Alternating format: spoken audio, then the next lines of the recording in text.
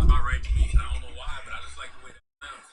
Tell you where it came from. So, Mustard released the album last week. It's Faith of Mustard Seed. It's posted that he sold 18. Mustard thought he was playing with him. So, on Instagram or tweet, said album sales of white is racist. Then he said these Drake bots are a function of Drizzler. The bots are trying to. Not mad. I'm at my basketball game too, and they just won. I figured I'd fade some bots. I'm still. I can never make me up. It says Drake is the Malcolm X of white people, and academics make sure you post Gordo season first week since Drake thought he did a thing by making him drop on the same day. Is he Yo. saying that like that he's that much of a hero to white people? That's what he's saying. Yes. Okay. Yes. I get what you're saying. Yeah. I guess that's what Mustard meant by it. But shouldn't we stop saying like record sales? Like isn't 18,000 like I don't know hundreds of millions of streams? Yes. Like shouldn't it be worded different nowadays? Shouldn't it be like he had just such and such amount of streams? Yeah, but the bad thing about how many units you sell in your first week, it really doesn't cause stream. If a record continues to stream, it's considered sales. So I don't know how people still care about it. So what about people like Ice Spice? The 20th she had major record. That's bad. If that translates to how many streams, like hundreds of millions of streams. Correct. I mean, I don't know. Thank God I'm not in the record. But that was see, now the game he talks about old fall. Like the reason I say old being on the top list. He was talking the fact that he's currently 44 and is expecting a child. This is what he had to say. Then I heard you're expecting kids. Twins. Twins. And you gotta stay healthy. Right. Yeah. Expect one child. Congratulations. Thank you. How do you feel about that? I think in terms of it's right like I'm 40. So child is 21. I'll be 65, right? Right. And that seems kind of until you start thinking 65 now. At the end of the it's gonna be a different parenting experience. From when I was younger. So when I was younger, I was still hard head in the streets, and I don't know how I made it at this point. What I was doing, just to parent stage. That's exactly how I look at it. I had got a 20. Yeah, I'm 46 now. I got a 2-year-old, 23. And I think just like that, I think I'll be I'll be 67. Yeah, that's the way I look at it. 13-year-old. So, yeah, but that's how it is. But I mean, raises the children to be a lot different. A lot of things he didn't know, so he didn't have patience. And now with this new young one, it'll be a lot different. And he's rumored to be having a child, and that was out his daughter. Alright, now he also talks about that. So, when Keto Game Master today, I think it was like $8 million. Well, he talks about that lawsuit as well. You know, I kind of school. I don't even harbor no hate towards her. So what is the solution? Because I just can't. I hate So I thought that would be, that would suffice. Then they could have just pushed it. why would you that? Because I didn't sustain it. So hopefully there's also all that. And at the end of the day, man, like in her heart of hearts, she knows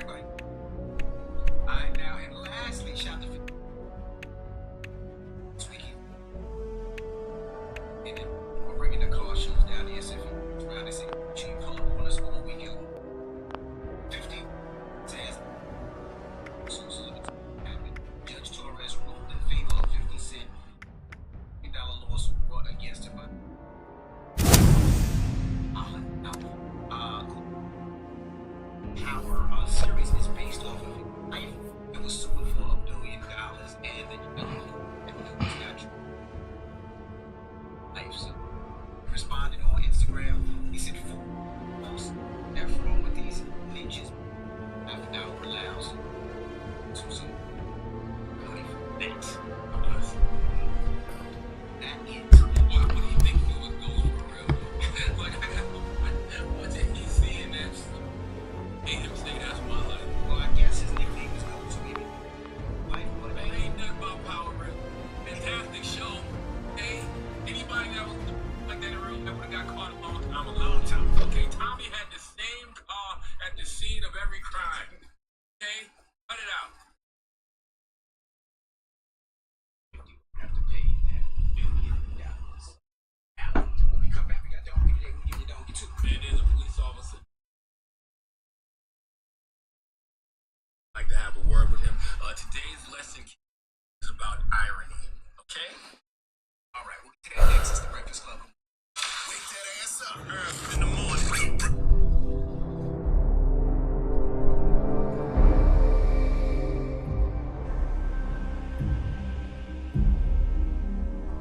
Good.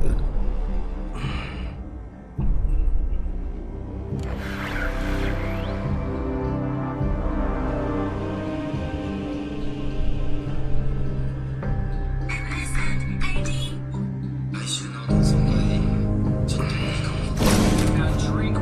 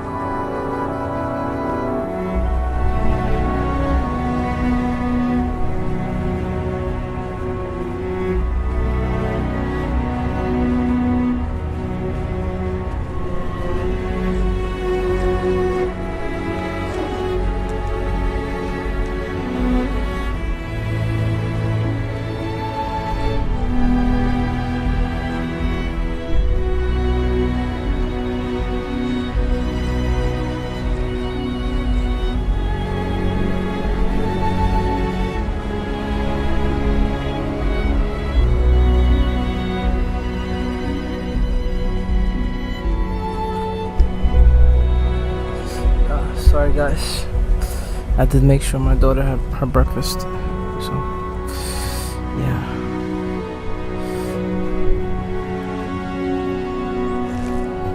God, let's go.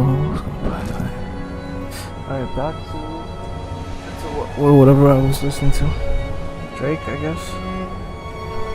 That's one thing I hear so much about LA. I hear about so many breaking rivalries, right? He was out of town. They moved to his guest house. The bomb went off. He didn't stop. This was like by the time the movie, hours later, they already had left with him. So that happens a lot. It makes me very nervous about LA. If they headed to LA, it seems like I would get there fast enough. And lastly, last week just reported about Cardi taking Molly she wanted to clear a lot of she said, okay, this is getting weird. So I can say he supposed to be a lot with businesses and things, you know, that they said they could place with. She says, never knew I ran when I went through, I had friends or family to go. So I don't know if the damn source for the magazine. Even with my filing, I'm not asking for child support. My claim for him to only that he pays on and the new. And by the way, I'm so happy y'all know I'm pregnant now, so I can stop wearing those damn schoolgirl skirts. Left my ass off. And that is just what alright. Oh, you know what I want to tell people, man? What's that? This Saturday, right? This Saturday, August 5th, I'm from South Carolina. You know, I do my 9th annual back to school giveaway fish fry. It was this weekend, but yeah, It is this weekend. that was last week. No, August 10th. This Saturday from 10 a.m. to 1 p.m. at the Berkeley High School parking lot in South Carolina. So we got blue bags, pies, and food trucks. And my pops gonna got the fried fish. We got free haircuts and vendors, all types of stuff. So this Saturday, 10 a.m. North South Carolina, Berkeley High School. My 9th annual back to school. Book bag drive and fish fry. Alright, nigga, just been right. You got those? They can't. Right here this week for Washington World. I'm gonna show you some movies. If these you already know already show. Car show there, there's so much stuff heading out there. Make sure you get oil and everything early. They don't have that much over there, meaning they don't have that many hotels. Extreme, Still, man. That's what I was thinking. Find out there's a lot of people coming to town. It's sunny. If you haven't got your tickets, get your tickets. Kids $5 for free, so bring your kids, bring your family. So many celebrities will down in the city. We'll have a lot of fun in that city. Yeah, right. Let's get to the mix, the people's choice mix. Get your request in right now. It's the Breakfast Club. Breakfast Club.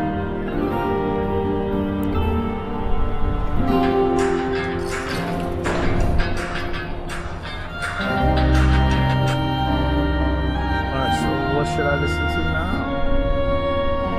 Good question. Scorpio. The two Scorpio.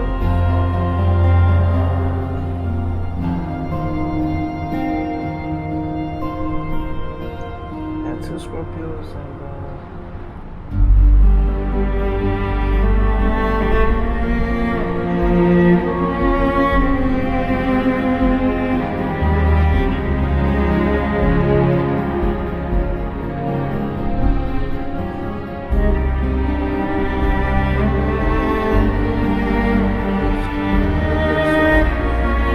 let's listen to a girl in Japan.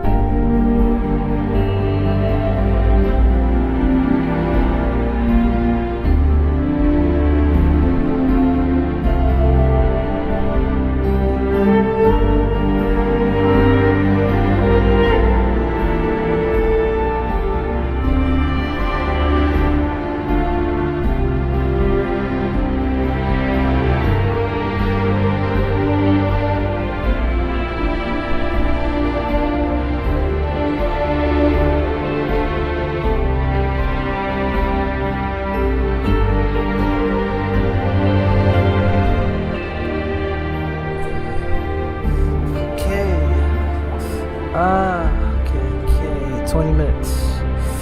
Ooh. Swedish.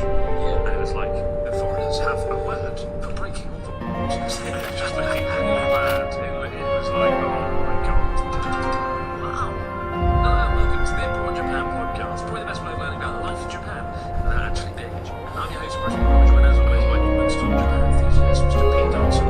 Himself, Pete. How the devil are you doing? What's going on? Hold on. I'm good, Chris.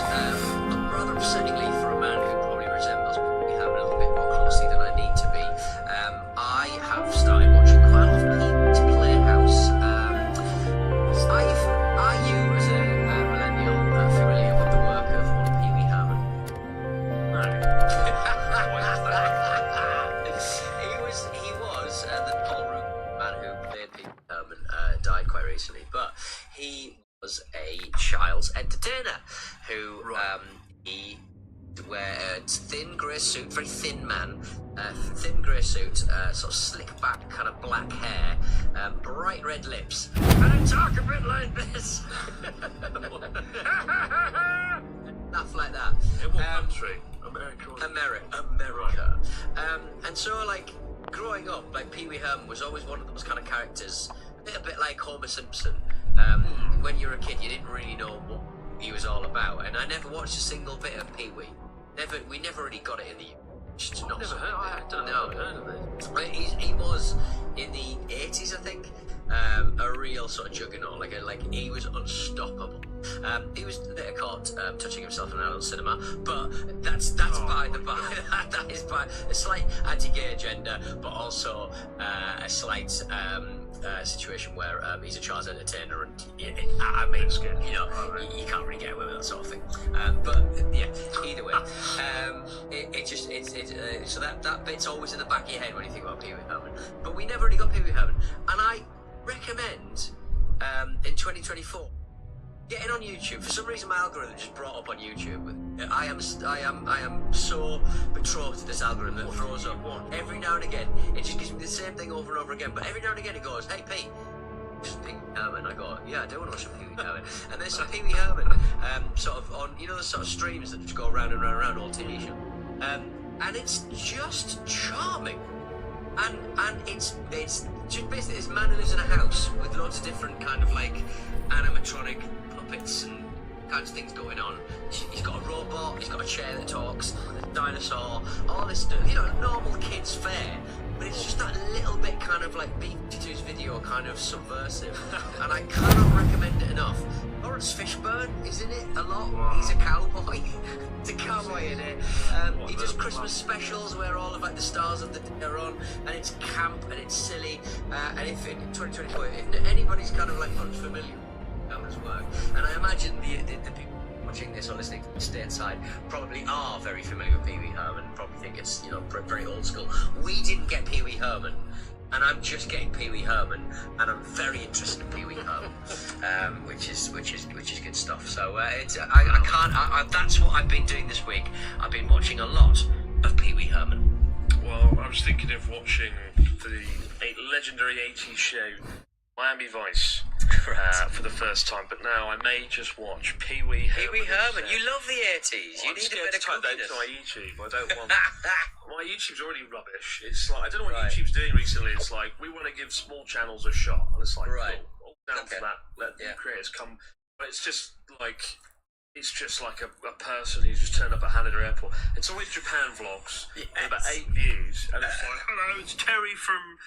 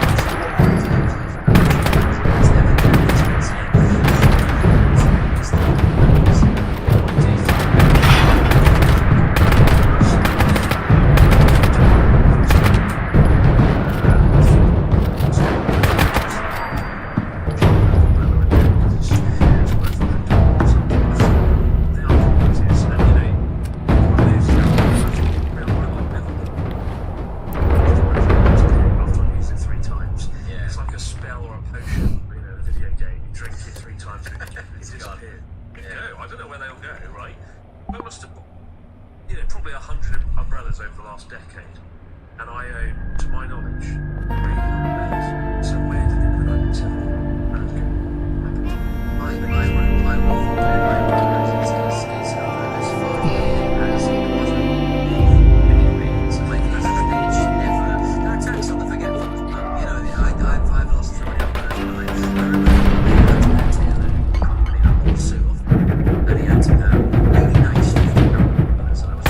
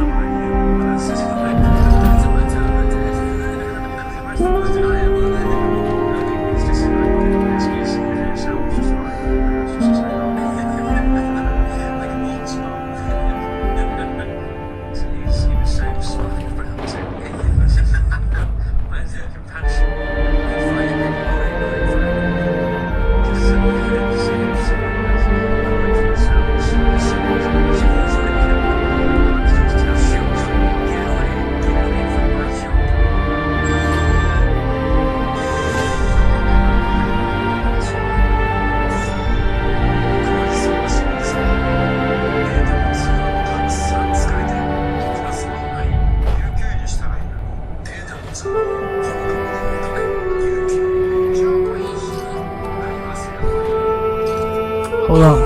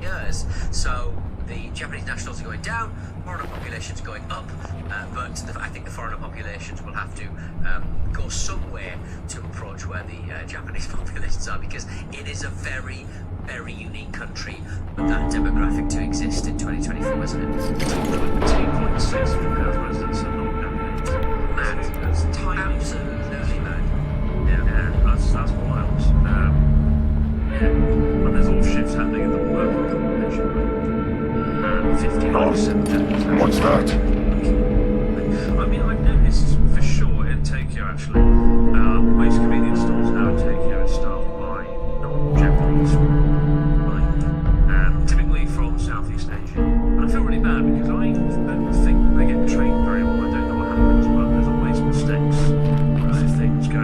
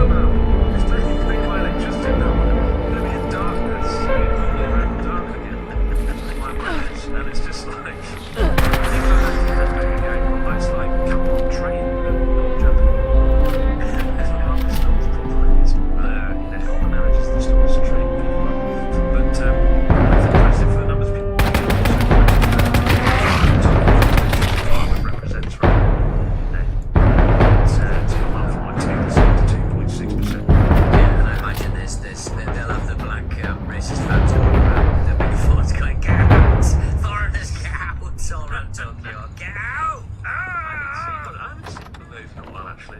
Really? It was, I miss Can't the good afford old the petrol days. with the yen. Um, Can't afford the petrol to tell the foreigners to get out.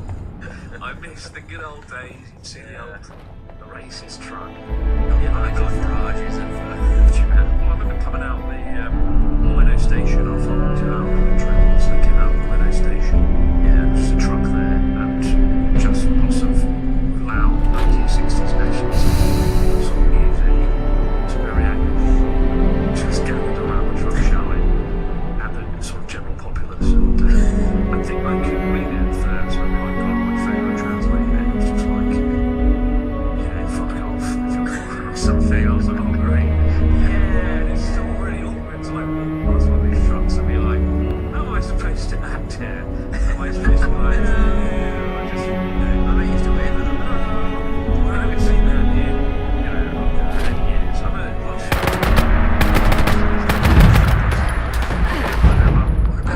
What the fuck? it was quite jarring, but yeah.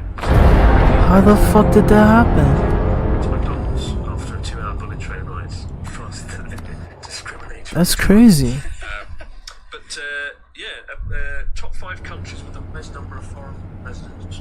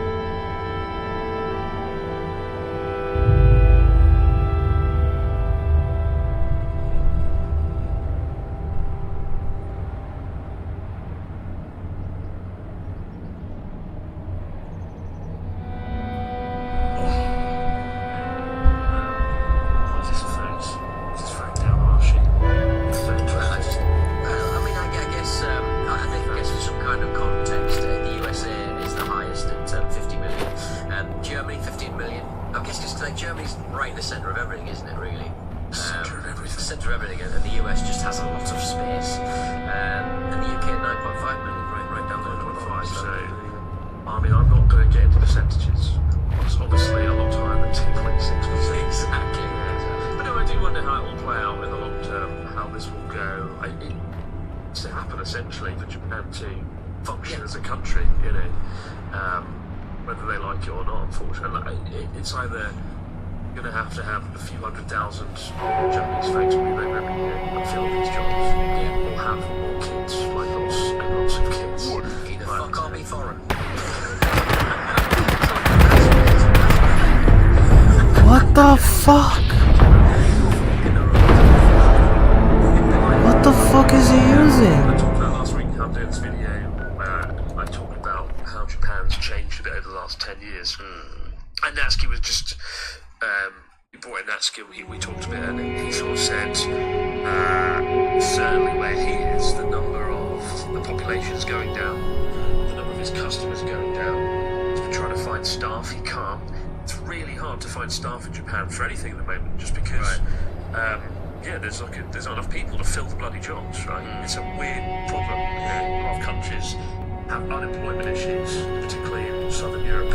Lots of countries there have serious unemployment. Here it's completely the opposite. There's just not enough people to fill their jobs. It's creating this like death cycle. Yeah, so certainly in real Japan, it's either get more non-Japanese folks in, or just witness the death of the countryside, essentially, a slow death. And it's going to be a very impactful 20-30 years for Japan, and I don't know how it will play out. We shall see. Interesting stuff. Keep stories, questions, comments coming in, guys. Although, ahead of myself, because we've got a fax machine. Questions. Wow.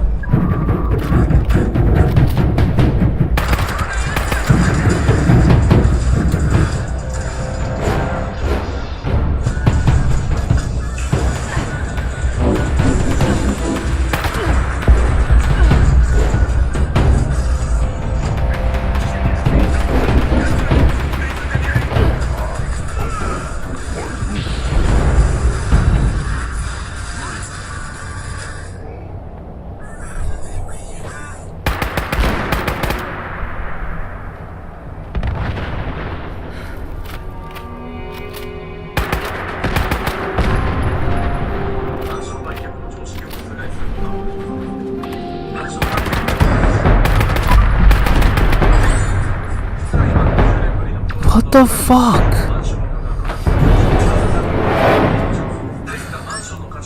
That's fucking crazy. How many times did I fucking die? And we're back with the fax machine. What have we got this week for our listeners, Mr. Dawson? Fill us in. Got a message from, I'm going to go with Ballas and Benedict. Hello, Jerry, Chris, man on beats. My brother and I have planning to visit the land of crisis soon, but as we're not native English speakers, we're concerned that we might run into communication problems with our Eastern European accents. We're both decent at speaking English, but I'm a bit worried. Do you think we'll be okay? Are there any typical words or phrases that are confusing for Japanese, Jews, and Hungary? Ballas and Benedict. I mean, I would say just from the writing of that email, they're as we've ever had, so I think you'll be alright, to be honest. I guess just take it slow and say, Yeah, I mean, are there any typical words or phrases that are confusing for Japanese? I can, with my accent, I can never order a Coke anywhere in the world. Oh my god, I didn't know what he just said. Coca-Cola. Just remember that in Japan they do learn American English. So if you say like British beer, they'll be like trash and drunk instead of beer, and all the other American words. You have to bear that in mind. I do remember, early on as a teacher, I realised I had to use American words. Only words to understand and to convey myself, because that's what the textbooks were, right? Yes, of course. American English. So sacrilegious.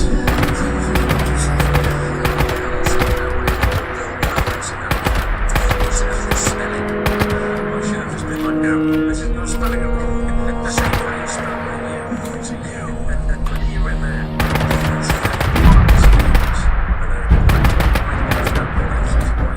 British English rubbish. Because we have to stick with it.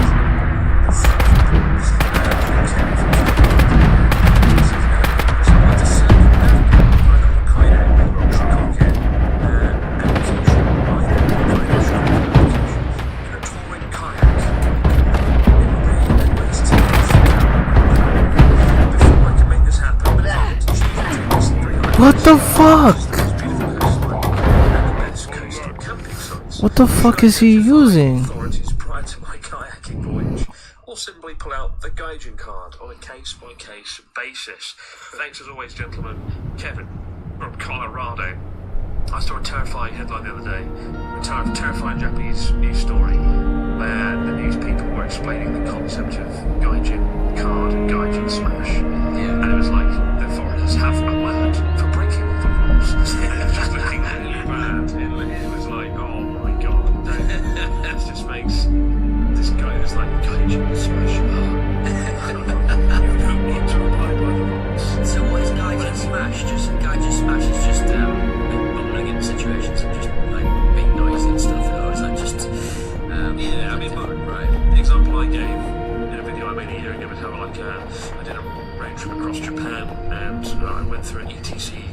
machine thing by mistake, and guy, I had to pay with cash to get through, and the guy was like, oh, you know, Genki. And I was like, yeah, I'm Genki.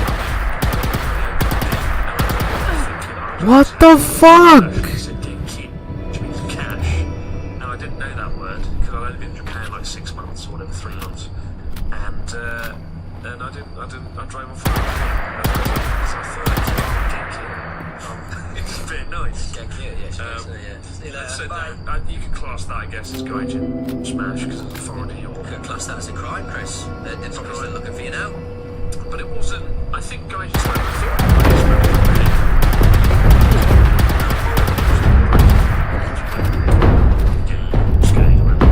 Anyway, we've taken a massive detour because the question was, do you want to cycle or sail around an island, and which one is it? Hokkaido would be fun, but it's massive. There's bears everywhere, and there's huge stretches in the north where there's nowhere you can pull in with your kayak, like the Shinotoko Peninsula.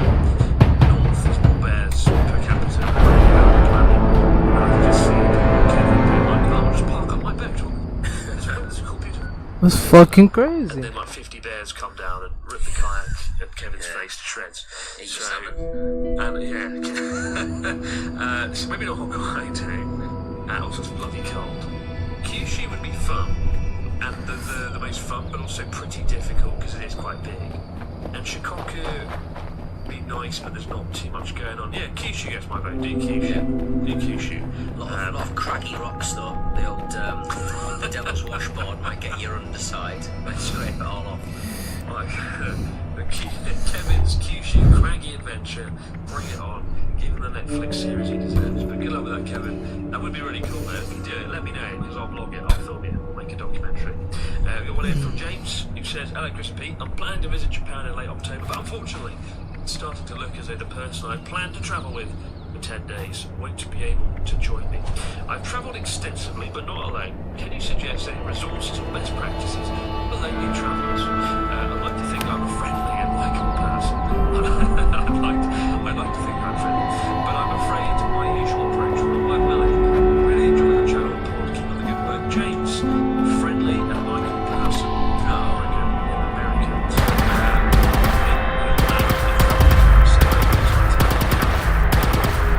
I mean, I think I've done it twice. I think here and there. I would say that I mean the solution for many English is very much Mandarin, but or you could use your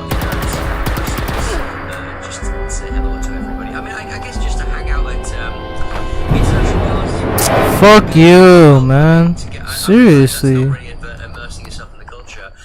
But if you want someone to talk to, if you're feeling a little bit lonely, those international bars that are in every city, just pop into one of them and you'll strike up a conversation. If you're staying like a hostel, I always say like hostels are really good places to meet people. I had some great experiences at hostels. Like my first time in Kyoto, I stayed at a hostel, and I went out with like 6 or 7 people I met and just did karaoke. That was really fun. But yeah, I mean, going with a car and drink, that is where most likely to meet locals, right? Especially in more rural areas, people are very friendly and receptive, and they sort of visit clients and bars in general, like Japanese bars. Usually the job of the person at the bar is the sort of life and soul of the bar and the party, so to speak.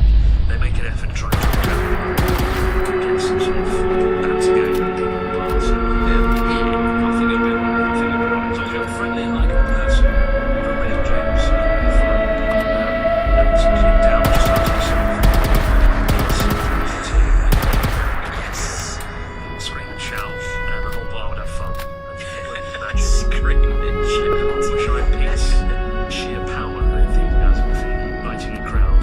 Yeah, you make a powerful politician, a very powerful politician indeed. I'm picking up Pete. Oh dear, but keep the stories, questions, comments coming in.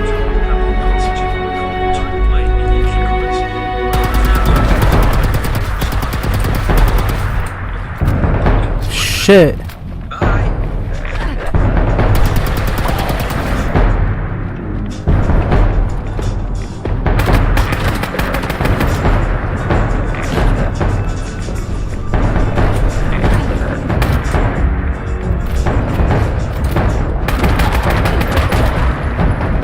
Move, move, move! Move!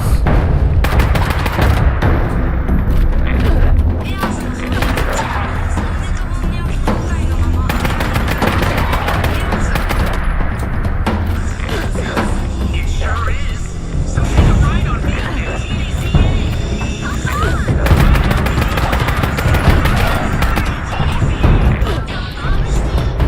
Mitsui Fudosan Group.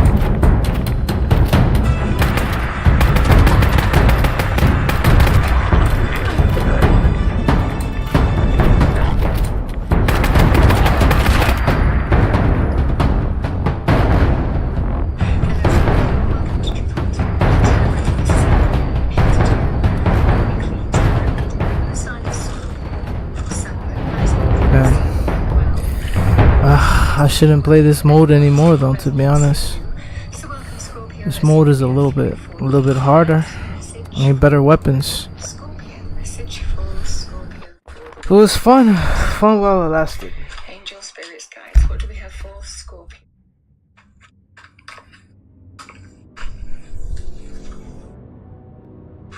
We've got the Knight of Cups. Male or female with the Knight of Cups. What we have with that?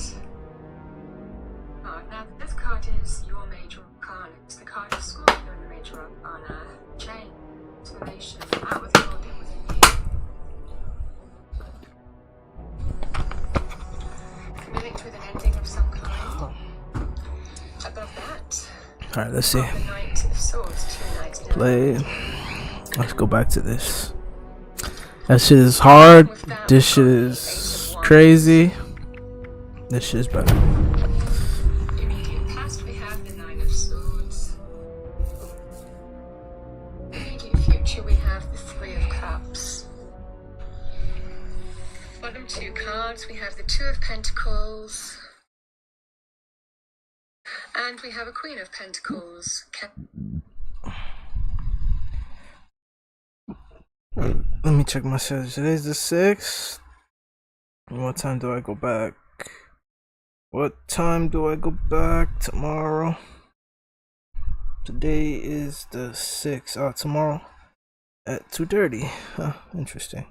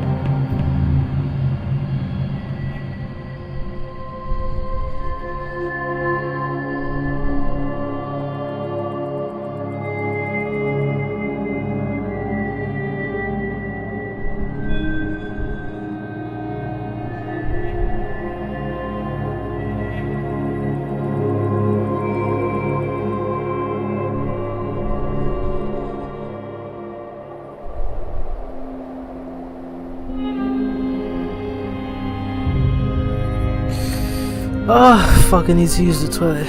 Give me a moment, guys. Sorry. Finally. I have to use the toilet.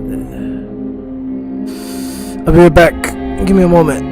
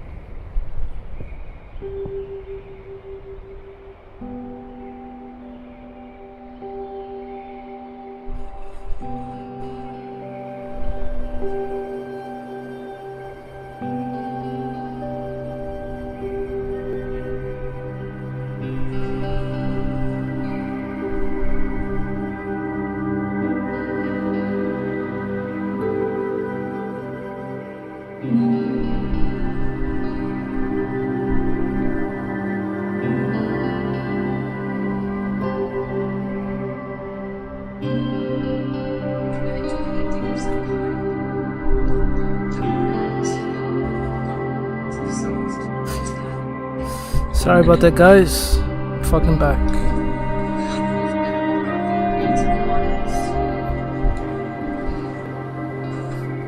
Last we have swords.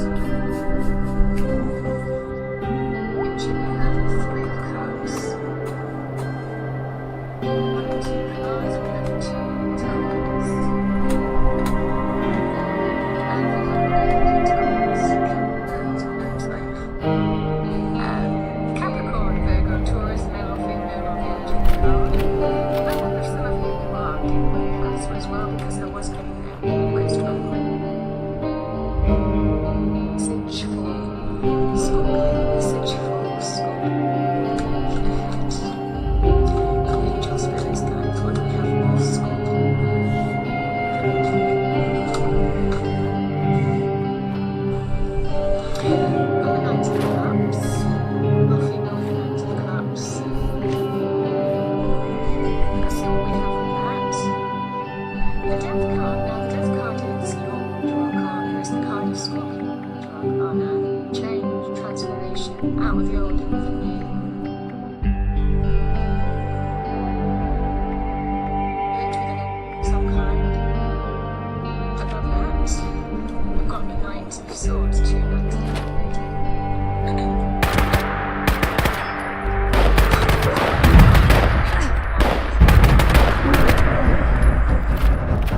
Immediate passive swords.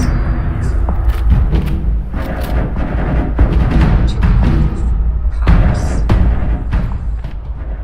Bottom 2 cards, we have the 2 of Pentacles. And we have a Queen of Pentacles. Capricorn, Virgo, Taurus, male or female of the card. I wonder if some of you are dealing with this as well, because I was getting the energy quite strongly.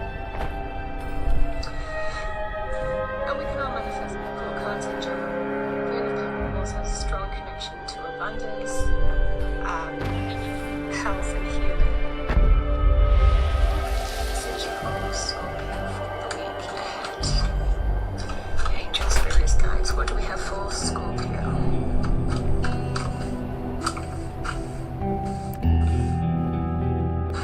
We've got the Knight of Cups. Cups.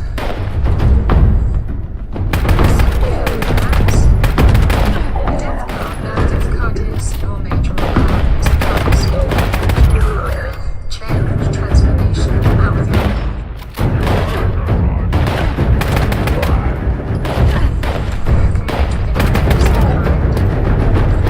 above that, got the Knight of Swords, 2 knights down the ring. With that, we got the 8 of Wands. Immediate past, we have the 9 of Swords. Immediate future, we have the 3 of Cups. Bottom 2 cards, we have the 2 of Pentacles. And we have a Queen of Pentacles. Capricorn, Virgo, Taurus, male or female, the energy of the card. If some of you are Cancer as well, because I was getting the energy quite strongly. And we can all manifest as 4 cards in general. It's going to be towards a strong connection to abundance, health and healing. So in the immediate past, we have the 9 of Swords, stress, worry, anxiety, sleepless nights. Sometimes, and it's always for a reason. We're always stressed, we're always worried for a reason. But it's when the mind kind of goes into overdrive in some way.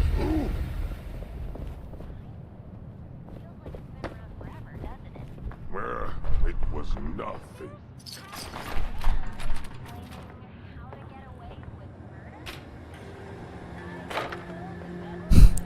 If I could make this more hard, I'd be happy.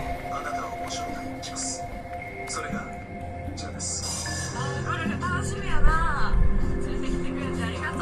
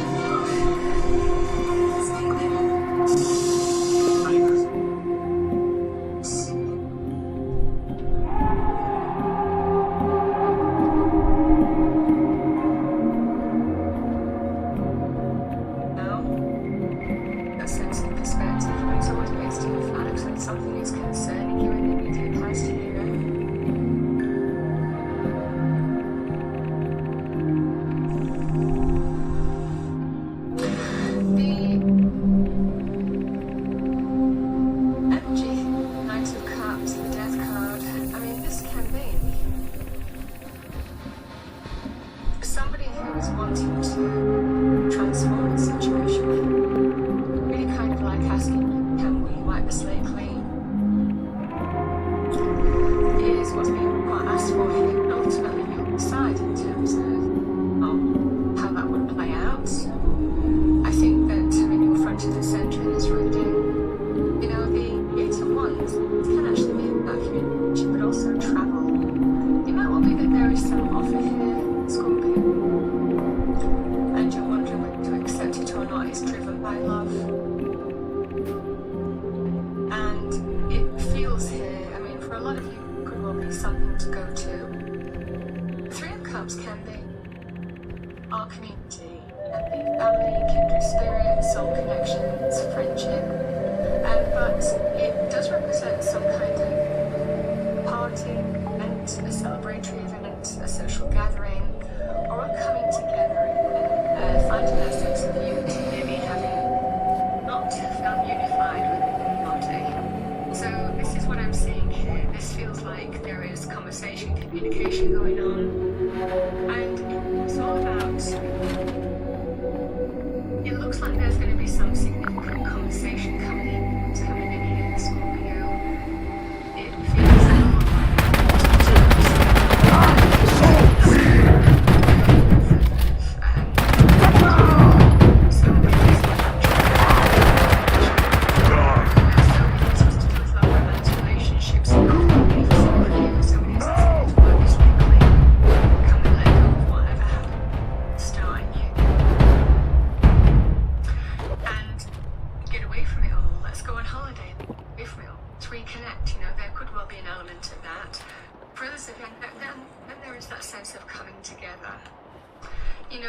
for others of you, this is to go to some kind of invitation has been extended. And you're just kind of thinking, I don't know what to do. This is the end of your cards. You want to get clarity in terms of how you want to move forward. The amount will be conversation is key, present, there's a lot of communication energies. And I think that, I mean, now 9 of Swords, we can't see the wood for the trees. It might well be for a lot of you, will bring a level of clarity to you in some way in the present situation. And I feel this is to do with, like I said, it's a coming together of some kind. The Queen of Pentacles, 2 of Pentacles. It's a choice. I mean, this is will I want to do? I see that you're still kind of this week it feels like you're still kind of having those conversations and deciding whether to go on or not. Now, for others of you, money was an issue. The energy would be somebody might be giving you, to kind of like make a difference. You might be thinking, wonderful, take it up. Something along those lines. This is somebody who can give you the way to go as well. It feels some kind of coming together. And again, a number of those relationships, it would formally can we do that? It feels like some kind of support might be given to you to actually do that, in some way to actually, move in this direction should you choose to. Again, for those of you who want to heal, and I'm ready to heal, coming back up and taking your time to make that decision, or maybe seeking counsel from the Queen of Pentacles as well. She's not involved already in this situation. This is healthy and abundance and stability. So this is somebody who is involved in the situation and want to build back up. And for those of you, there's an event to go to, wiping the slate clean as part of that event, and somebody might make a difference financially to actually go there. However that manifests, again, these are also vice versa. It could be reaching out to somebody, to say, can we wipe the slate clean? And, and invite somebody to a party. It's time to let go of the old and embrace the new. And it might well be here, so, or actually, if we do everything, we'll pay for the ticket. Just get yourself here, it's not a problem, so conversations that are happening in whichever side of it you're on. Let's see what we have.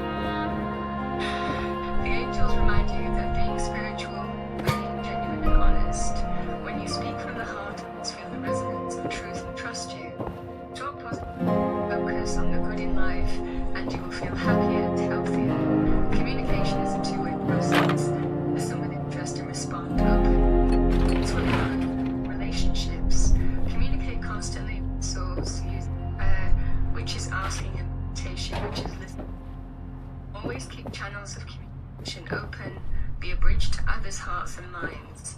Ask people to step into your aura and communicate away through. So your affirmation for I communicate clearly and honestly. Well, let's go with the reading.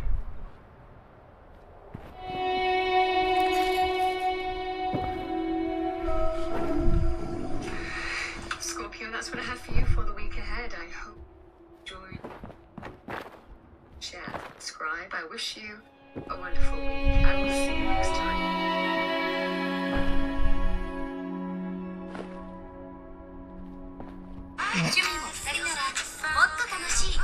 So I'm not going to any fucking party, so I don't know what she is talking about.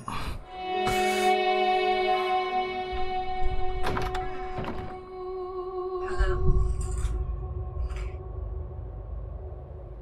Welcome to Card Minds. Thank you for stopping by. Just getting set up here.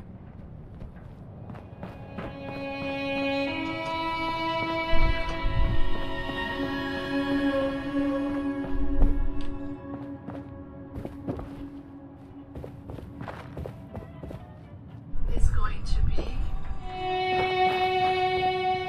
a Scorpio power reading.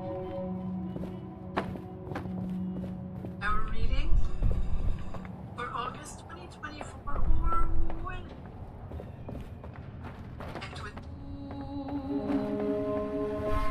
might be for you. These are timeless and they're meant for connect whenever you.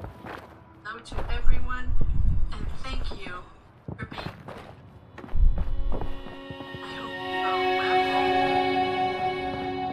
Let's be. Alright, let's get started.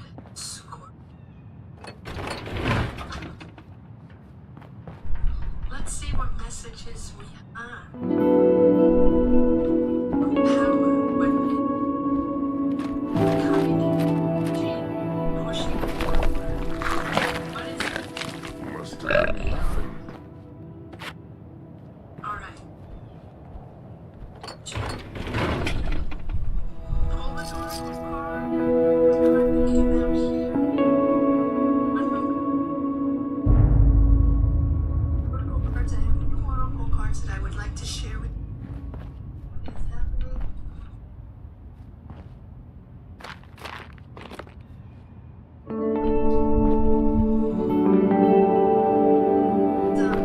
Sort of spare the moment. How are we? Alright. Card out. Check it out. Oh, with the oracle cards for Scorpio. Energy power reading. Month of August. Or connect with these readings. Alright.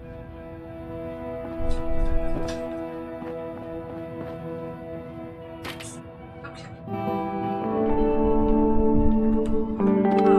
Look at that, Scorpio. That the unicorn which is great. Wow. Grace. How beautiful. Queen of Cups. That is you, Scorpio. That is you coming up. That sound. Queen What of is Cups. it?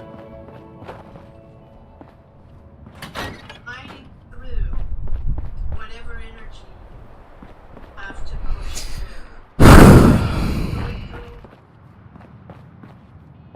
now. So if you're going through decision, energy, So you have to figure out So weak. guidance, people surrounding you with love.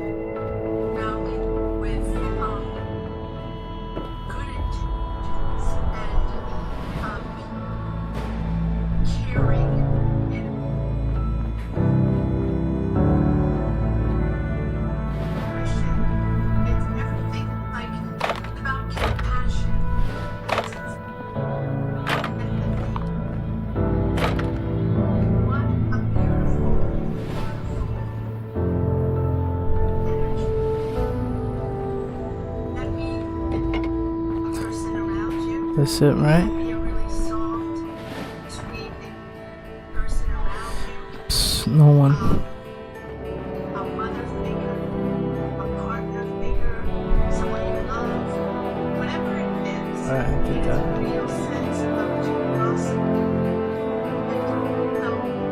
And some sort of energy that's very appealing.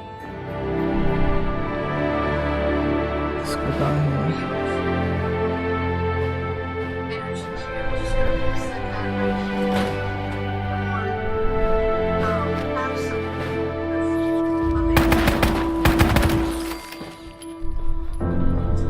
Alright, let's get started. Scorpio, hello everyone. Don't forget to put thumbs up to this reading. That is free. There's nothing you have to do but click on that thumbs up. And let's get started.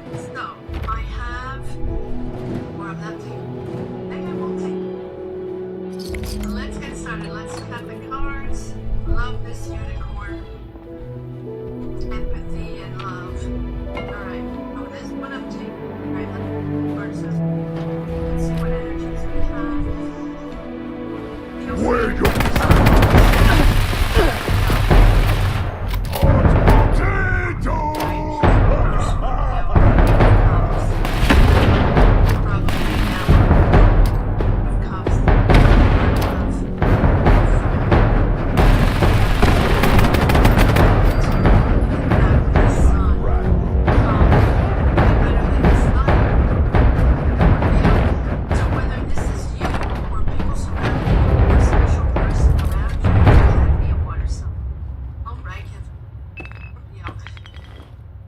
it's about that warm, sharing energy, grounding you, loving you, and helping you, guiding.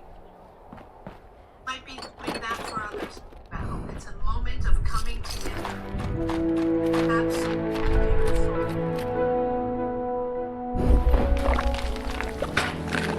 Alright, let's get started here. Let's see what other messages we have. The wands. This is your person. Aries, Leo, Sag.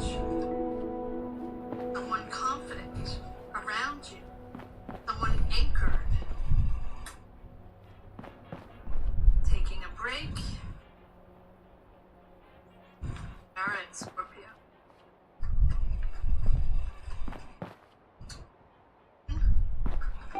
Uncertain. Decisive. What are you looking for, Scorpio? Are you looking for an answer regarding this King of Wands? Regarding certainty?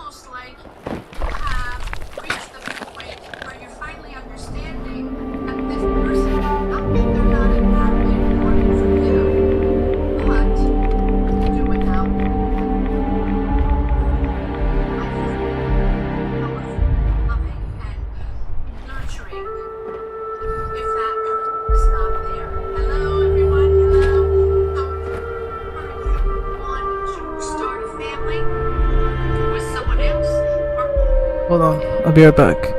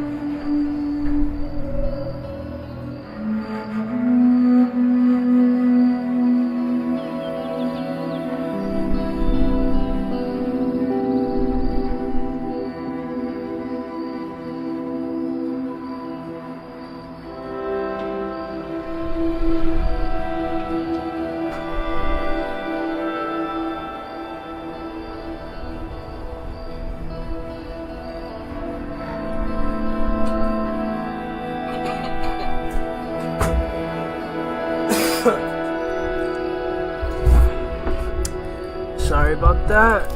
I have to take a check on my beautiful baby.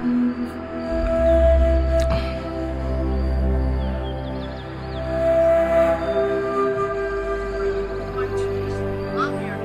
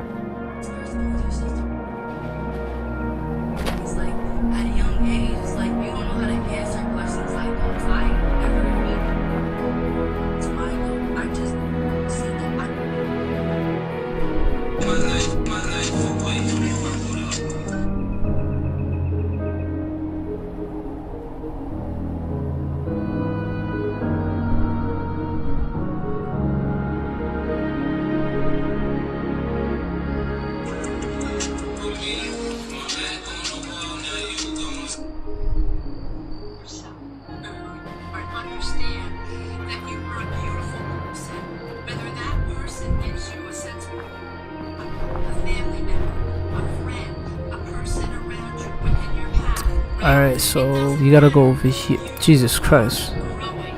You are now understanding your purpose. You are now What is that? understanding who you are. Put yourselves in the chat. It's great. You don't have to do anything. Put yourself in the chat and be there and share your energies. That helps me and it gives a real sense to this reading. So don't be shy. Don't be shy. Here we go. Trying not to be It's shy. time to grow. And it's time to understand who you are. So all these years, all these months have been difficult. Step after step after step. Trying to figure out why things are tricky, why people don't understand you, or why the choices you make are criticized, or people are always trying to tell you, what you should do, what you should have done, and what your life should be all about. No, you are you, Scorpio. You are you, and you are positioning yourself in beautiful light. Yep. She is about understanding, growing, nurturing.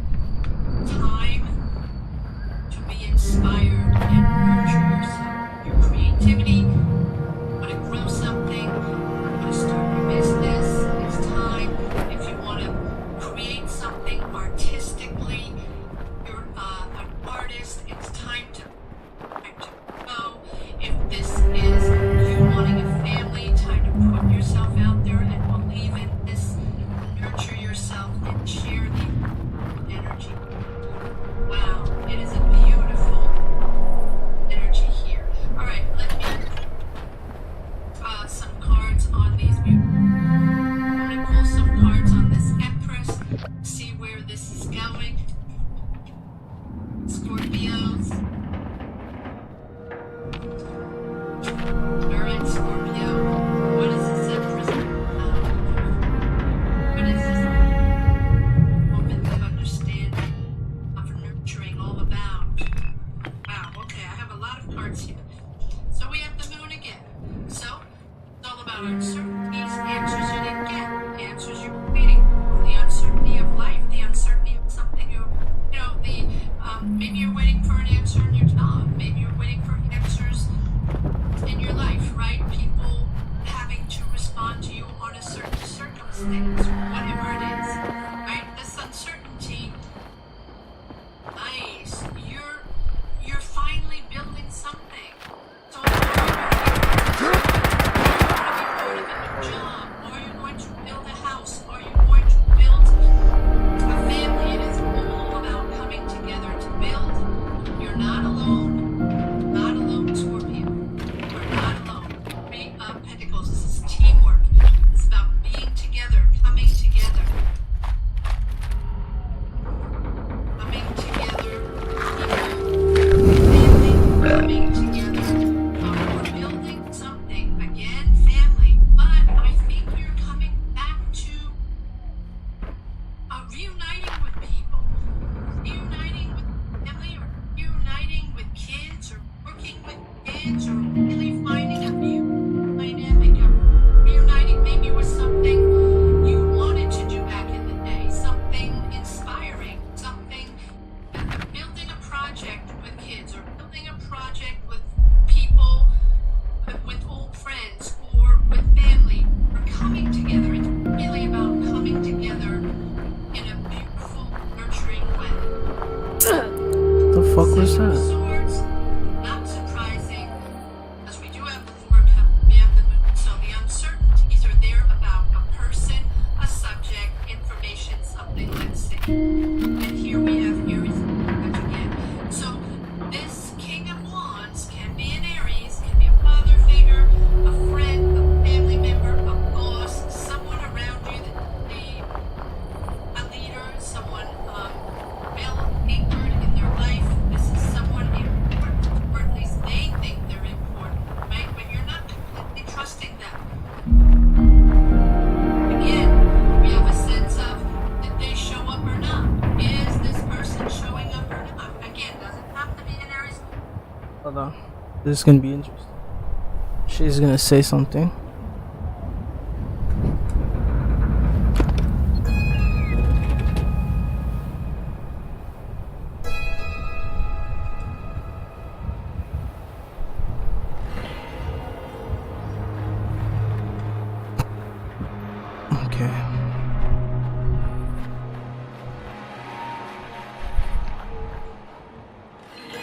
I need ammo for this, because the plasma is my favorite.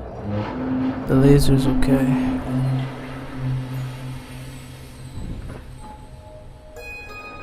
Let's do it. Alright.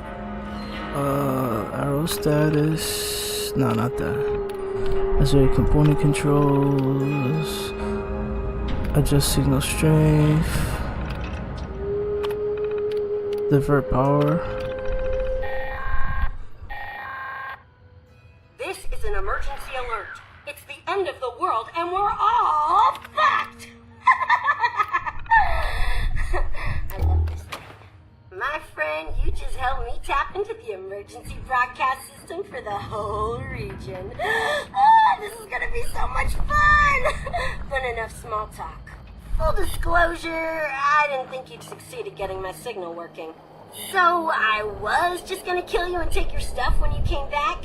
If you came back at all, that is. Guess it'd be a real dick move for me to do that now. Look, I'm what you people would call a raider. Killing, stealing, and cheating is kind of my shtick. And thanks to you, I've got a working radio. So I can reach other like-minded individuals and get them to join me. You've opened the floodgates. Hey, come see me at the top of the world when you get the chance. I've got something for ya, and I pinky swear I won't kill ya. Okay, let's go back. Well, I should at least do this. Running out of fucking ammo.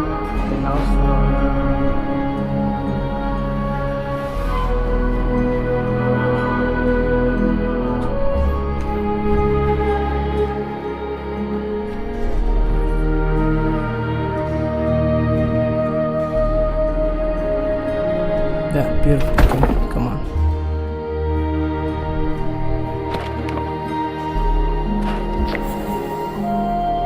Yeah, save me some space. That's not so bad.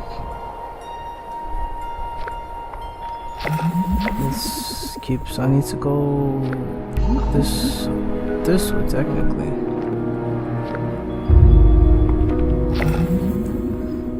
Yeah. Wait, I leveled up a couple of times. I should check seasons. I was up to, where was I? Ah, here. 45. Wait, did I? Claims. Okay, so this one. That's next, and then finally I get these two. I really want these. Yeah. Forced Service Recon armor looks pretty cool. I gotta wait. This one and this one. Okay, back to Taro, because what else is there to do in this sad, cool world?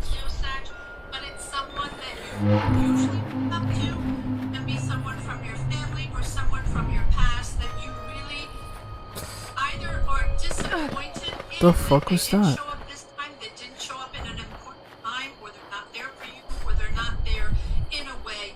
It's the second person that said this. Ace of Cups, feeling stuck. Here's the Tower, and here we have the Four of Wands. So wow. Okay. So I'm gonna go step by step here.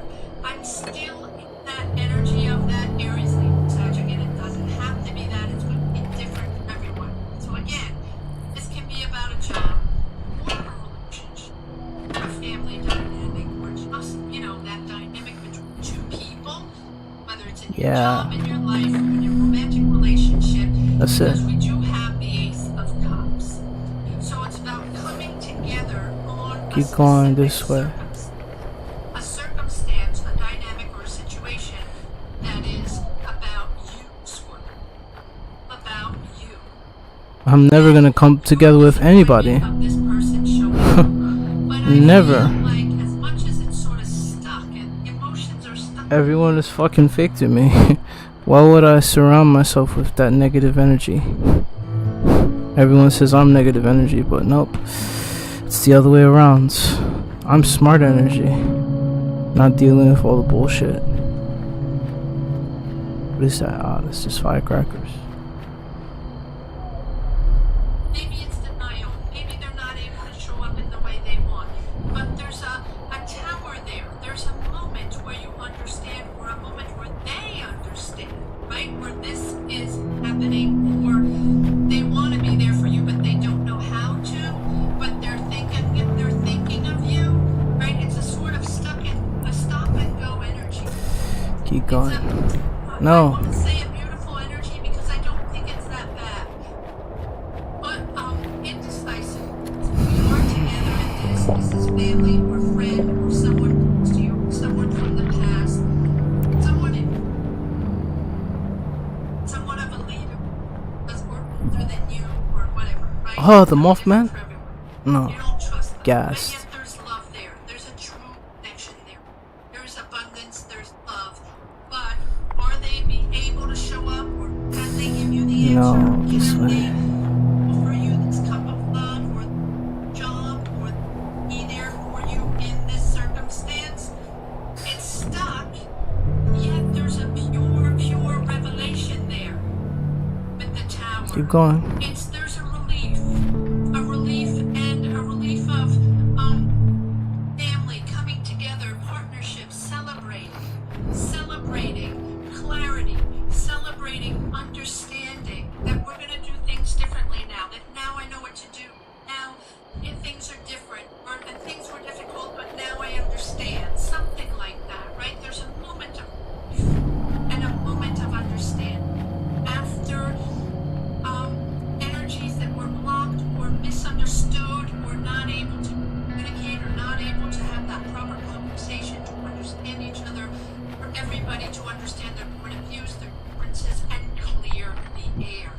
That's the way it feels, whether that is in a job, in a relationship, in a life energy, circumstance around you, something you're going through right now, or something you're going to go through.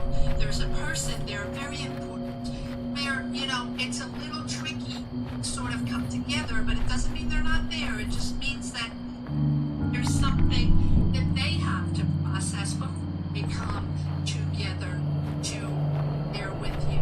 Beautiful, beautiful energy. I'm going to pull one card on this tower. Push forward, Scorpio. Whatever it is, whether this is a person in your job, or your partner, or a family member, What is or a that? friend, or whatever, they will come around. They will come around. But there's celebration there. Being in your comfort zone. Being with family again, or partnering up with someone, right? It's a moment where I think they do understand that it's important for you. Keep going. Put yourself in the chat, guys. Put yourself in the chat. I don't see many people in the chat. That is free. It is completely free. Alright. Or give it a thumbs up. Don't forget the thumbs up, guys. You're shy and you don't That's want to cool. put yourself in the chat. Alright, why is the tower here for Scorpio? Why is the tower here for Scorpio? Oh, fuck you. In this energy reading? So if you feel blocked, or you feel there's a tug of war with someone, understanding, or certain answers you're trying to get and they're just not going your way, or I wouldn't say it's a yes, they're once again, see about this.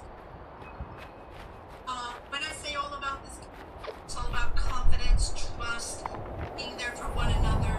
Again, we have the Queen of Cups.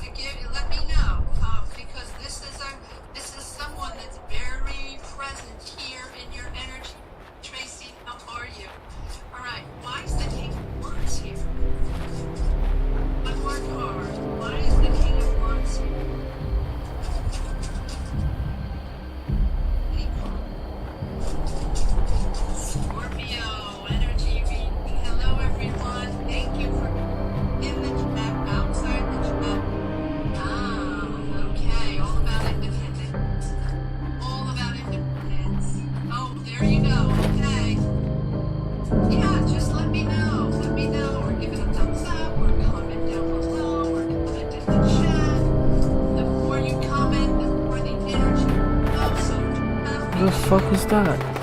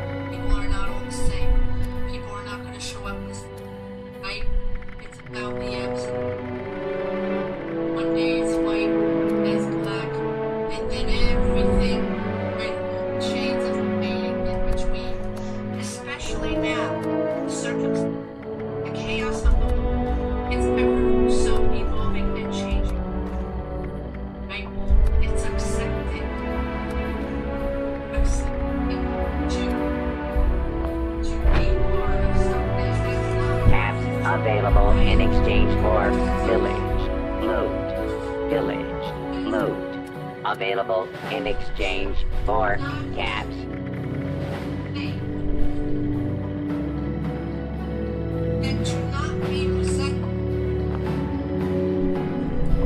I feel like sometimes Scorpio holds a grudge, although I feel like it's bitter. Now in stock. Goods acquired through questionable means. Life is a constant, right? And things are just gonna get better and better. It's just gonna get better. The real asks you to be optimistic.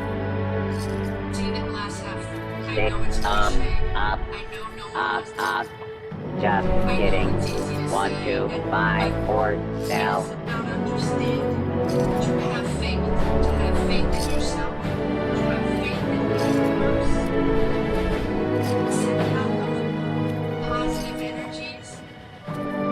And if you're willing to expand your life, Need some ammo, chems, or spiky bits to stab people with? You may find some here. so be open. Be open. Even if they're not always. Be open. The love and the help of others. This vendor unit is equipped with anti-theft measures. Don't get any ideas, chump. We cannot control. That's okay. So if you're someone who likes to have control, it's to remain in those same and No to the Dormans. Human flesh is not acceptable tender here. push you in that corner. That's when the frustrations start. Not understanding you, not seeing you, not getting you, not calling you, right?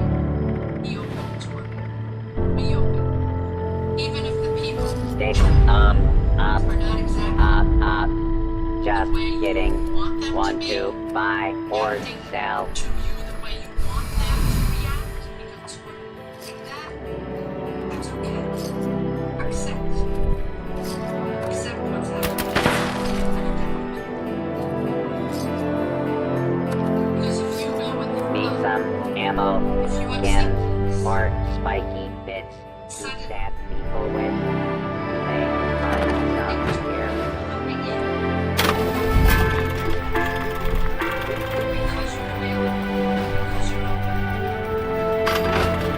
So things might be out of the time because of people you didn't expect, or maybe something that you're not used to. But know that, even if it's unfamiliar, huge chance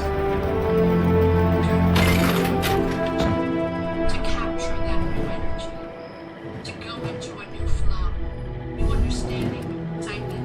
I feel this is what Wheel of Fortune is all about.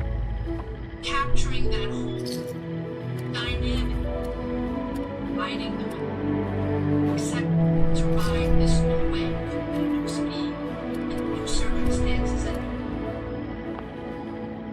I'm gonna one more with these, okay? Beautiful. Reveal one last card. I don't know why. Apparently, one last card. Give it a thumbs up, everyone. How would you make a thumbs up? Don't forget to put yourself in the chat to share your energies. It is free. Or comment down below if you chat. I'm welcome to all. And thank you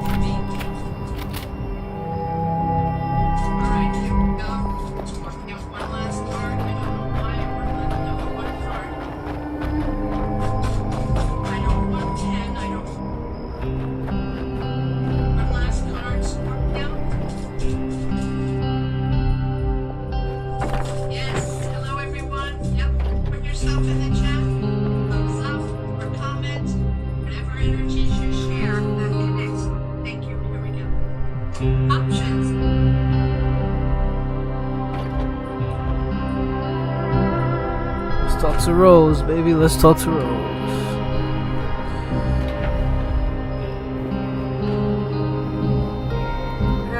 Well, this is a little awkward. Not what either one of us expected, eh? Anyway, to prove I'm not a monster, I scrounged up some old junk to give you as a reward.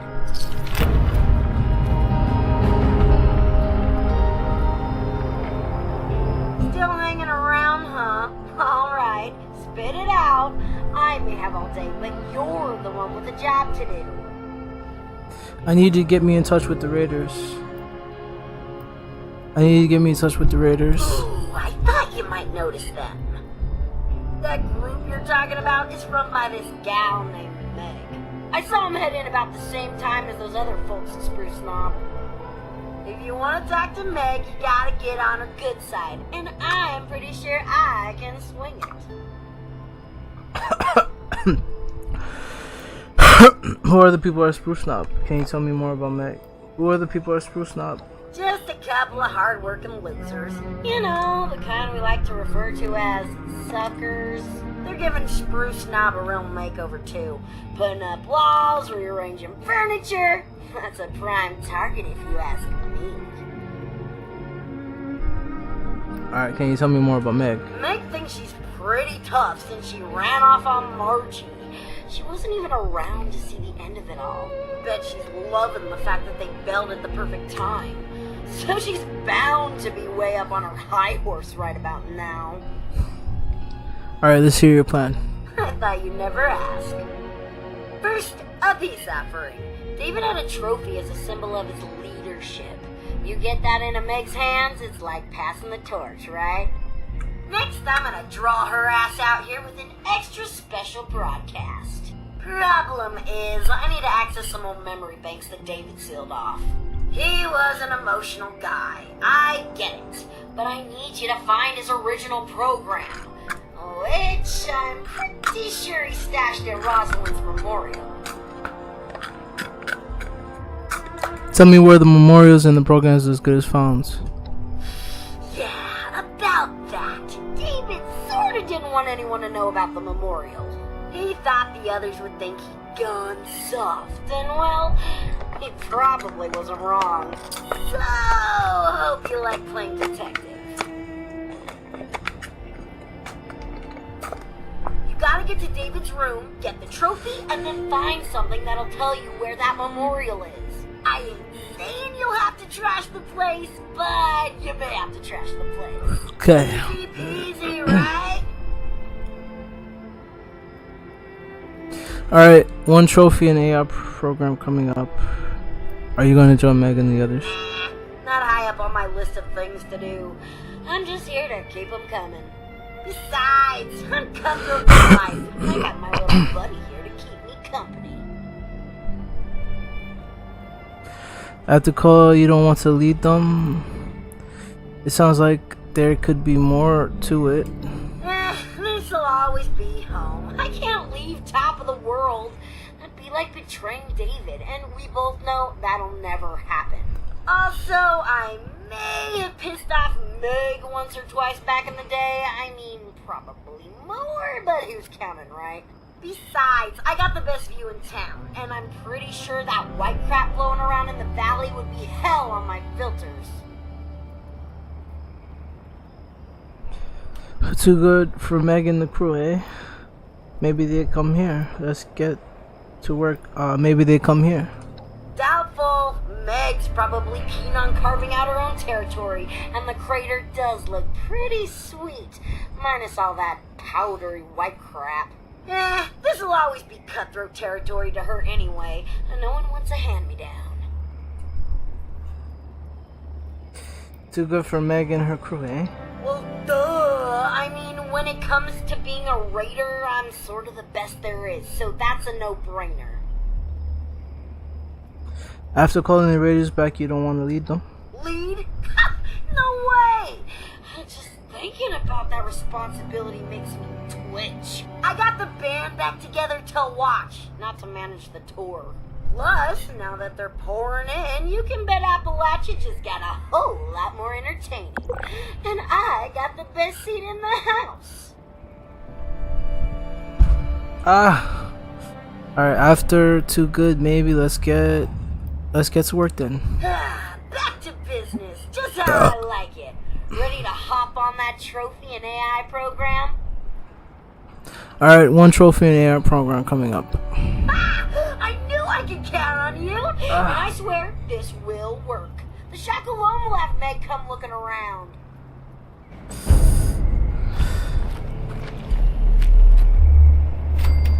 Yeah, that wasn't a lot. Flavors of mayhem.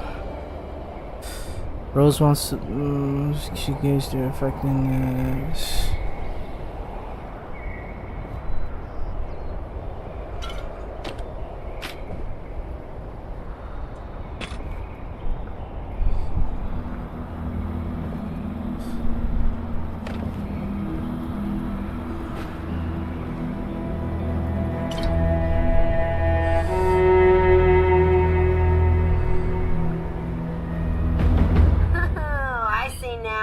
You're here about that guy, huh? Well, good luck getting anything out of him. He's been dead a while.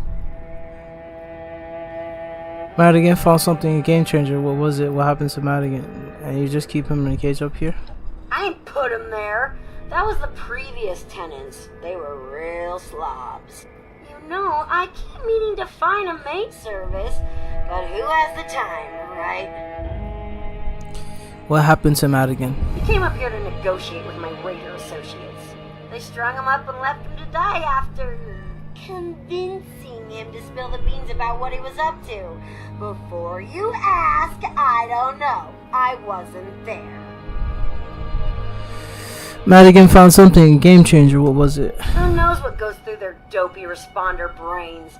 Can you imagine going through life 100% chem-free? Ugh. Anyway, you're probably looking for that scorch detector uplink thingamajig he was trying to install when they caught him. Seems real handy. I know where it is, but I'm not ready to talk. But maybe, if you help me out, I'll trust you enough. Okay, let's see. Oh, hey, I had something to say to you. What was it? Right. So, wanna help me out again? On game, tell me about the old Raiders, Edward. Why should I help you? You're one delightful murders for the robot. I'm a robot? Oh wait, I knew that. Anyway, you say the sweetest things. Plus, you got that whole one-person army thing going for you. Why should I help you? You almost backstabbed me. Almost. I almost backstabbed you, but clearly I didn't, or you'd be dead. Point is, you're alive and stronger for it because of me. Did I even get a thank you for that? No. Okay, tell me about the old Raiders, the dead ones. My kind of people. We were hardcore. The originals. Not these wannabes and losers who refuse to join up with me. We split into 5 gangs. Cutthroats, Trappers, Diehards, Blackwater Bandits, and the Gourmands. Each one was special in their own way, except for the Diehards. They were a bunch of boring losers. Okay, my kind of people were hardcore the originals, not these wannabes and Rufus doing with me.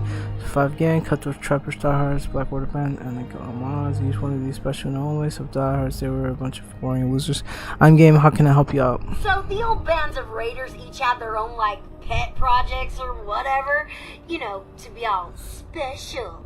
If I'm ever going to rebuild a raider army, I need to figure out which of these crazy tactics actually work. We both win. I get answers, and you get a new toolbox full of scary things you can use to terrify your enemies and gross out your friends. Okay. You know, there's a Raider army around in Crater. I don't believe any of your crap, bros. Sign me up for roses. You know, there's already a Raider army around in Crater. Are you seriously calling Meg's bunch of losers an army? Please. Those Blood Eagles, maybe, but they're not my type. Okay, I don't believe any of your crap, bros. Ho, ho, ho, ho! Standing up to me! Guess you do have a spine after all. You don't have to believe me to learn from me. I'm offering to help you find new crazy ways to mess people up. And then, when you get what you want, we part ways. Work for ya. Okay, tell me about these tactics. We'll start with my personal favorite, karma. No, not that new age bullshit. I'm talking about a chem that hits hard but leaves you reeling. My cutthroat friends figured out a way to weaponize it. I'm gonna lend you my old syringer, and you're gonna modify it to shoot karma darts! Just bring it back, or I'll find you and kill ya! Seriously. Not joking. I really will.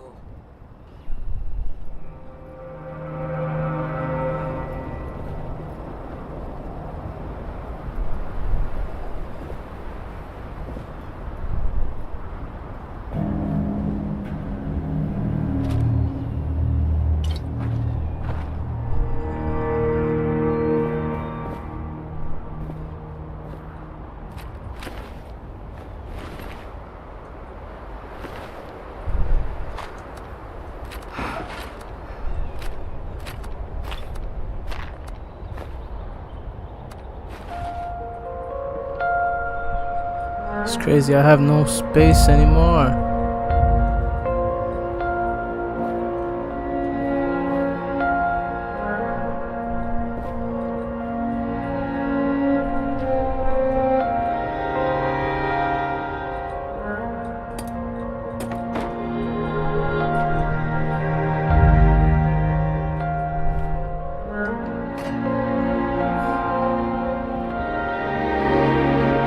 Let's get back to tarot because there's nothing else to listen to. There you go. Got options coming in, changing, ever so changing, are coming in. Make sure you fact check these people.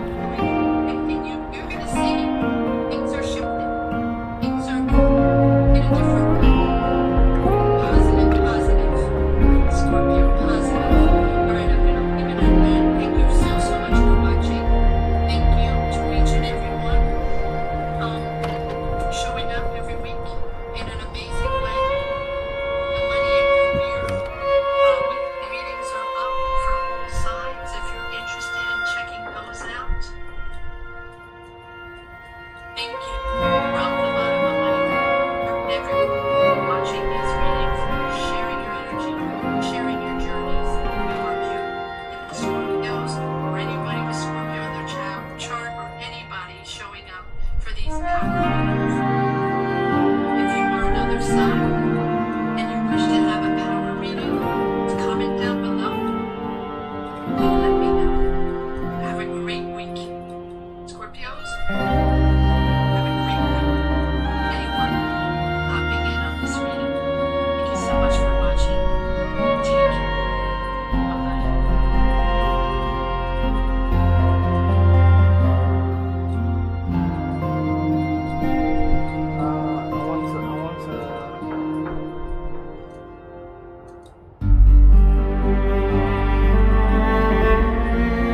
My favorite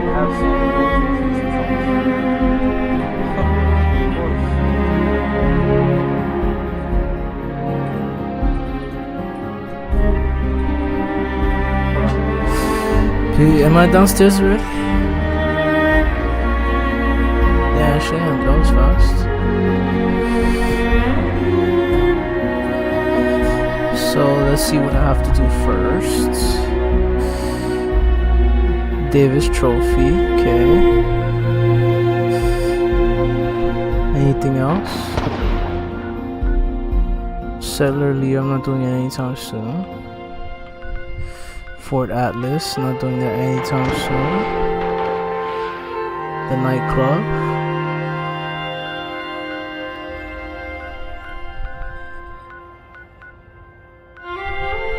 I don't see anything else I need to do.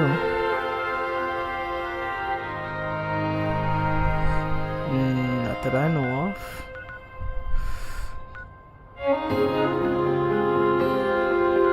That's basically it. So I'm not gonna do this anytime soon.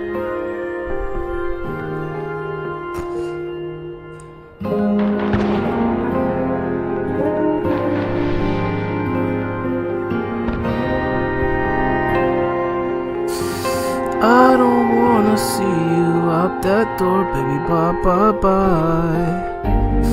This shit stuck in my head.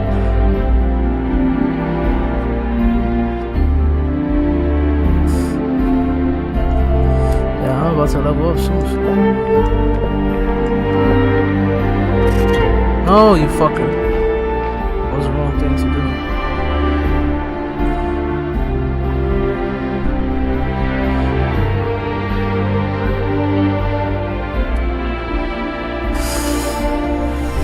Fuck everybody. Fuck everybody. Fuck everybody. Oh, fuck everybody.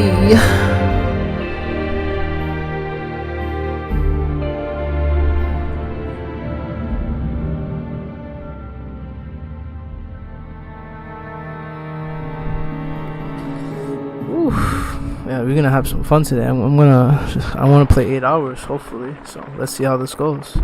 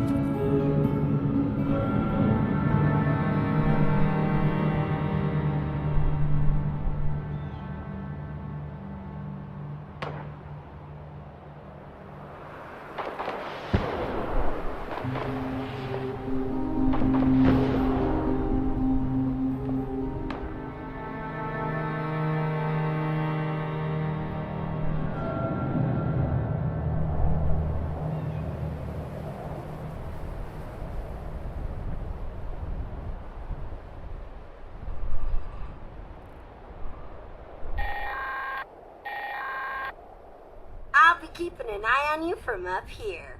I can see just about anything with my robot eyes from these viewfinders. And lucky you, since you helped me tap into the emergency broadcast system, you can hear my lovely voice from anywhere.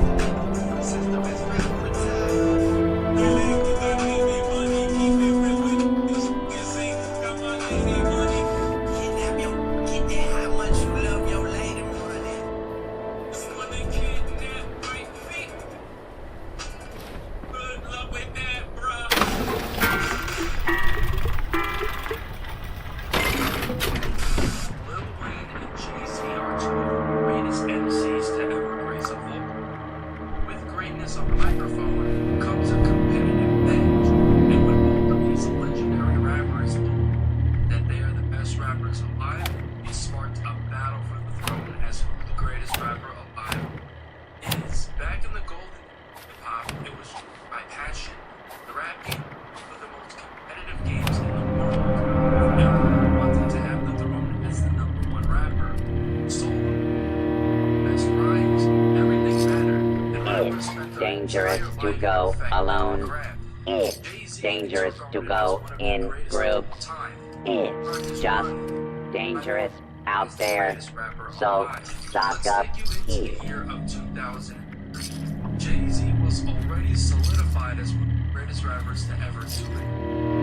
Classics was built, so he felt like it was time to hang up the jersey. So he decided that his next album, his final, was quote-unquote retirement.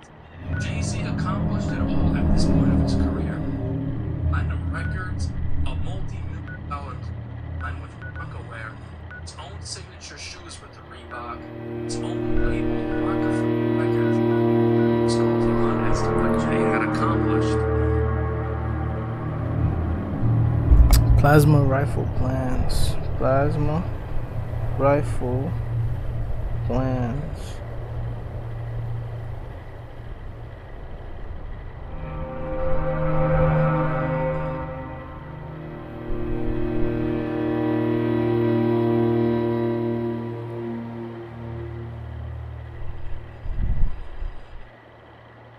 Containers.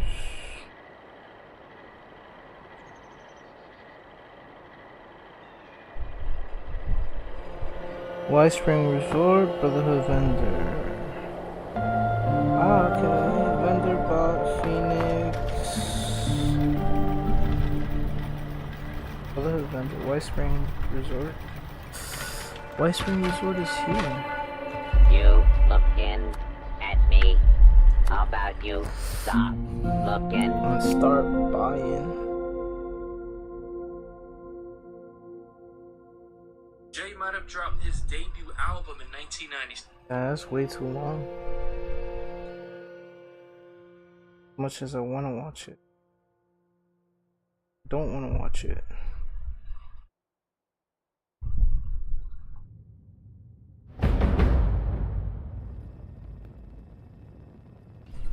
Hi Scorpio, welcome to your You know August that reading. settled, didn't it? If you Not want to to have say any other requests I could help with. Miss Esme is always willing Well, to do something not for the kitchen. And thank you so specifically much asked, because my channel but just hit 55,000 subscribers, and I'm just so grateful for each and every one of you. Yeah, so let's get into your reading. We just had that new moon in Leo the other day, so of course I'll start off with some acknowledging what this new moon is highlighting for you, what new doors might be opening. Do try not to suck blood on the topic. Let's see what's going on for you, Scorpio. Also, private rooms are available in the description box below. So this new moon in Leo, it is closing the door on some difficult stuff. The end of a tough cycle approaches. So this new moon in Leo is setting you free from some sort of struggle, some sort of this, some sort of maybe because this is Saturn. Electroshock therapy is available upon request. Restriction, resistance, or it feels like you've been confined or trapped. It's like you're free from that. Or this new one, Leo season is helping you really like liberate yourself. No prescription required. Maybe your personal relationships where you live, now some sort of like some of you are moving, or some of you are getting the keys to your new place, a new house. Definitely talking about like starts for sure. This is Live Chic. Casual couture with passion. Welcome to Isto, the finest tailoring in Appalachia. Not that today, but security status is red. Please take appropriate precautions. This is interesting because the next full moon that we have is in Aquarius. That's actually the last full moon until flip season, which is in September.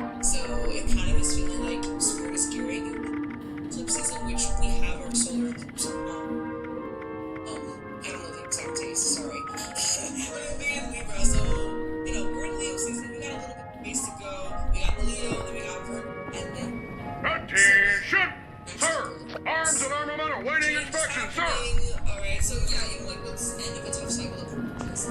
You may not be completely out of this yet, and plus we have retrograding, so there's a little Welcome to the White Springs Spa. Please take any of the spa suites in the back.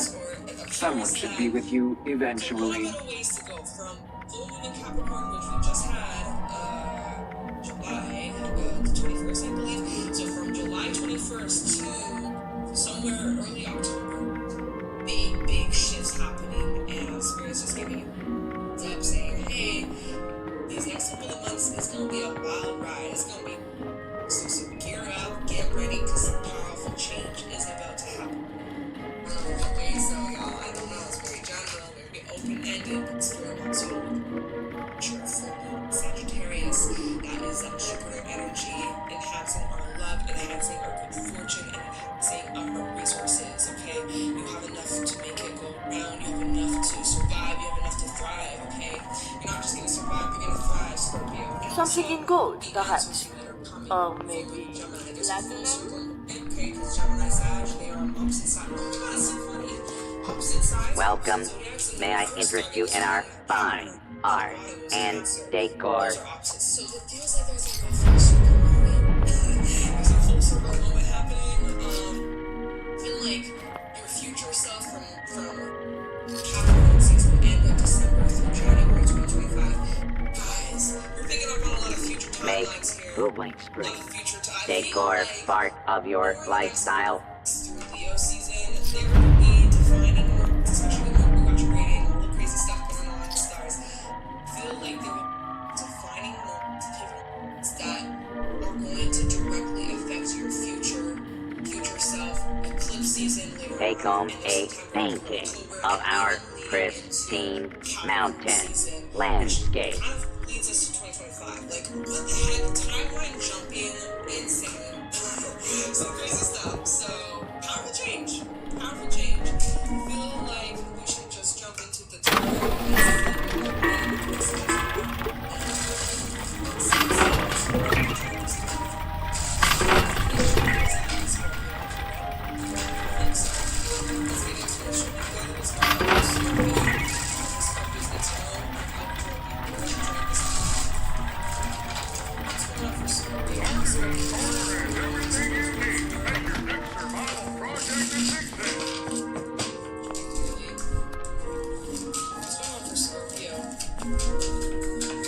Welcome. May I interest you in our fine art and decor? That's great. Of a sticky situation in emotional time. The Three of Cups at the bottom. There is such a weight that's being lifted. I can't stress it enough. There's always sleep that confirms it's kind of same thing and tough cycle. It's like, yeah, no doubt about it. Make Big moving influence spree. in control. Decor part of your lifestyle. What the fuck is that? Why is it Ash? My sage, y'all. When I went to the party, my sage book. Black Ash. Well, I just got cleansed, I guess. Just got cleansed from the negativity. Our antique reproduction, furniture, add sophistication and grace to any home. A lot of improvements, especially in relationships, especially in your being, and just like your mental health. And see a lot more fun times, fun energy in the air, more laughter, more lightheartedness. And I mean, you put a lot of work to this, yeah. 8 pounds of homes, double. Take home a painting of our pristine mountain landscape. Things from your life that have been pulling you down and keeping you stuck, keeping it's like I was saying. It's literally what I'm saying. Stuck, unable to move forward, feeling restricted, right?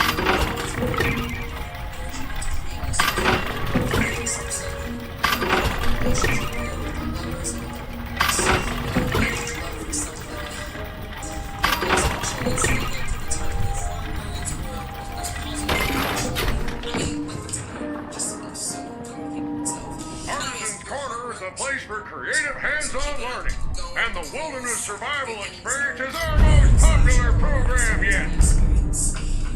You're looking at the brighter side. How Bobby keeps noise is talk about this a little bit more. You're looking at the brighter side instead of focusing on what was lost, what was spilled. And is still standing. And you're choosing to focus your energy. Life is an adventure. Hurry, look to the challenge. Shifts or sins or just like whatever positive things that you can take with you. Rather than focusing on what was lost, because you can't put what's lost, whatever that was spilled, you cannot get it back. Come in, come You can in. get more. Welcome to Elegance. Oh, master privates are only available by appointment. What kind of offer have you brought me today? Recipes for every taste and level of expertise. What can the captain get ye?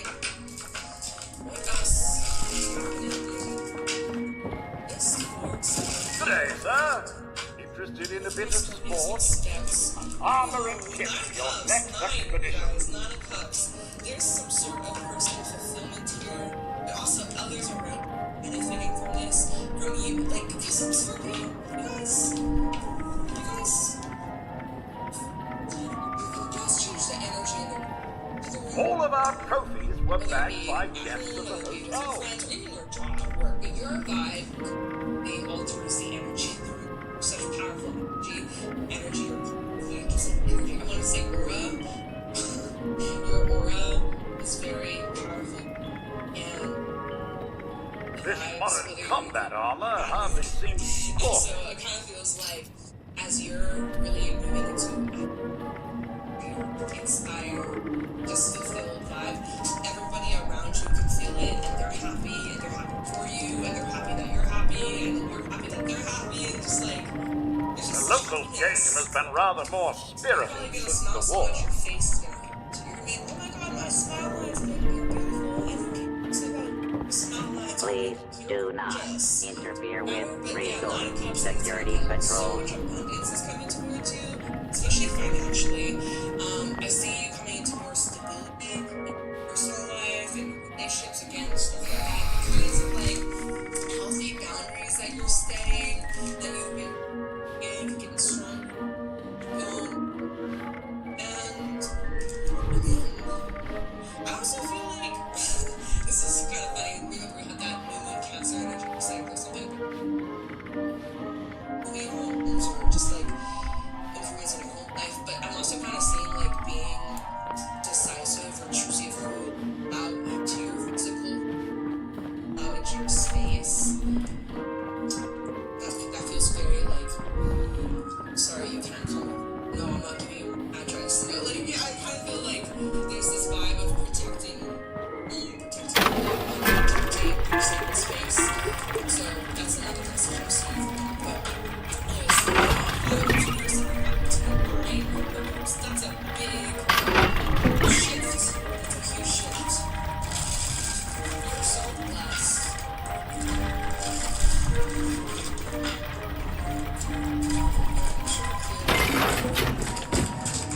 Oh, there's that magician. What are you manifesting? There's something you're thinking about. There's something you've been doing a lot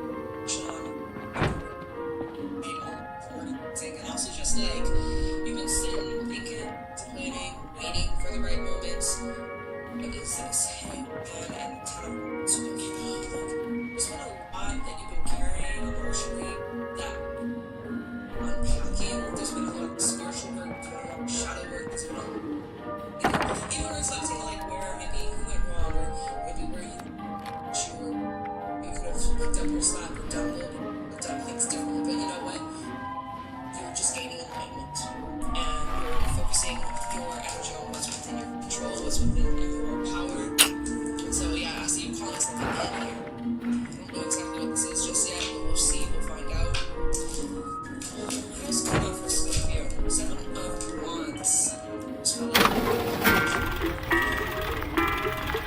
feel the need to like stand your certain endings. They stay closed, some doors stay locked.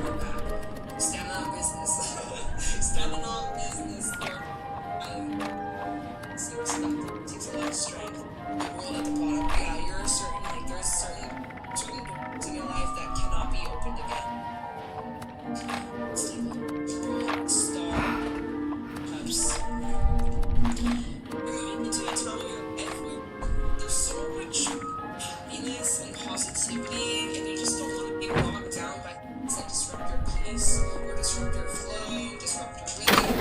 That's what it's like. Because the song is all about authenticity. It's like, as you're heading into this new vibe, higher vibration, you don't want to back to that bad vibes, right? I mean, you probably will have some moments like that, but like that's life.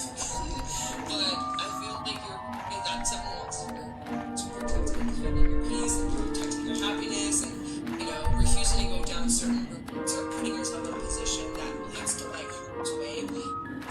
Also coming out through 3, like being number for somebody. Yeah, so I see you kind of defend and protect yourself from something. Let's get one more. Clarify, get all the details. Alright, what else do you want for Scorpio? August. Scorpio.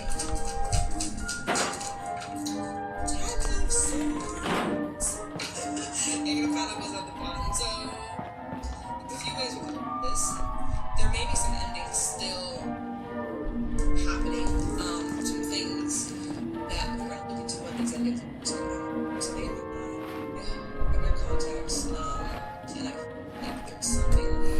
Oh, it's gone. Okay, I can see clearly. Maybe that's part of something that you were something you're becoming more clear on, or something you are seeing clearly.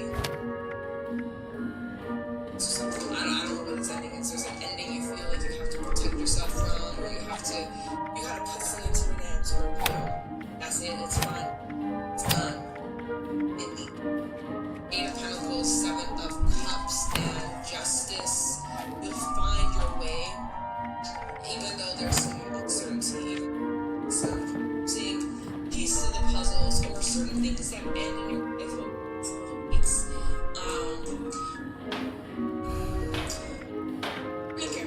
Answer your important knowledge that is an answer creator coming. You'll circle back around to that. Certain endings that might be taking place over these next couple of weeks that might not make a whole lot of sense.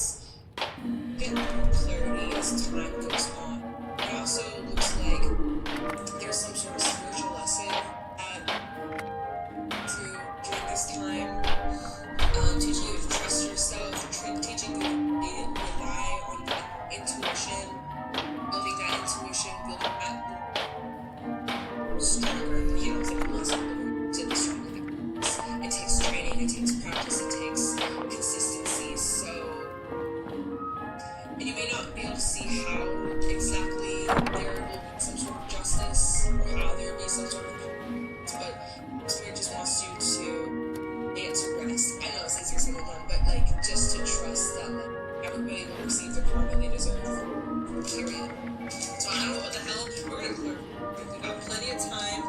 That's why I'm really like, okay, we'll pull like 5 cards and we have enough time to look into it and get into all the details. So 20 is the goal for 5 of Cups reversed. Let's see what this is about for Scorpio. 5 of Cups reversed.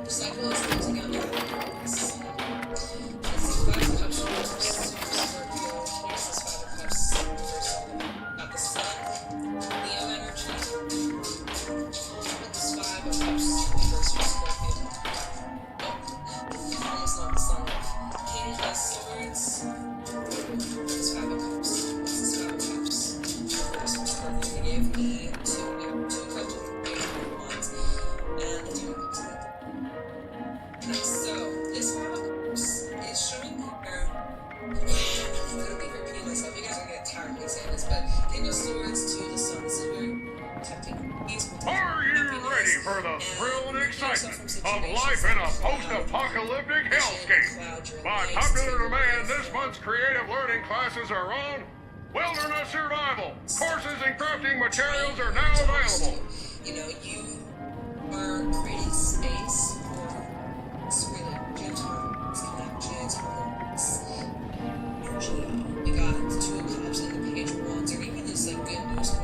Prepare for danger. It takes you to the town of Couch, which is Prepare incredible. for survival. Okay, this is a happy home, happy life, family, gym, love and romance, all that good stuff. And this is because you're really setting those firm boundaries. Going back to that 7 months earlier, where like, I ain't going back. I ain't going back, y'all. And also, with this song, this is illuminating things here. Things that you had to cut out, things you had to remove, things you had to clear out, things that you had to change. Some different conversations or process, you're having some conversations. Eye-opening, but this is where things are getting serious. A little bit serious. But yeah, there's someone that you're going to be talking to. I don't know what this is. We can check it out. Something's an offer coming in. Some sort of exchange or like a friend. There could be a friend here that's pulling you out of this phone and swapping up some records. It could be like a opportunity to go out or to fun or catch up with somebody that you really love their company and it just really lightens your day. You may have new friendships actually coming in, so important. But that page of wands is like a friend piece, so. Alright, well let's just leave it there. Let's leave it there because we gotta look into all the other things. So this Nine of Cups, we should have an energy for sure. Let's see what wishes are being made. And the Nine of Cups for Scorpio. Two of Wands reversed. So you haven't decided what is your wish, what is your desire, what is your dream? What do you need to choose that you haven't decided yet? Or you're waiting. What are you waiting for?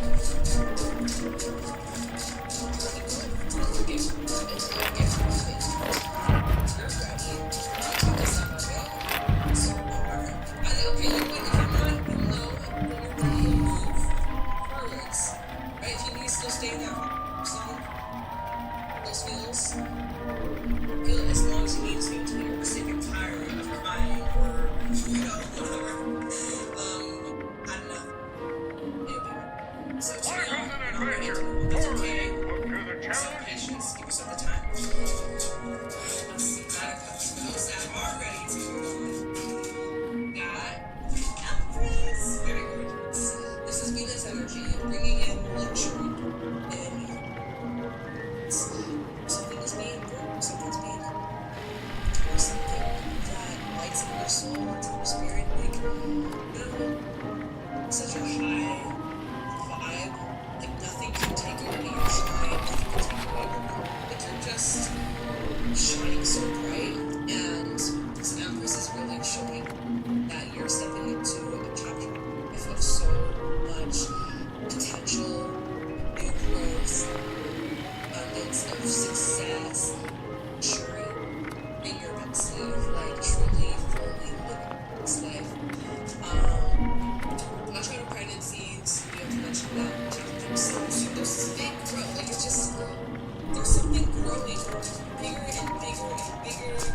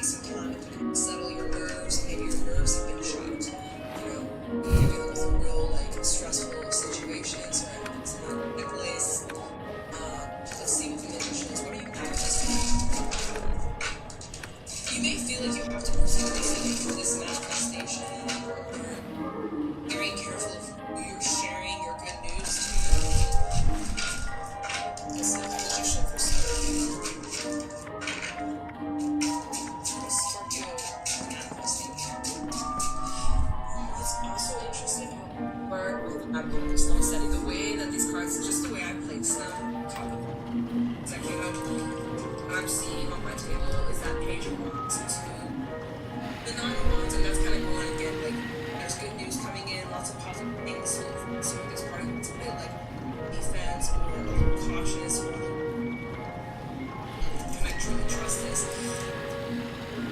You know, but again, it's being safe, so just not a Pentacles, take your time and don't rush into anything at this moment, especially with Mercury retrograding. You're going to want to take it nice and slow, or at least at the rate that you're most comfortable with. The Magician, Scorpio trying to manifest here. Scorpio, just swords, you might be trying to manifest a conversation, or somebody's trying to talk to you, or pause to talk to you. I was going to look into that Page of Wands. Magician, yeah, Magician at the bottom. So either you're trying to manifest a conversation or you're trying to manifest a conversation. I'm kind of getting like, so if this is someone trying to manifest you, you feel like you are too much, or Magician, King of Wands, and a term, someone's like slow, making actions, they're making moves. That could be you, Scorpio. You know, there's a lot of communication coming in. The Magician from Scorpio manifesting here. Ten of Swords, you know, that's the ending. Or if you had an ending, right? That Ten of Swords, or if you had an ending with somebody, I think there's the Magician still at the bottom. Had an ending with somebody. There's this telephone wire, energetic telephone wire that still exists between y'all. So you're definitely energy, messages, still receiving it. It goes straight to your voice box. Voice box or voicemail.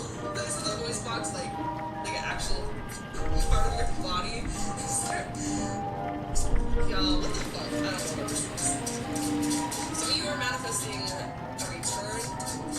Well, very likely if you're retrograde, be careful what you wish for, anything else but the Magician.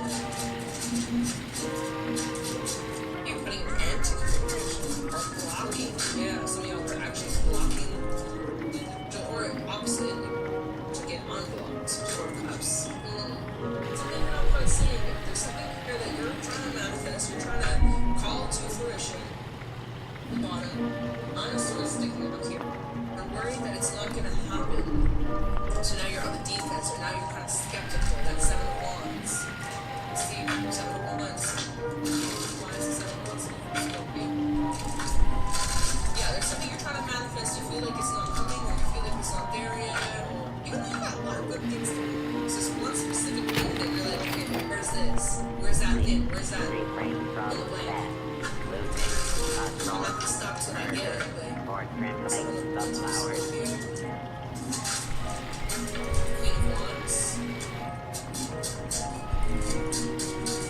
Artisan Corner has everything you need to make your next survival project a success.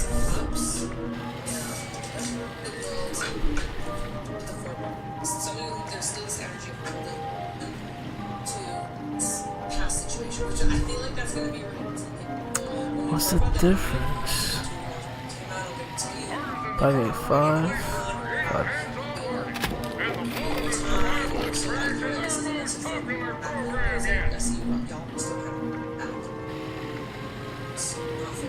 50, 27.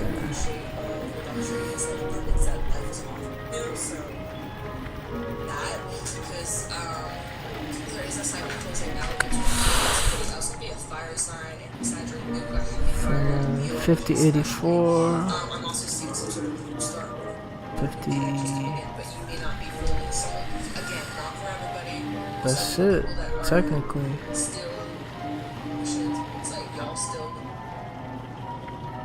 in, and you're becoming complacent. You're getting comfortable. You're too comfortable. Kind of just like, oh well, like, but like letting things pass you by. Okay, whatever's true enough for you pass you by. But there's like opportunities to present themselves, and it's like you're not really acting on it. But it's not for everybody. It's for the people that are still stuck in this tough cycle of offers and presenting themselves. But it's like, Damn, that's Weak. This one's fine. So I'm here. That's the best one. It's safe for you to chance. It's safe for you to go stretch it, or obviously listen to your gut, listen to your intuition, trust yourself. You know the best, but it's showing that this cycle's closed out. Ready for this new cycle. So what you doing? Why are you holding back? Some of you are holding back from love and potentially experiencing the love of your life. Star underneath the Six of Pentacles and the Nine of Cups, a very healthy and reciprocal relationship. Perhaps could even end in marriage with justice, but maybe that's something you're afraid of. Maybe you got commitment issues. I don't know. And hey, it's okay. It's alright. I see this as the energy back from something that could potentially be really good for you. So, what's this Ten of Swords? What are you doing into, Scorpio? What's this Ten of Swords about? Tell me the Ten of Swords for Scorpio in the month of August.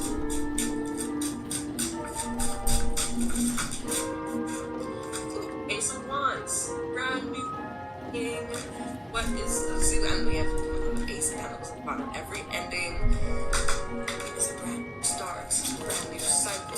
Okay, what is this? This is where you're getting inspired to start over, to start your life, make a change. And this kind of what's your ending?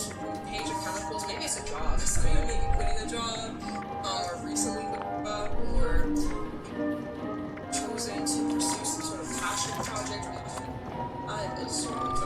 There may be an ending in a friendship. Plasma cartridge. Adios. Yeah, sometimes it's throwing you shade or sincere or genuine.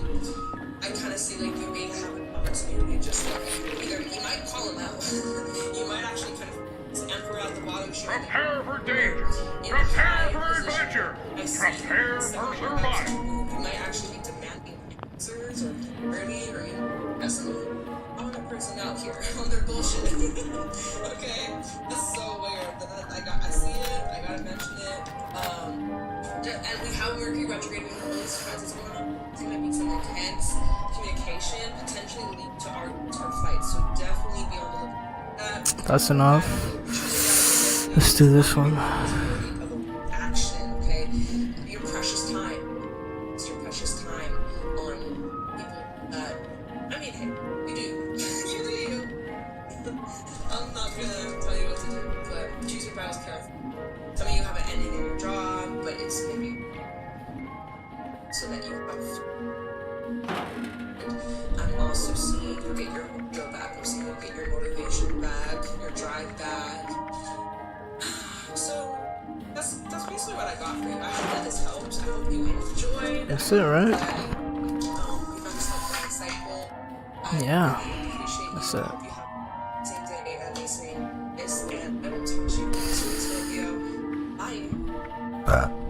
Okay.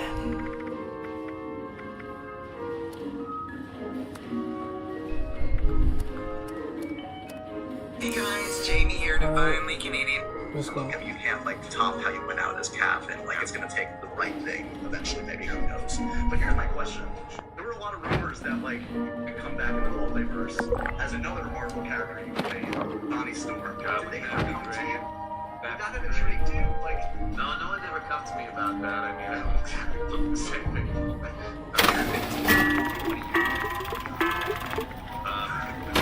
I don't love that character. But I think aren't they doing something now with? Well, they are fantastic. But I mean, diverse.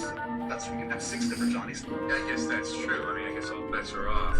Yeah, look, I would love it. I would love it. That would actually be.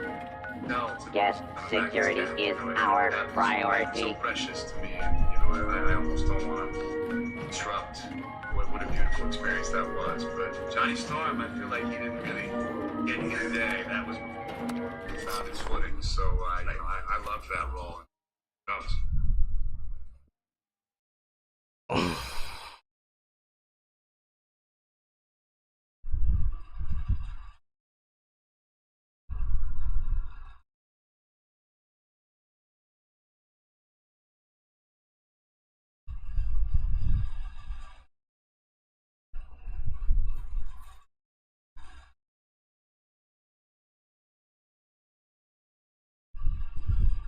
Rico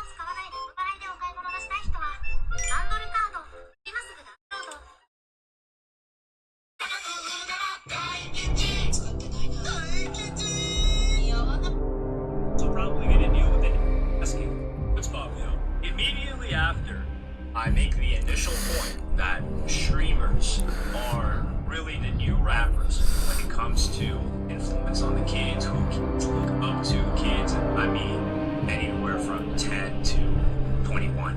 What happens is this case with Phantom that further.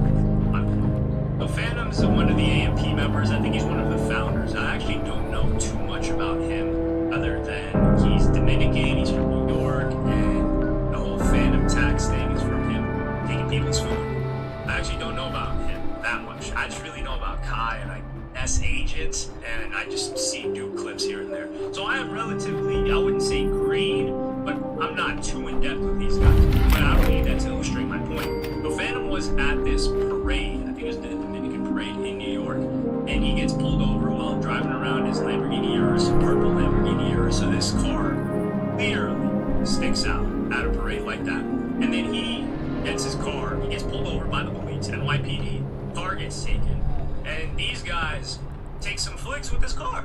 And he posts some on his story and says, for those asking, I got my Urus back 4 hours after NYPD blazed me and took it. They just wanted to drive a lamb. God decided to pull a gun on me and all them kids for what? He had a permit to be in the parade. Then after NYPD carjacks me on street, they pose up with my vehicle like a photo shoot. Them suits on the way, I got bag and time. Let's really might buy a Bugatti after this. And it shows a picture of one of the officers that I'm guessing either pulled a gun on him or confiscated the vehicle. These guys, they definitely didn't just show up there randomly, especially after the last incident with Kai Cenat. He even said they had permits to be in the vicinity. What begs the question is you're probably thinking, oh, well, man, what does this have to do with rappers? Well, who do police usually mess with, right? They're riding around rappers. They're pulling over rappers, especially if they know who they are. They're trying to see what they've got. And granted, there is more of a quote-unquote reason, if you want to call it that, for police to pull over rappers. Rappers are notoriously known to carry firearms. They are known to carry drugs. And you know they're smoking weed, so that gives you permission, not permission, but that gives you the probable cause that you would want as a police officer to look through the vehicle and hopefully for yourself find something else that you can arrest them for. And rappers are known to be affiliated or in gangs, which, hey, they may be drugs around. I mean, look at Kodak Black. He got caught riding around bringing guns across state lines or country lines. They were saying that was an accident by Kodak Black. But regardless, these are all a bunch of reasons why cops will usually rappers whenever they can, on top of them just wanting to mess with them. Streamers, on the other hand, in this case Phantom, or YouTuber, they largely went unnoticed by police officers. And we're talking, I've been paying attention to the YouTube game since 2006, maybe even 2005, but there wasn't really a scene until like 2007-ish. You had massive YouTubers like T2, over 10 million subscribers, vlogging every day, driving around in a car that clearly stood out, and police either didn't know who they were, didn't care who they were, or just treating them like any other random person. There wasn't any special targeting. This was clearly a targeted case. These people knew who Kai Cenat was, otherwise they wouldn't be posting up with this vehicle like that. So they knew who he was. They're targeting him. And keep in mind, these are relatively kid-friendly channels. We can call them PG-13. I know they wouldn't like being called channels for kids, but their crew is PG-13. Most kids watching it, it's mostly kids watching it. Grown men aren't really watching it. There's nothing wrong with that. It just is what it is. Most grown men don't really have time to sit and watch streams and follow what's going on with multiple different people. That's not a disrespect angle that I'm taking. But the point is, this grown man knows who these people are and may not even watch them, or may watch them, but is deciding to target them when they're kid-friendly. That's the point. They don't advertise drugs. They don't even advertise that they do weed or anything like that. They got a permit to do it. They're not going to affiliate or claim to be in any type of gang. I don't like it. Announce that so they can talk about it. They don't advertise it. And it's completely. So they're not doing any of that. There's no shroud that you can put around and say, well, there are other reasons why we decided to mess with this person.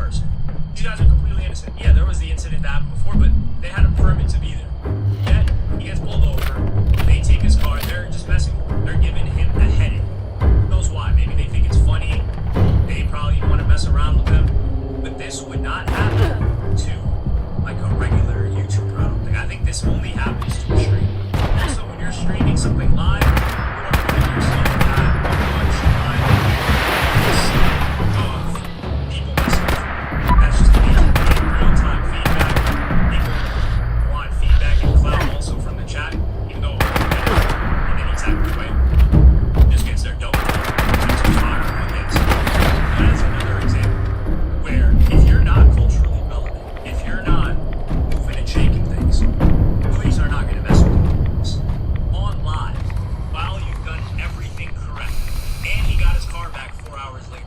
So it's not like they came in and said, oh, well, you know, we found something in the vehicle, which, you know, they were looking around to try and find something. So now, unfortunately, for AMP and some other streamers that decide to do stuff outside, they're going to get treated like rappers with the praise that I was talking about earlier. It's looking up to them, and they wanted to be like them, and make sure that it's fashion trends, whether it's the music taste that they have, they're also probably going to deal with the negative consequences, which is police trying to make some sort of an example out of them because they know how much young kids look up to them. And Kyle already has to do this with the whole, and I'm going to but with the whole mess that was the initial giveaway, and he did his job, was trying to work with the city government, and the city government understood how much of an influence he had and how much of that influence could be positive, which I think is a great thing. And overall, I think these guys are just doing positive stuff, and this is why I like that they're trying to become like rappers, because if these guys are people want to be like, what are they doing? They're filming themselves, they're trying to make people laugh, they're having fun amongst their friends. That's a lot better of an alternative than K-Vlog that's 13 with other 15, 16, who knows, that's got other 13-year-olds looking up to me. We need to get guns and get active in gangs and start chasing ops around on IG Live to 151 viewers. And maybe police should think about it like that. Because as long as your gang is true way better, and these guys are from New York, a city that has been getting worse all of their life, maybe even crime stats aren't representative. But if you've spent some time in New York, you know it is not as nice as it was let's even say 2018, 2019. That's just what I gotta say about the point. I will probably keep coming back to this to give more proof and more evidence whenever something supports my claim. And I'm not saying all streamers are kind of the new rappers. I'm saying specific streamers. In particular, I would say AMP as a crew is a good example of hey, these guys are influencing the kids and culture in a way, or in a similar way that rappers have been. Other crews, I wouldn't say so much. They might be influencing the suburbs, but hey, rappers were influencing the suburbs too, I guess. Well, we'll see. Glad for Phantom that he was able to get his vehicle back, and hopefully he doesn't have to keep dealing with this situation. But that is unfortunately the price of fame. Let me know what you guys think in the comments. Like, subscribe, and hit the notification bell if you're enjoying. Follow me on Twitter and Instagram. Thank you for watching. Peace. This one was interesting.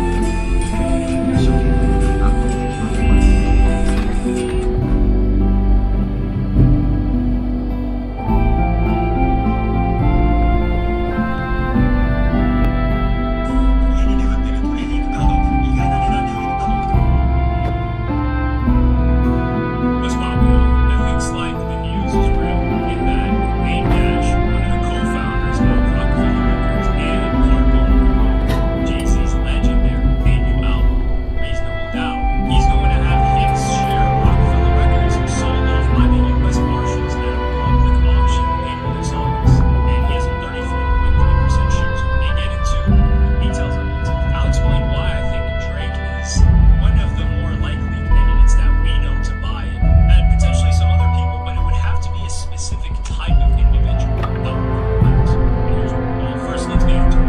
Wayne Dash money problems aren't getting any better because his entire stake of Rockefeller Records is now being auctioned by the feds, according to new legal documents obtained by TMZ. Music mogul who co-founded Rockefeller with Jay-Z and Kareem Burke will have his 33.3% interest in the company sold off at August 29th. The docs say bidders will have to first register to appear at the auction by sending an email to the attorney, and the attorney represents film director Josh Weber, who secured an $800,000 plus civil judgment against Dash for copyright infringement indefinitely.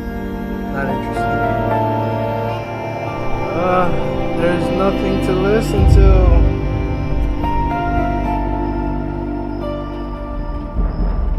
Crazy.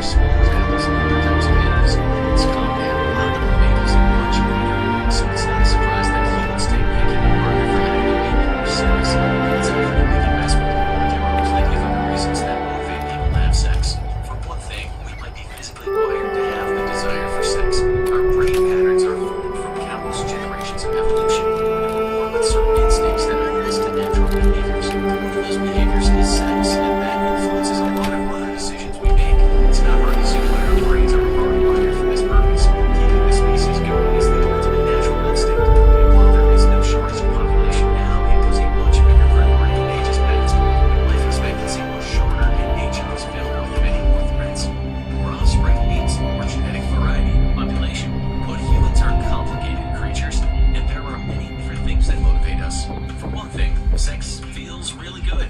This is called body-centered sex, and it's the most basic reason that drives sexual attraction, sometimes sexual addiction. Even without being concerned for the emotions of a partner, the feeling of sexual stimulation can be a powerful driving force. This triggers an effect called an orgasm that can be a powerful rush of pleasure and feel good chemicals. This is why many people enjoy self-stimulation. It's an easy way to get this pleasure high without having to deal with the complex emotions of sexual relations. Many people know those complex emotions are still the main selling point. Sex is one of the most powerful connections someone can have with their partner. And having sex is an expression of trust and unity, whether it's after a long relationship or after a courtship. Deciding to have sex with someone is often seen as a major step in the decision to commit to them. Before, during, and after the act, there's a feeling of becoming one and making a decision that'll set the tone for the rest of your time together. Some choose to wait until after marriage or engagement to make this step, while others find their own meaningful moment to take the jump. And that feeling can continue well after the first time. For those in a permanent or recurring relationship, having sex with someone that お酒は何より適量です。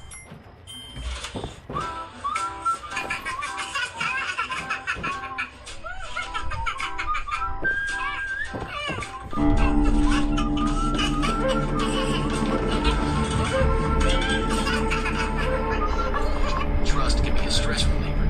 They've had a hard day at work and are worried about something. They might crave affection and close contact with their partner. Initiating sex might be a way to push the unpleasantness of the day away and instead focus on something familiar and calming. While the actual act of sex is enjoyable as always, these situations are often almost as much about the closeness with the partner. Of course, sometimes the heat cools, but the love doesn't. Sometimes, especially in long-term relationships, sex can be a matter of duty and familiarity. It's common for older couples, parents, and very busy two-career couples set aside regular time to have sex, often one day a week, but sometimes this is something to look forward to, but it's also a different kind of commitment. It's a way to reconnect and remind each other of how they feel about each other, even if it's not as often as it used to be. But what about those who haven't experienced it before? One of the most powerful motivators for having sex is for some people not having had it before. We've all seen the teen comedies where the kids scheme to lose their virginity, or in the case where a certain 20-year-old virgin does. This is often driven by the curiosity and other social factors. Only knows that sex is the greatest thing around and everyone's doing it, but then it's more about getting a prize and answering those questions than anything else. Oftentimes, that first time doesn't live up to the hype and can be confusing and awkward. But what would you expect? It's the last time you did something perfectly on the first try, but there are some less savory reasons that people might have sex. Tying into curiosity, one reason many people want to have sex for the first time is for social status. After all, if all the cool kids are talking about having sex, the nerds are going to want to think about it too. Some might try to lie and join in, but what might be more embarrassing than trying to lie about this? So instead, those looking to join the cool kids just seek out every opportunity to have their first time. Whether it's going to be a time to remember or a time they wish they could forget. Some reasons for having sex can be downright cool. Jealousy has been a thing since the early days, and people have gone to extreme lengths over it ever since the first caveman clubbed his neighbor over the head.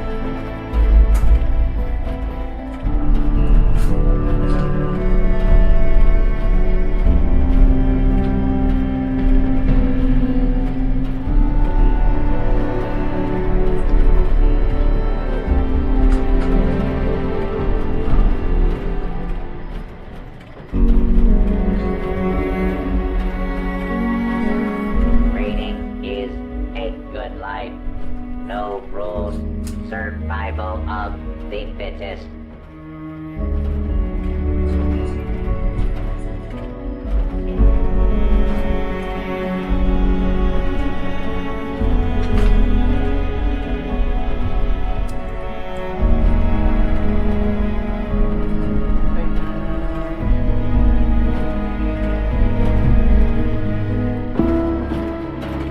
Take this game, but some people use sex to try to create jealousy. Say a man has a crush on a woman, but she's not interested, and he finds another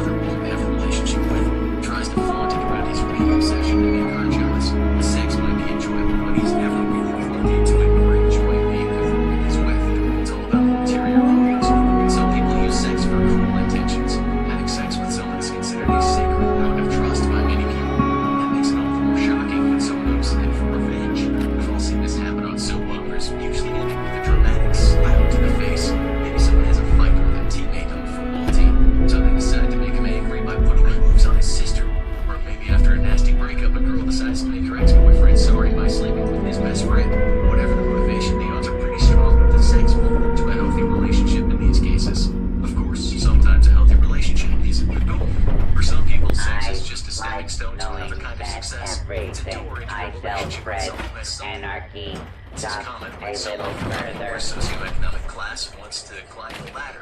If they wind up marrying the boss's daughter, they might be in for a plum position at the company. Sometimes this can be combined with genuine attraction and turn into a healthy relationship. More likely it'll wind up in a televised divorce proceeding on reality TV. Of course, for some people, the sex is truly all that matters. Sex addiction is when the sex drive or libido goes haywire and consumes a person's life. This is when the how and why of sex doesn't really matter. Only the act does. People who struggle with sex addiction may just tire of their partner, but it often gets out of control and they wind up patronizing prostitutes or getting casual sexual encounters that potentially expose them to sexually transmitted diseases. When sex addiction gets bad enough, it can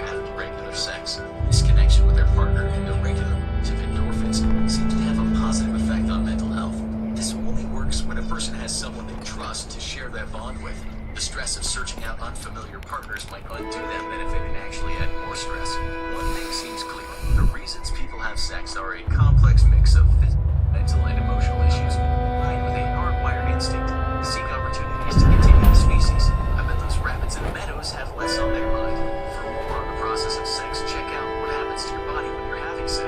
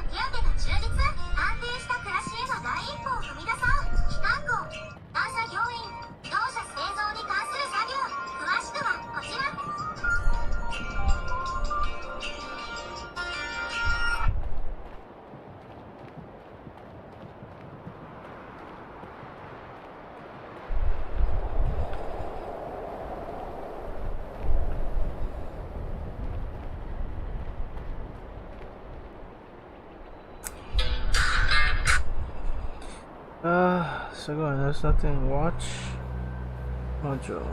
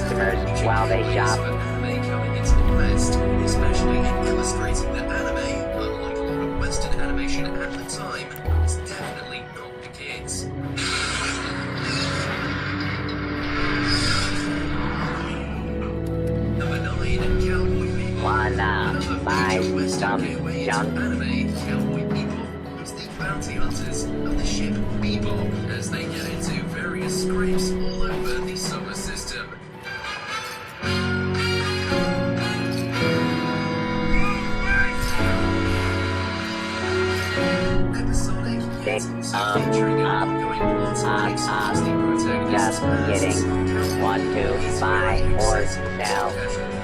Particularly if you discovered it looking for TV channels back in the day. I want to know what Figaro is. A quick answer would be good. The God-tier soundtrack, beautiful direction. Get your rating. Survive. Here. Or don't. I don't care. Space Western, and the genres besides. There's really nothing else quite like Cowboy Bebop. Just like that. Sing for me, please. Number 8, Yu-Gi-Oh! Duel Monsters. An ancient Egyptian pharaoh sharing the body of a Japanese teenager. Dangerous to and go multiplayer trading alone. card game that's essentially Dangerous Uno to with go extra in steps. groups. It's a wild concept on paper. Just But in dangerous practice, it out makes for there. a hugely So popular stock anime. up. Exodia! Obliterate!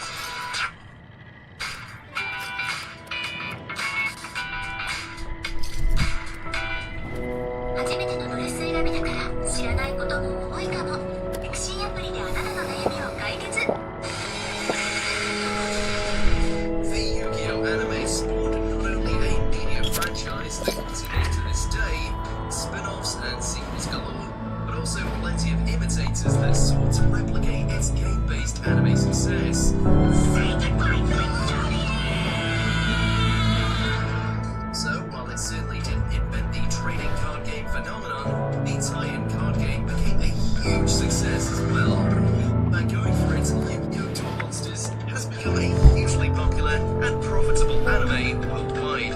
If you truly want to know, open your mind! Number 7, Sailor Moon. While the magical girl genre predates Sailor Moon, this 90s anime certainly helped popularize it.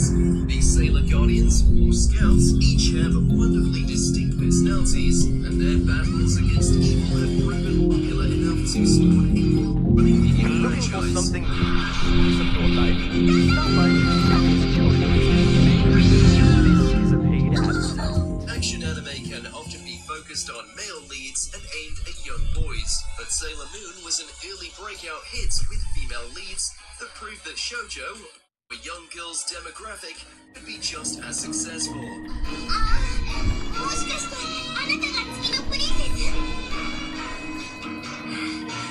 Plus, without Sailor Moon, we doubt that elaborate transformation sequences would be as frequent or complex in anime.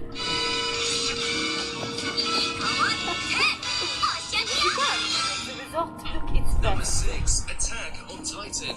Streaming changed everything for most forms of media, including anime. And the anime that debuted at just the right time was Attack on Titan.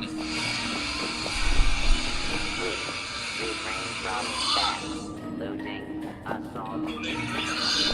Eren Yeager and his allies fight against the gigantic creatures surrounding his walled homeland is full of shocking developments, incredible action, great character growth.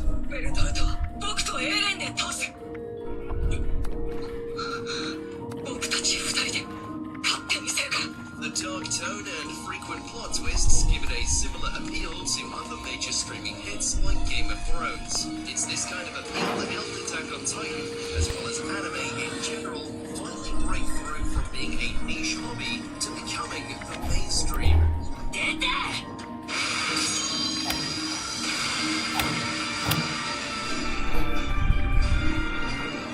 Number 5, Neon Genesis Evangelion. Mecha anime are everywhere, but few have had quite as big an impact as Neon Genesis Evangelion.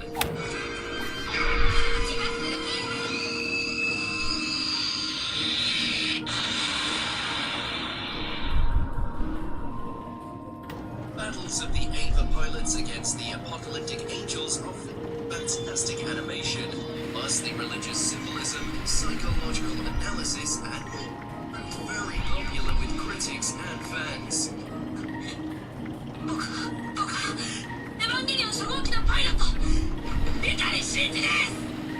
In addition to influencing plenty of anime that followed with everything from its tone to character archetypes, Evangelion helped increase the popularity of anime both within Japan and around the world. It really says something when, even to this day, people are still discussing its complex narrative.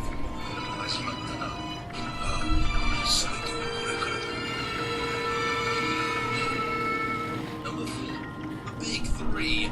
For much of the 21st century, thus far, 3 anime have stood head and shoulders above their peers in the popular battle shonen genre: One Piece, Naruto, and Bleach.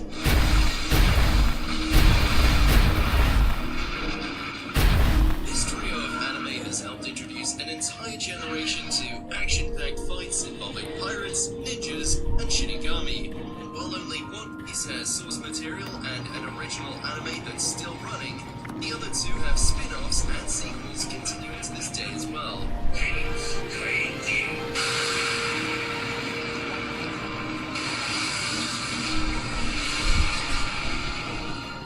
3 have proven enormously influential on the anime that came after them, and some of them have outsold certain Western titles to set incredible records. And don't call them the Big 3 for nothing.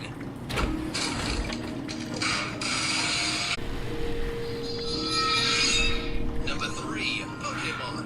Though the Pokemon games were plenty successful already, the debut of the anime catapulted the franchise into a pop culture phenomenon. That's not exactly what I meant. Is your name all you can say? Generations have watched Ash Ketchum and his shockingly few successors go on journeys to become the very best Pokemon trainers. The timeless friendships and hundreds of cute or cool pocket monsters have made the series incredibly popular with kids and adults worldwide.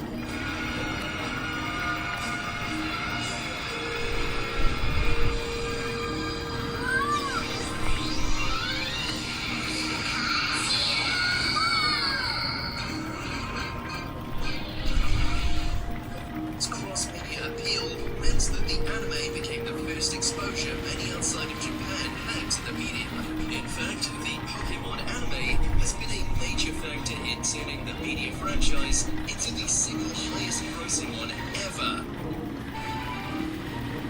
Hey, isn't that? Yeah, it's the Galar region.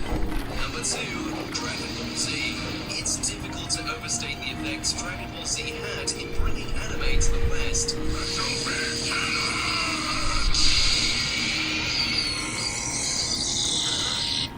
It's single highest grossing one ever. Anime.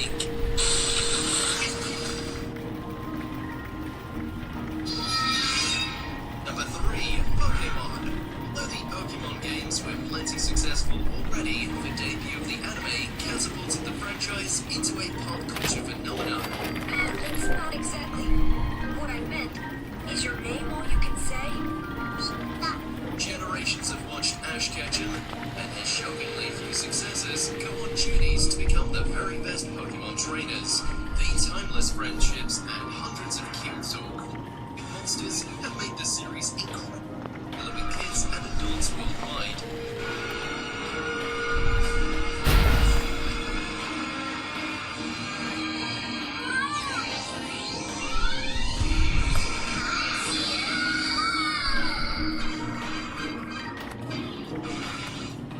Its cross-media appeal meant that the anime became the first exposure many outside of Japan had to the medium. In fact, the Pokemon anime has been a major factor in turning the franchise into the single highest grossing one ever. Hey, isn't that? Yeah, it's the Galar region. Number 2, Dragon Ball Z. It's difficult to overstate the effects Dragon Ball Z had in bringing anime to the West.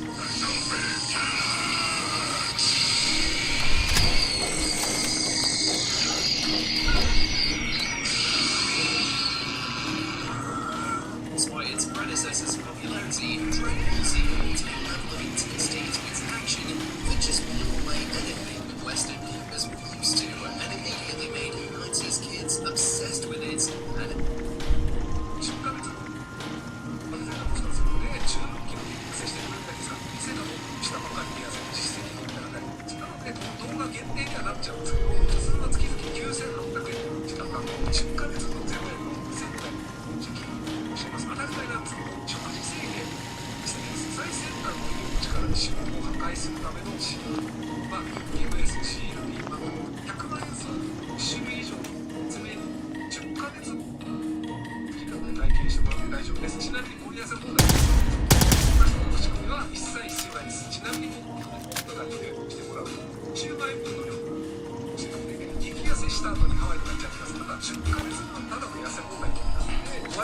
anime in general.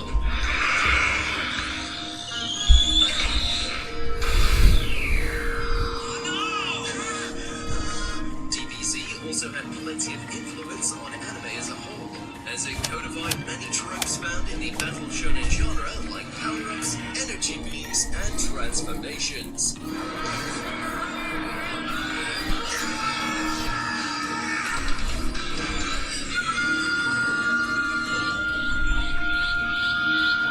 Oh, and it inspired plenty of memes too.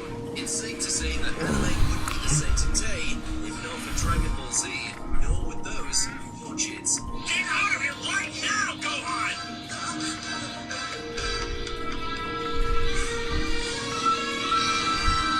Before we continue, be sure to subscribe to our channel and ring the bell to get notified about our latest videos. You have the option to be notified for occasional videos or all of them. If you're on your phone, make sure to go into your settings and switch on notifications. Number 1, Astro Boy. While it's far from being the first piece of Japanese animation, if there's a single series that can be considered to have begun the common conception of what is considered anime, it's Astro Boy.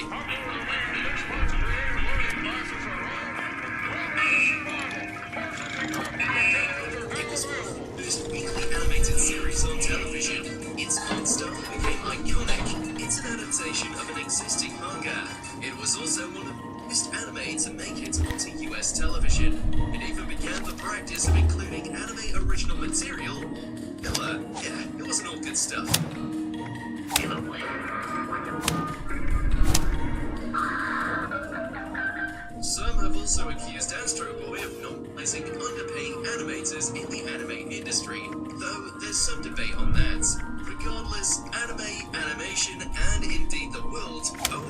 sponsor Astro Boy.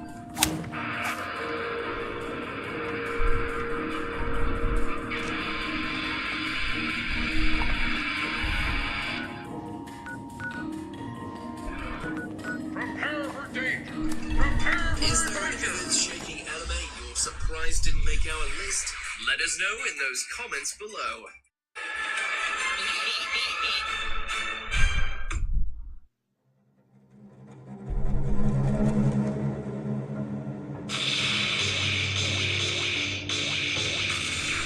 Did you enjoy this video? Check out these other clips from...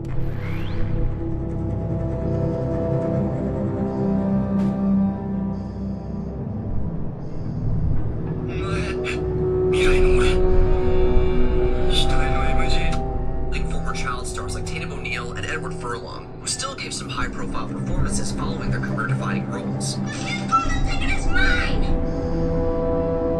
Number 10, Alex Attell, Millions. What would you do if a bag of money fell out of the sky into your cardboard fort? Most people would go on a spending spree. 9-year-old Damian Cunningham wishes to spread the wealth, leaving God-sent decree.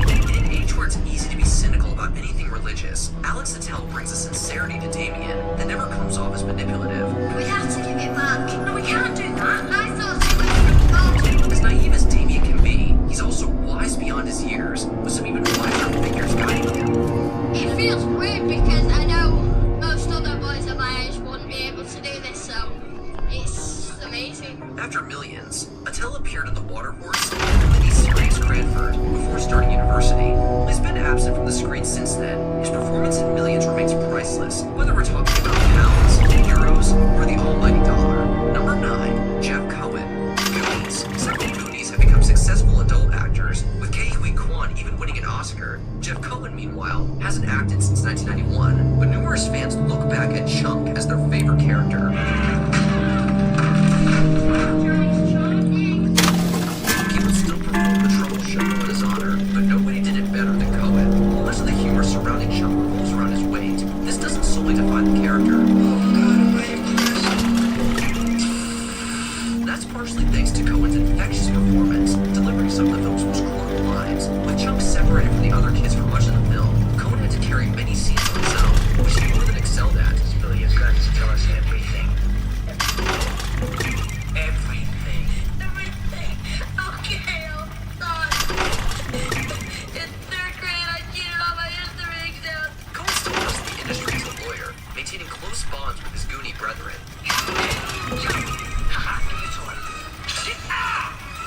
Get the justice! Let's get the hell out of here! Number 8, Ariana Richards, Jurassic Park.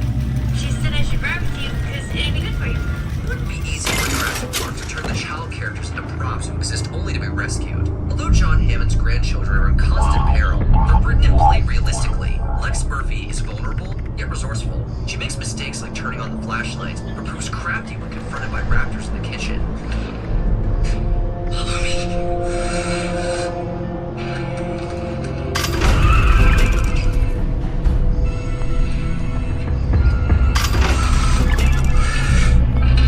Ariana Richards authentically portrays Lex as the average kid flung into extraordinary circumstances, surviving by the skin of her teeth. She does so with minimal dialogue, sometimes saying everything with one horrified look and screams. Aside from a Lost World cameo and a few other minor roles, Richards left acting to focus on her art. As for her Jurassic Park brother, Joseph Mazzello, he's still rocking Hollywood. John Deacon, our bass player. YouTube music company.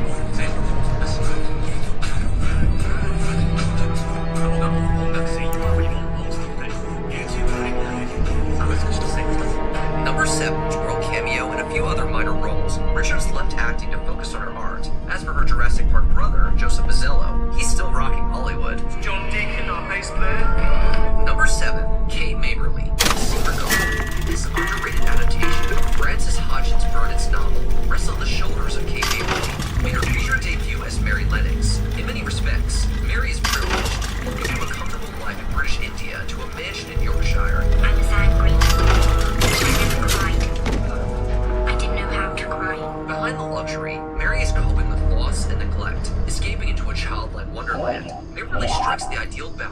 girl who speaks her mind with brutal honesty, yet possesses deep empathy for others as she brings life back to the gloomy estate.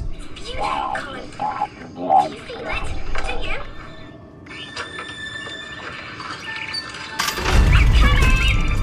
Despite holding her own against legends like Maggie Smith, Maverly has only starred in a handful of projects since. Nowadays, she mainly works behind the scenes, but like the titular Secret Garden, Maverly is overdue for a rediscovery. A hugely exciting, flattering, wonderful moment, and I'm very grateful to be here. And yeah, it feels very special. It's been a wonderful surprise, and I'm just happy to be here. Number 6, Gwen Cummings, The Goodbye Girl. In this romantic dramedy, a mother and her young daughter share an apartment with a neurotic actor. I booked my ass for I've read the word before.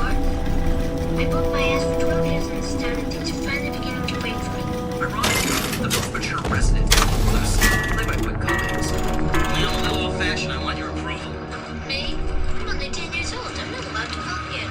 In the role of Candace, Neil Simon's dialogue for Lucy could come off as either too cutesy or too forced. Cummings couldn't be more natural in the role, however. Lucy is a precocious child. She's still a child. Cummings demonstrates how even the most charismatic children possess universal fears like abandonment and the desire for a stable home. Although Cummings received an Oscar nomination, she only appeared in one other film. She had more TV credits, most notably a recurring role on Family, becoming...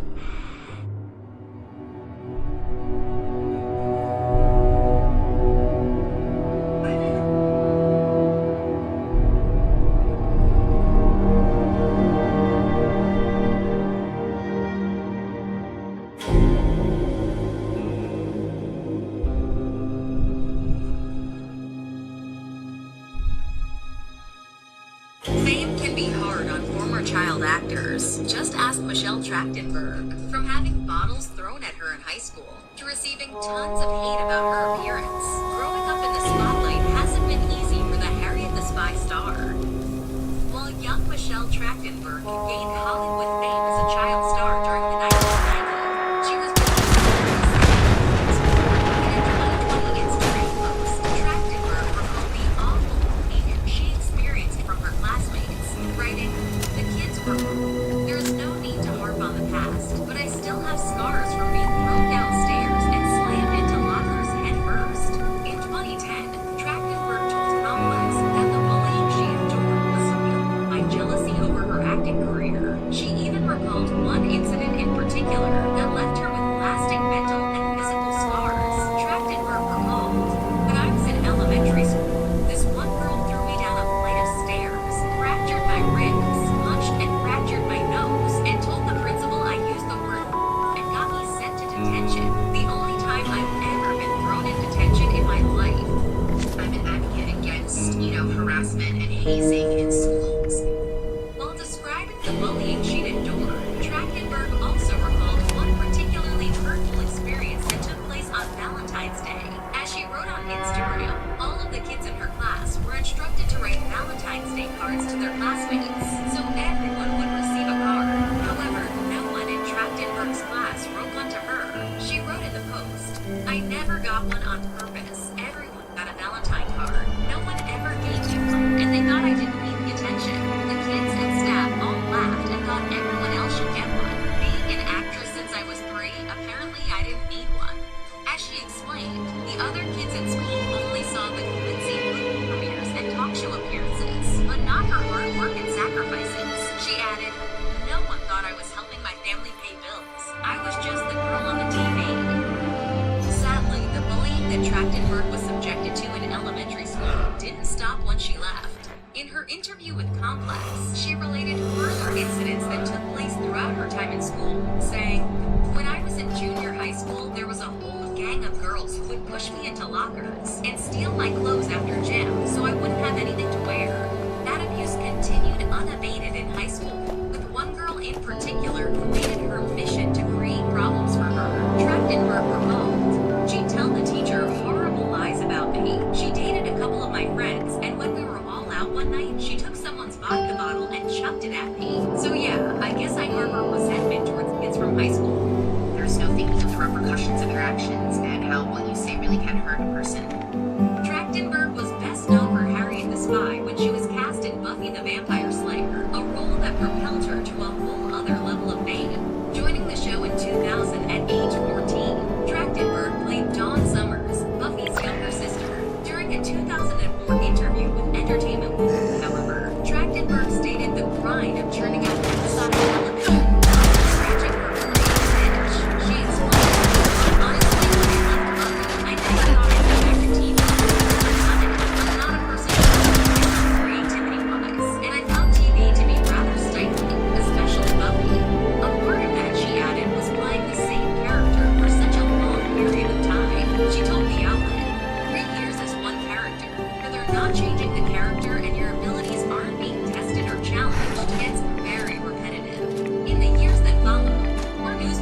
out that would explain Trachtenberg's excitement to move on to different projects. それ、転職コンシェルジュにご相談ください。そんないい条件できめ細かっ。 Here's that Felt told the outlet creative. She explains to her during a role that propelled her to a whole other level of fame. Joining the show in 2000 at age 14, Trachtenberg played Dawn Summers, Buffy's younger sister. During a 2004 interview with Entertainment Weekly, however, Trachtenberg stated the grind of churning out episodic television wasn't scratching her creative itch.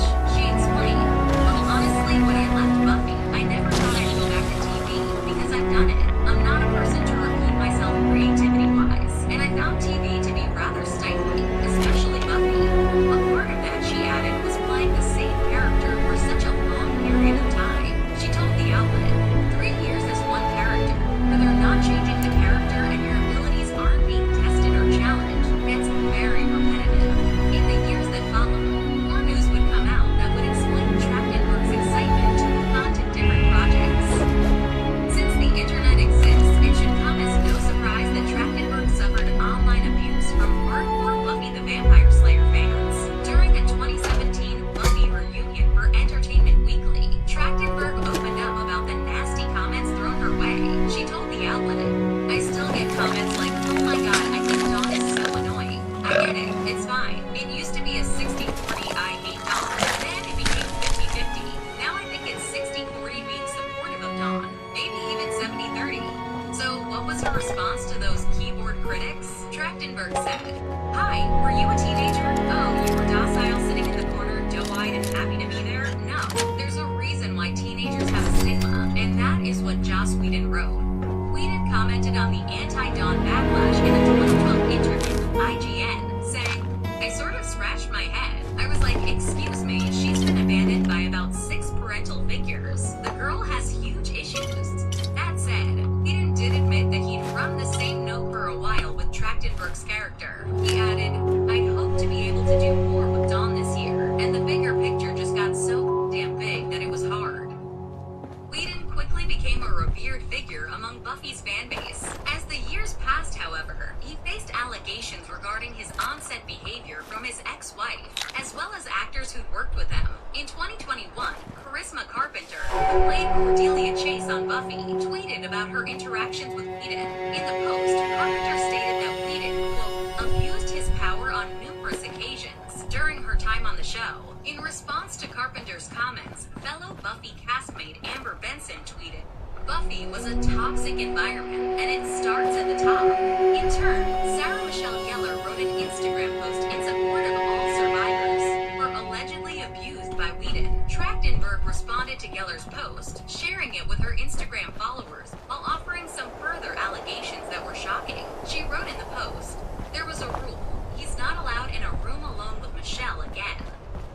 Once Buffy the Vampire Slayer ended its run, Trachtenberg turned her attention to the big screen. After starring in the raucous teen comedy Eurotrip, she portrayed a figure skater with dreams of competing in the Olympics and Disney's Ice Princess. She told Campus Circle, "Before this film, the only ice skating experience I had was when I was a kid. I'd watch those films and go, I want to be an ice skater." While there was initial talk of having a stunt double perform Trachtenberg's figure skating, she instead underwent a grueling training regimen in order to convincingly play an Olympic-caliber athlete. She explained, "I worked really, really hard and definitely have the injuries to prove it." During a 2005 interview with Black Film, Trachtenberg listed those injuries, including a dislocated knee and torn ligaments. Despite the physical toll on her body, Trachtenberg took it all in stride. She added, "It sounds really bad, but those are all things that happen to athletes. I mean, I'm very lucky because I didn't get any stress fractures, which is one of the hugest things." In 2017, Trachtenberg shared a heartfelt tribute on Instagram to a close friend who had recently died unexpectedly. She wrote, "I don't normally like to share personal heartbreak on social media, but I had to share the story of one of my closest, dearest friends, Nick Ackerman." Trachtenberg described Ackerman, who was a New York City-based musician and bassist for The Virgins, as a unique soul and a person who had always been there for her. She added, "He inspired the path my life took in so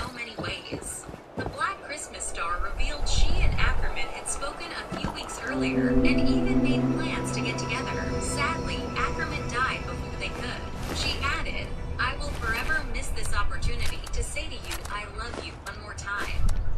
The dislocated knee and torn ligaments she experienced while filming Ice Princess were not the only injuries that Trachtenberg has suffered over the years. In 2019, she shared a photo of herself walking with a cane, one of her feet encased in a medical walking boot. She wrote in the caption, "Dear 2019, my broken ankle can still kick your ass out the door, because in 2020 I'm going to be 100% that." She was no longer using the cane when she walked the red carpet at Elton John's annual AIDS Gala, but probably should have. When asked by Entertainment Tonight correspondent Lauren Zima about the flat, bedazzled shoes she was wearing, Trachtenberg responded, "They are covered and bedazzled, but I also have a broken ankle." Asked if she was wearing a cast, Trachtenberg replied, "No, because I was a little bit too shallow. I couldn't wear a gown with a full train to Elton and a full brace cast, but I'm here." Zima also wanted to know whether Trachtenberg's doctors had approved attending the gala without the cast. I mean, I have Hollywood doctors, right? So they're like, yeah, we get it. In addition to her acting career, Trachtenberg is also a force to be reckoned with on social media, where her Instagram account boasts close to 800,000 followers. In her posts, Trachtenberg keeps her fans updated on her upcoming projects, while also sharing details about her personal life. This also includes posting photos of herself, but it was one selfie with a friend in particular that caused fans to worry about her health. Numerous followers were quick to point out that they felt something was wrong with her appearance, with some speculating she had some kind of unspecified plastic surgery. Others advised her to seek medical attention. One of her followers wrote that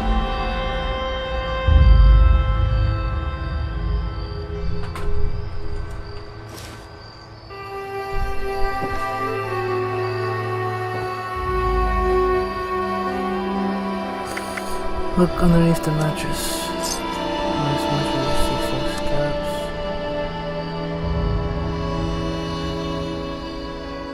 This was his bed though.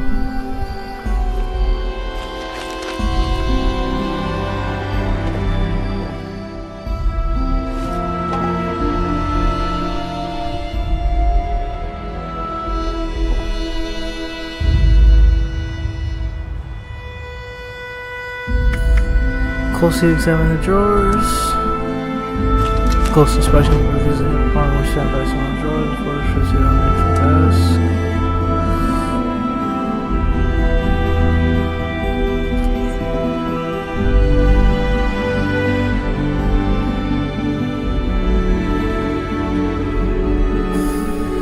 Yeah.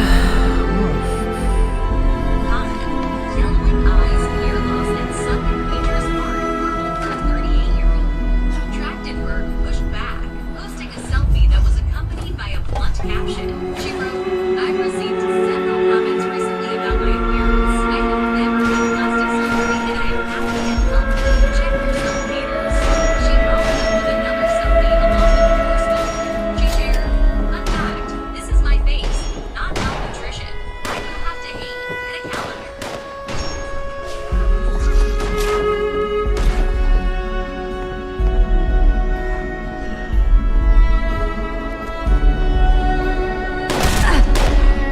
What the fuck?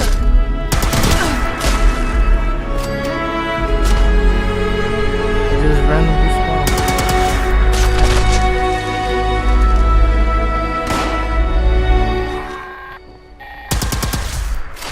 You got David's trophy? Pretty cool, right? Once Meg sees that, she's gonna know you mean business. She may have been a diehard, but they all started under David. Every single one of them. Even the gourmands would have killed for that trophy. Us cutthroats had all the power and they knew it. And that trophy was the biggest symbol of them all. Nice to see it still in one piece. Hope we can say the same for Rosalind's memorial in that AI program.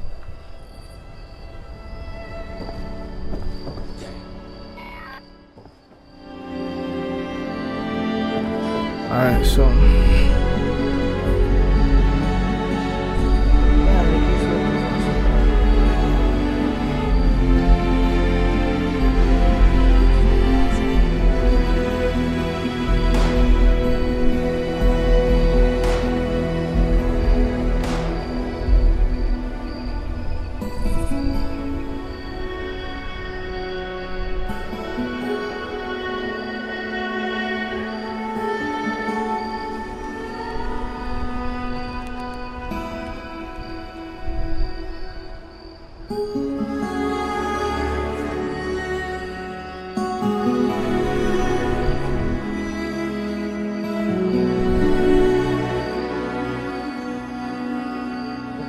what he had to say. He knew he was dying.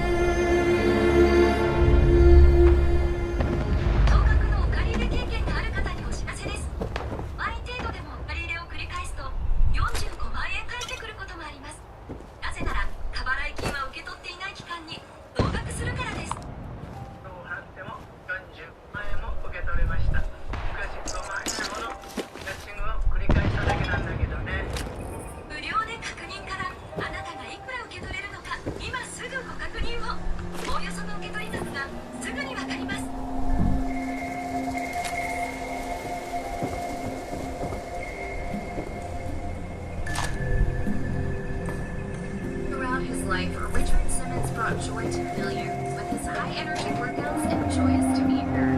The exercise guru's final message to his fans is absolutely heartbreaking. While the world is still waiting for Richard Simmons' staff treated him as to one final and haunting message from the lead exercise guru. On his camera, hello everyone, Richard worked a big word on his fans for you. If you don't look ahead, going back to each one that you changes into, just like he was before posting. The post went on to explain that Simmons would usually choose a photo with a caption to have ready to share on a Sunday, and he had one picked up for July 14th, 2024, to take after his death. Over after those fans once, let me fly you to the moon. It's among the stars. Love Richard. Simmons died on July 13th, just after he turned 76. The sweat to the only star reported before his death and refused to get medical help. The next morning, his keeper found him unconscious at his home, and medics pronounced him dead upon their arrival. Members of Simmons' staff were among the few people with access to the eccentric celebrity, as he vanished from the spotlight in 2014. Time for me to take some talks. Levi myself. Although he was no longer in the public eye, Simmons still had a following. Knowledge. On the day of his 76th birthday on July 12th, he took the time to tweet, I never got so many messages about my birthday in life. I'm sitting here writing emails. Have the most beautiful rest of your Friday. He then posted a series of tweets reminiscing about past birthdays. One touching story recounted how he saved money to buy his mother a topaz ring. He wrote in the post, I went home and knelt next to my mother and gave her a box. She said, what is this? I said, a present fit for a queen. I thought she was going to fit it. After the outpouring of condolences following Richard's death, his brother urged fans not to put silence. Then he wrote on his late brother's X account, I want them to remember that the genuine joy and love he brought to people's lives. We truly love him. He called, wrote, and emailed thousands of people throughout his career to offer help. Don't be sad, celebrate his life. I'm here to make you happy. Richard was always a source of inspiration to many, and his last interview revealed he never stopped to help people, even as a recluse. He told people 2 years before his tragic death, I get up every day to help people because my work is very serious. Aside from helping people, Simmons revealed that he was working on writing on his life, and the lyrics to one of his songs are chilling. He recited the lyrics to how to do some loss and takes a toll on your heart. Some shed tears, others stare in the sky. It's so hard to say goodbye. Here is what I know, but it's time for us to go. Beautiful angels will rise with a smile and glow. Simmons first shared the news of his show on May 14th, 2024 on his Facebook page. He told Hold his on. fans, I wanna see what's up with my daughter. I'll be right back. the phone with a friend of mine.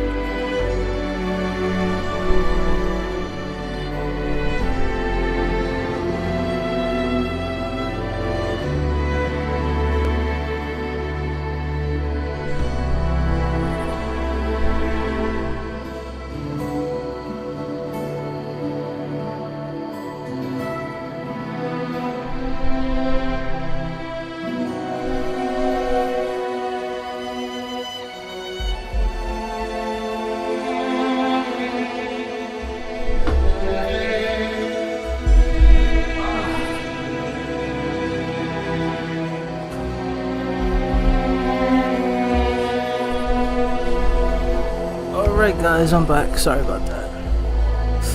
Let's get back to it. Alright. We were listening to what we were listening to? Yeah. It's an attorney and manages famous artists and music. She ran an idea by me. She wants to do an interactive Broadway show about my life. Hopefully, the show will come to fruition, and Simmons' fans can celebrate him one more time.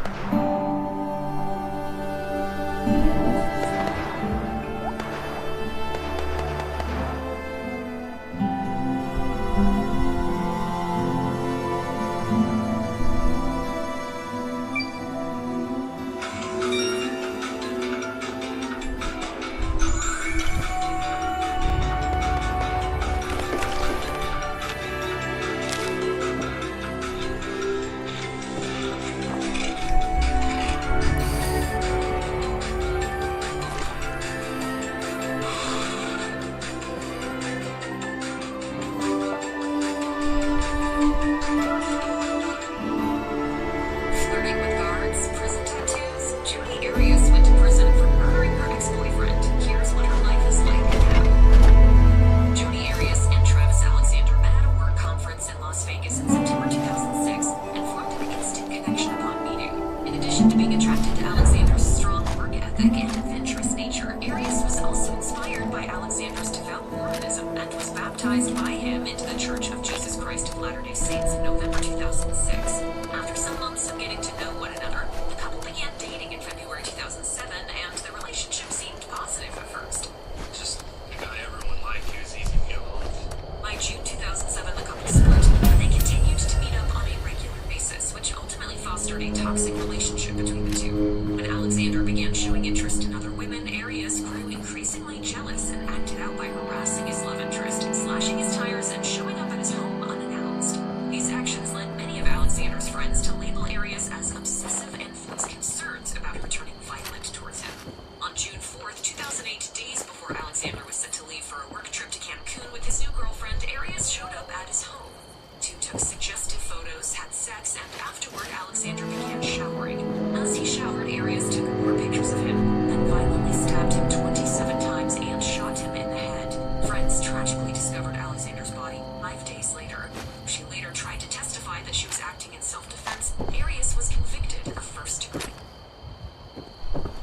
Following Travis Alexander's murder, Arias attempted to appear helpful in the investigation and volunteered her fingerprints and DNA to detectives. Despite her efforts, Arias' DNA was all over the crime scene, making her the prime suspect. During her interrogation and subsequent trial, Arias changed her story multiple times. She first claimed that she hadn't seen Alexander on the day of his murder, then alleged that Alexander was abusive and she killed him in self-defense. When you cut a stroke, were you crying then?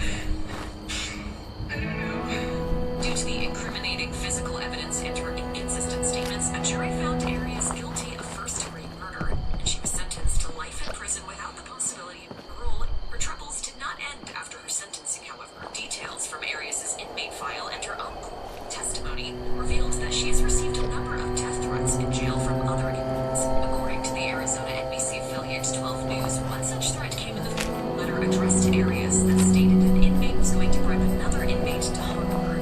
On another occasion, Arias told a corrections officer that an inmate threatened to kill her the same way she killed Alexander. Despite the threats, Arias can interact with inmates outside her cell.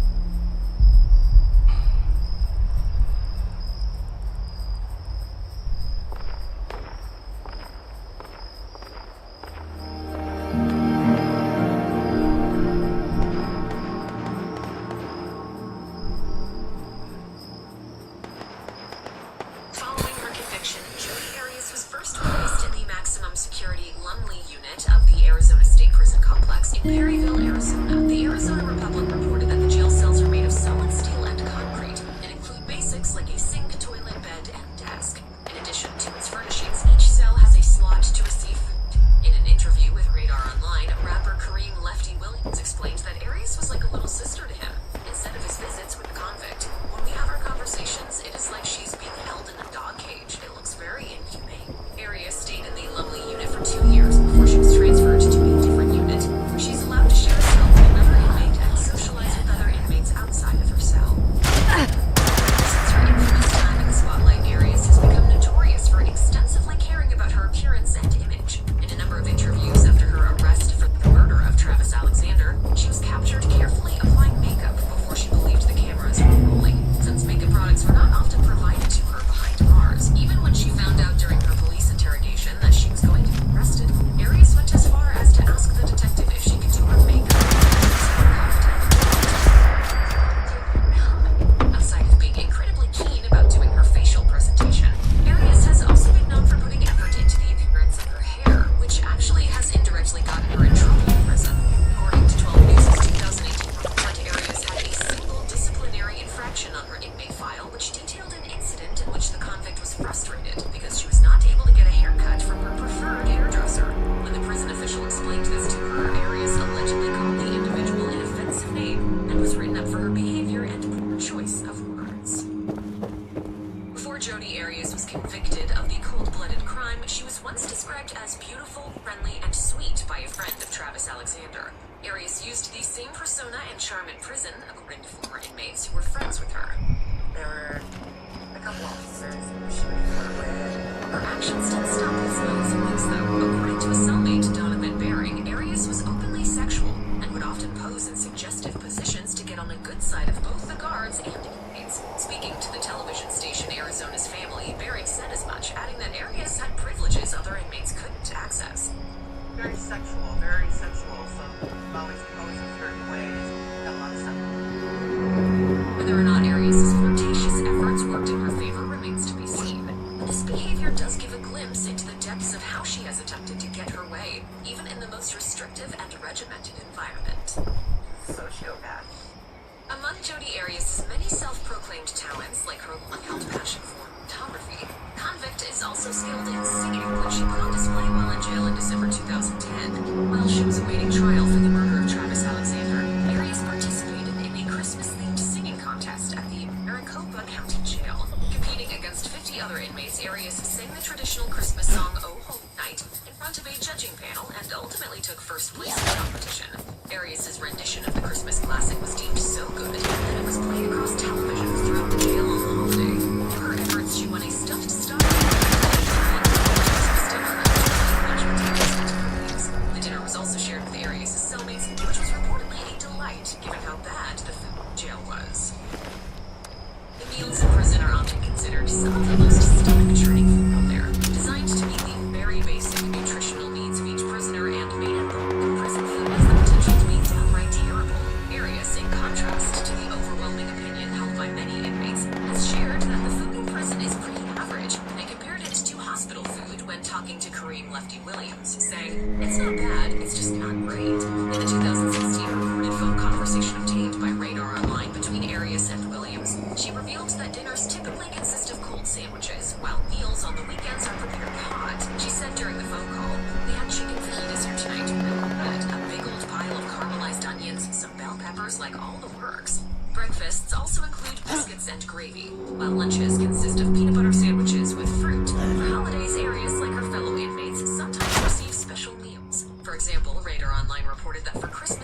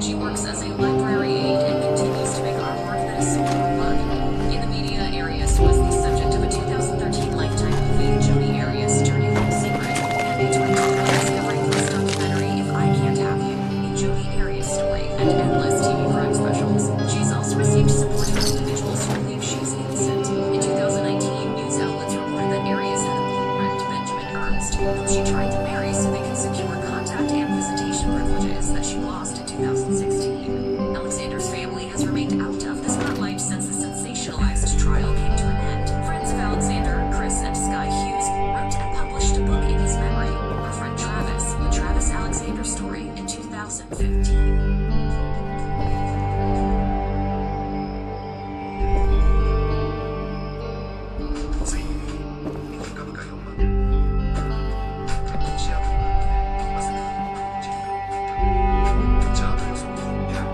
So,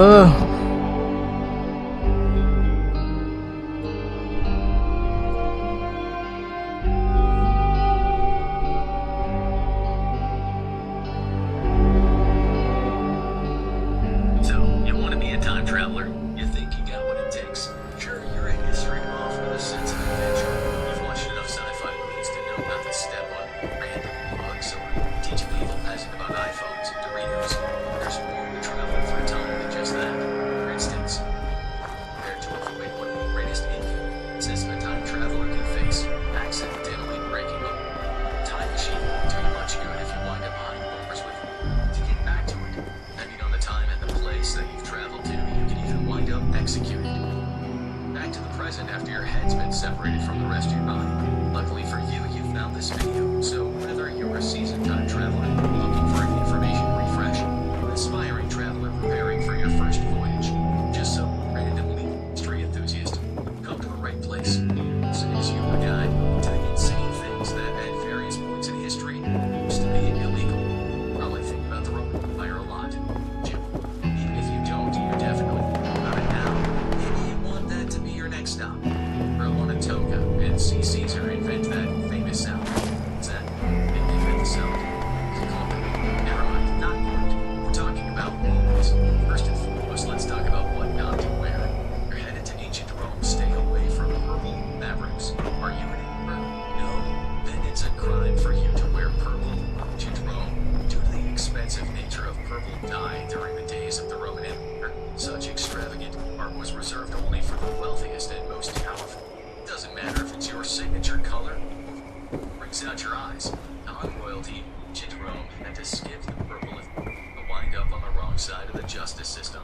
Female time travelers, take note. If you find yourself attending a ancient Rome, sure you do not cry. Crying at funerals was outlawed in ancient Rome. Why would they pass such a seemingly club law? No, they don't have the original actor industry. Ancient Roman funerals would begin with a procession of mourners walking down the street and weeping. The procession, beloved and popular, ceased was assumed to be the response to a new job opportunity popped up for enterprising women, professional mourners, walking in the procession and tearing at their hair, generally seen over people they didn't even know. In order to crack down on that development, women were legally barred from crying at funerals to discourage people from hiring actors. Now imagine this: you're walking through the streets of ancient Rome, enjoying the breeze in your new, definitely not purple toga. Notice a storm, and uh-oh, air takes on a crackling electrical feel, and you know lightning's about to strike. Sure enough, flash of light blinds you for a moment as a bolt of lightning strikes a man from you, killing him instantly. Oh no, that poor guy. Better get him a proper burial. It's only right. No one struck by lightning is legally allowed to be buried. See, this wasn't just a freak accident in the minds of ancient Romans. This was a personal scrutiny from Jupiter, god of thunder himself. Defying the gods is a pretty severe no-no, and if you bury that body, it's as good as doing a sacrifice from Jupiter. Bury the body anyway, and someone would find themselves sacrificed in its place. Body out of the road if it were a trip hazard or something, but only if they didn't above their knees, because that was a crime too. So now that you're better prepared for any trips to ancient Rome, let's move on to another exciting time and place: Imperial China. Most of the advice for this region and era boils down to neat, clean, and respectful, and failure to do so might get you into some real legal trouble. During the Shang Dynasty in 1600 to 1046 BCE, drinking was strictly prohibited. We're not talking about a fine or even just a little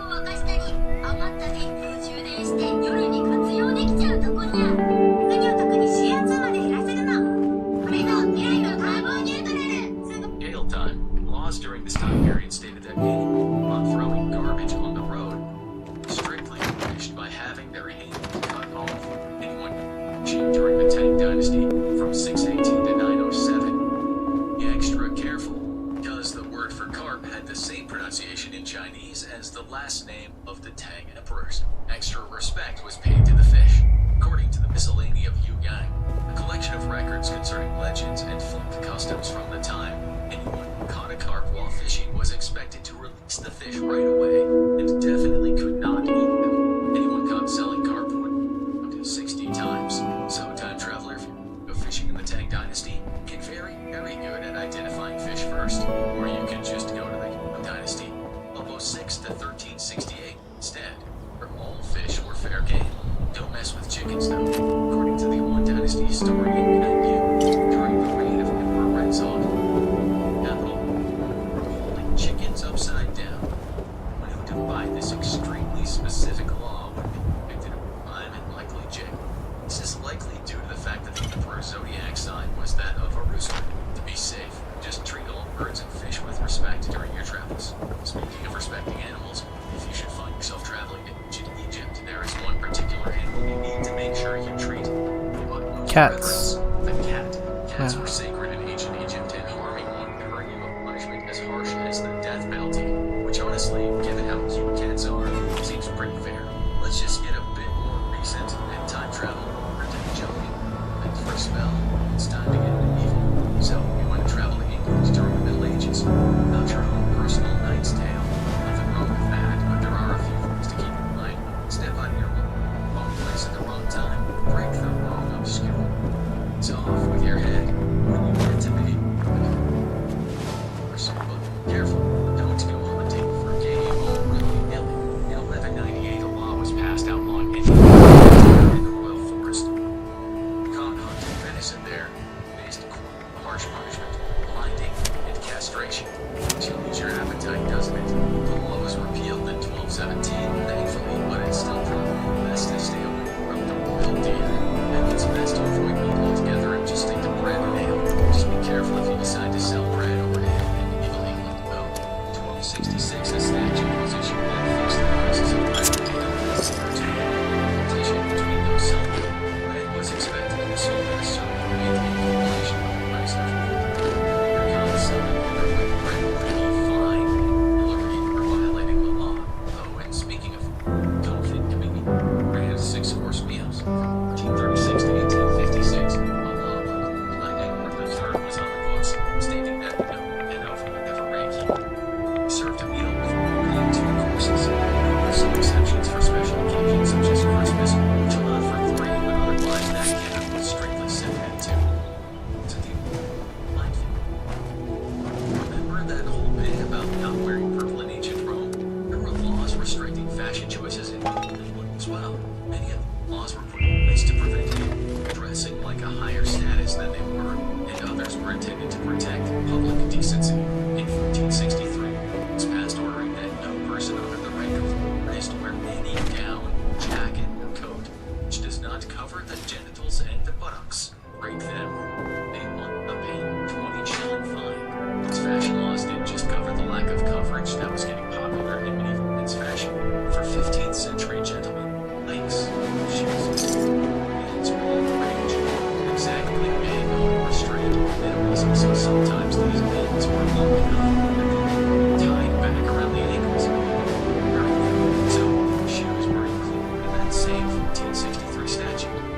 The shoe-based edict declared that no knight, rank of lord, esquire, or gentleman, another person, shall wear any shoes or boots having spikes or boots which exceed the length of 2 inches.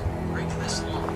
Fashion victim. Shillings and 4pence. These laws didn't just cover what people could wear and eat. Did in the privacy of their own bedrooms. About the medieval era, the church held a great deal of power. They exercised that power in a variety of ways. One of them was by telling married couples who were allowed to have sex on, which were strictly forbidden. Sex was forbidden on Thursdays and Fridays, which were set aside as preparation days for the Holy Communion, as well as on Sundays. Sex was also prohibited during Lent, during the days before Christmas, and the days surrounding the Feast of the Pentecost. So, if that's off the table, what else is there to do during leisure time around here? Play some sports. Just choose your sports wisely because some of them were outlawed during the Middle Ages. Football,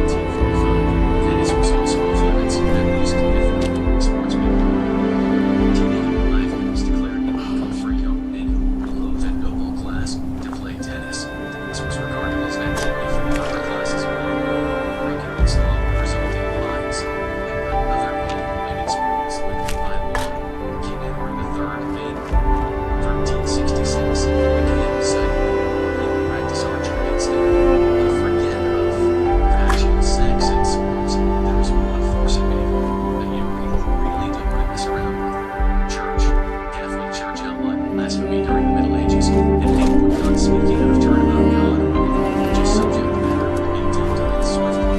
Punishments for blasphemy, hanging, stoning, bound, still was removed without pliers. Let's get recent next. Maybe you're curious about the Tudor or Stuart periods of modern age vapor. The laws of the Middle Ages were left behind in the past, but there were still plenty of unusual laws to watch out for. As a time traveler, you should know by now that you can't just wear whatever you want. Obvious tips like don't wear jeans before denim was invented. Don't wear your Taylor Swift clothes or wear jean jeans groups. There's also the lesser known wear silk in 1510, 1509, act against wearing a costly apparel was passed, and by 1554, it makes to excess in apparel was in effect, prohibiting the wearing of any silk garments by any person with a rank lower than that of a knight's son. Respect those women. Lines for breaking the law either. If not, the punishment was 3 months in prison and a fine of £10 per day the law was broken. So there were laws about what people could wear. There were also laws about what people couldn't not wear. 1571, the Act of Caps required all people to 6 years old, except for nobles and maidens, ladies and gentlemen, to wear an English-made cap on Sundays and holidays.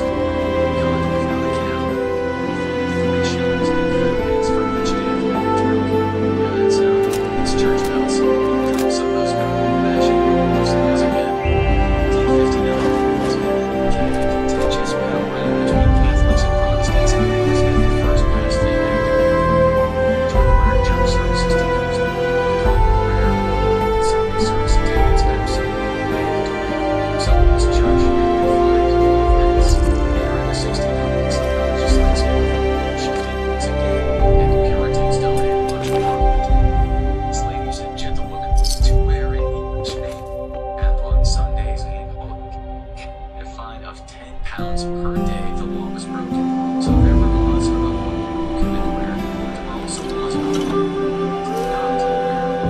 1571, active in making of caps required all people above the age of 6 years old, except for nobles and maidens, ladies and gentlemen, to wear an English cap on Sundays and holidays.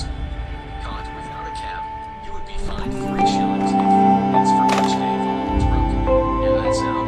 It's church bells. Here comes some of those good old-fashioned religious laws again. 1559, as England became a contentious battleground between Catholics and Protestants, Elizabeth I passed the Act of Uniformity, which required church. だから実現できる不労収入3選。1つ目、写真選。日給2000から5000円。同じジャンルの写真を分けるだけの作業。スマホさえあれば誰でも始められる。2つ目、文字起こし。日給1500から7000。そのままテキストに起こすだけ。24時間いつでも発注してるから自分の都合で始めやすいの。3つ目、シール貼り。日給1000から最大1万2000。化粧品会社の商品にバーコードや成分文字を貼る超単純作業。自宅で何をできるし何より時給が最高だからこの動画の中で一番人気。仕事で忙しいサラリーマンや主婦のお小遣い稼ぎ有料日前で金がないって。 Services to use them with common air. Sunday service attendants absolutely mandatory. Someone's church fined 12 pence. During the 1600s, the religious landscape of England shifted once again, and Puritans dominated much of Parliament. In 1647, in an attempt to crack down on holiday celebrations deemed pagan and church and not pious enough, an ordinance was passed that forbade the celebration of the Christmas holiday. Additional laws were passed along those lines in the 1650s.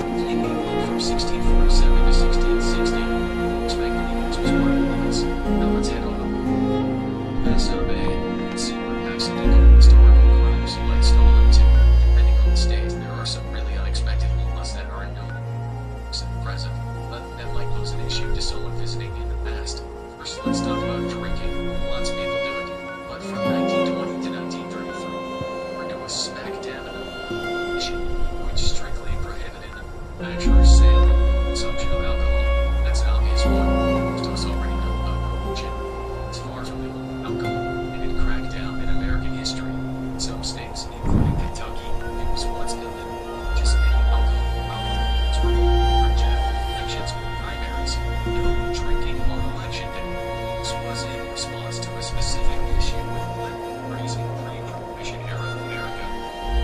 Pending problems with no alcohol on election days law was overturned in Kentucky in 2013, so that covers what is prohibited from buying alcohol. Alcohol's temperature, surely no one would legally mandate that. Just kidding, of course they would. That's why we brought it up in the first place. In Mississippi, it was once illegal to sell cold store. You were allowed to sell it at room temperature, but not. This was intended to prevent drunk driving. It's encouraged drinkers to avoid the actually just improve sober. Before cracking up really new. What was overturned in 2013? Carolina's laws were just like laws that restrict what's that? Yes, there is so many things. Until as recently as the 1980s, there were quite a few certain activities shopping or doing some any kind of on there take day of rest. And if you had anything at the store that day, well, you just thankfully because laws have been in every states except for County, New Jersey. As it turns out, not everything is legal in New Jersey. Other more restful activities to state maintain their laws banning working activities on Sundays for decades. Shopping and alcohol that restrict public life and leisure time. Is that? Yes, there are absolutely so many of those. Okay. Until as recently as the 1980s, there were quite a few rules in place preventing certain activities on Sundays. So we're shopping or doing this of any kind. Sunday was illegal. Rest. And if you had anything at the store, these laws have been states except for New Jersey. As it turns out, not everything is legal in New Jersey. It's fine. Please remove things too. The state maintained their blue laws banning work and activities on Sundays for decades. Limiting shopping and alcohol sales. So, acts of golfing, circus. These laws were relaxed in 1952. Prior to that, no Need some ammo, cans, or spiky bits to stab people with? You may find some here. Sometimes pinball. At all American arcades, it's a game that no the right mind would grab a problem and alone try to outlaw. Except, of course, for the time that it was absolutely outlawed. From the time that it was introduced in 1931. Note to the doorman. Human flesh is not acceptable danger here. That was too close to gambling. In the eyes of church groups and others, including Sorella in New York City, January 21st, 1942, in Chief and in public spaces in New York City. The police raided candy shops, alleys, bars, Now and in public stock. space that might have Goods acquired through questionable means. Smash the pinball machines to smithereens with sledgehammers. Other cities soon joined in as well. Chicago. It's in Los Angeles. It wasn't until the 1970s when the flipper mechanism was added to the game. To the round pinball shift. Reminder, any attempted 5-finger discounts will be reclaimed and paid for with said fingers. Its place in public spaces in the hearts of Americans everywhere. Games are one thing, but there's no way. American laws on the books prohibit expressions of joy that are as ancient as humanity itself. Activities like Need some ammo, cans, or spiky bits to stab people with? You may find some here.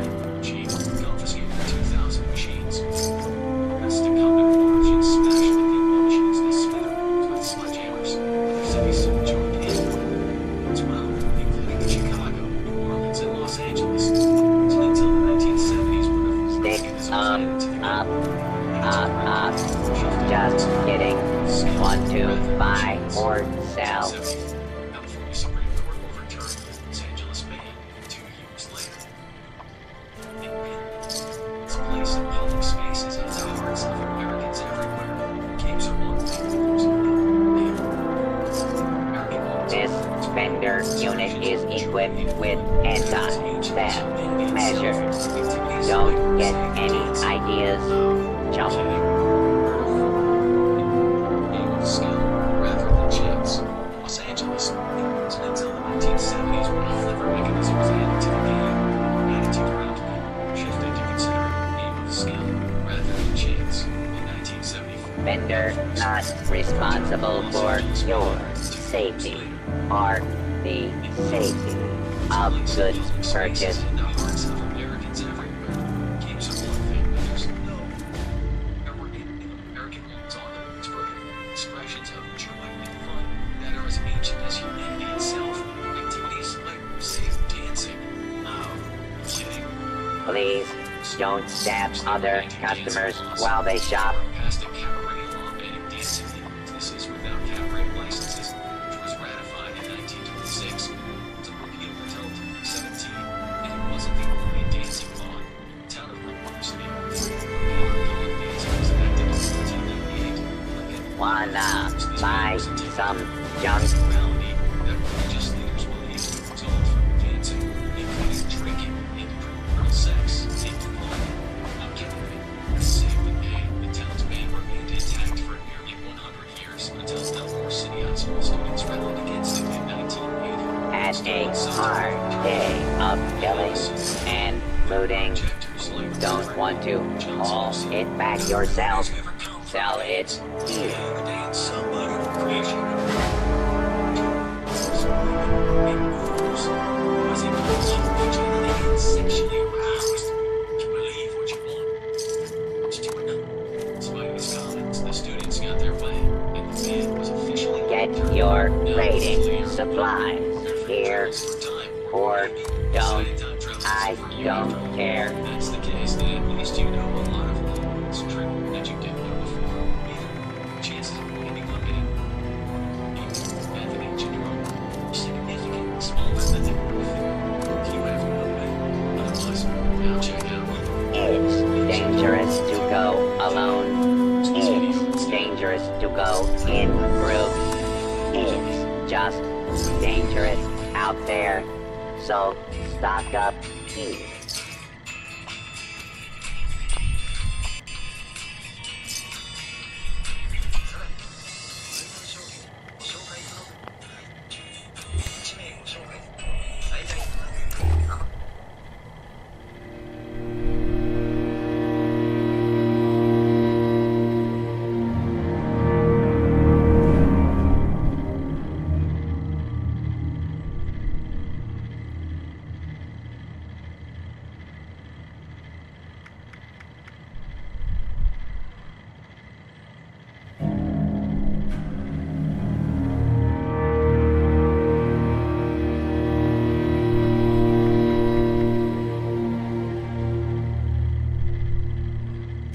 I don't know what I should listen to.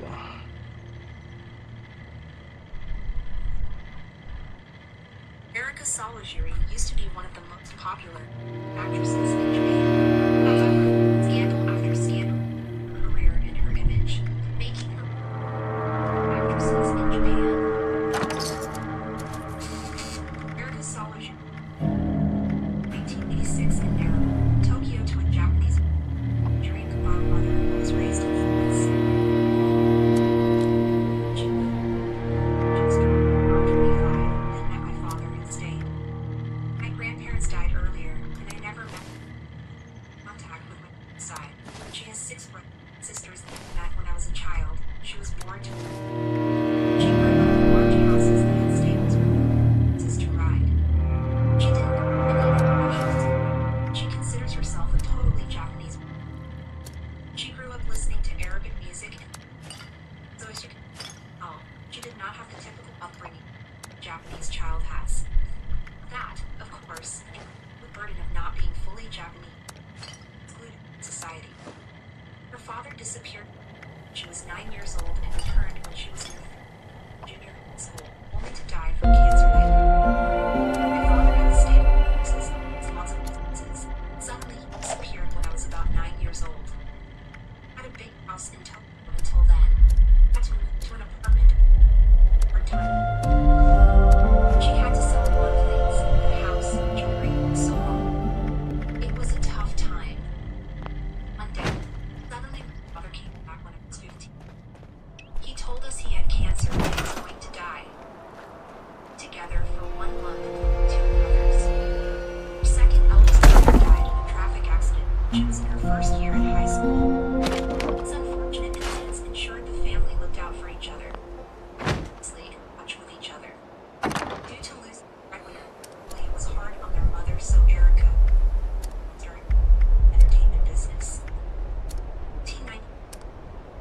Stardust Division after graduating.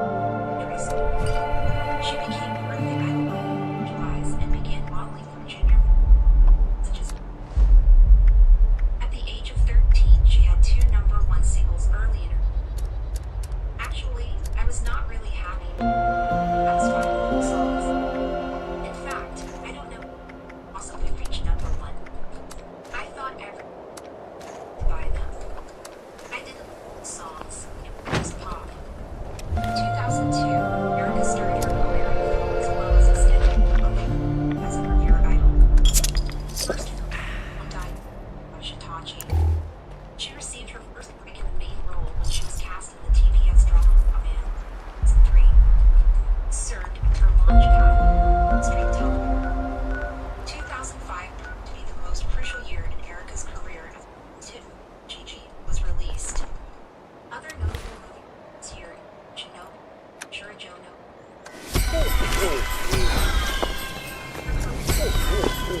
Great, however, 2007 she got a scandal. During a press conference she did for the film, closed note, she disliked her role in the film, and at the conference she gave short answers. She was roundly criticized for Japanese etiquette.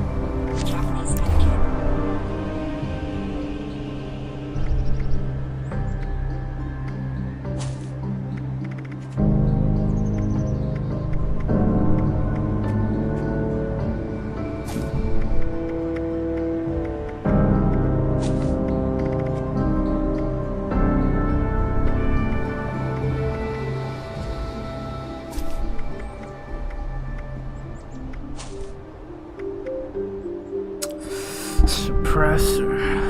Definitely suppressor. And then it'll be all just luck, so.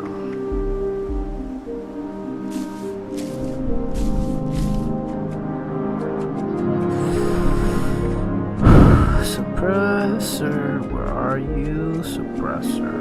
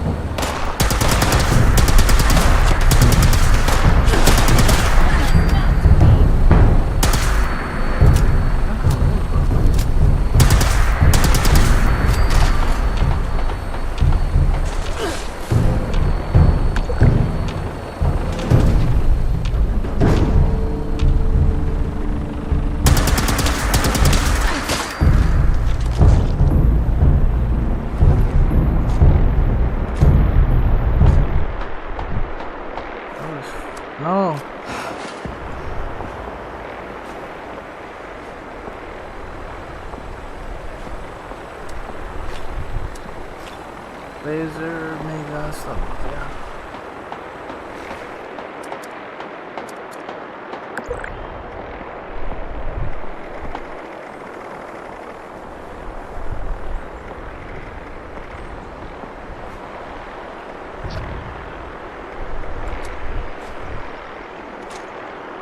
Those minigun, marine, laser, combat, that's fine.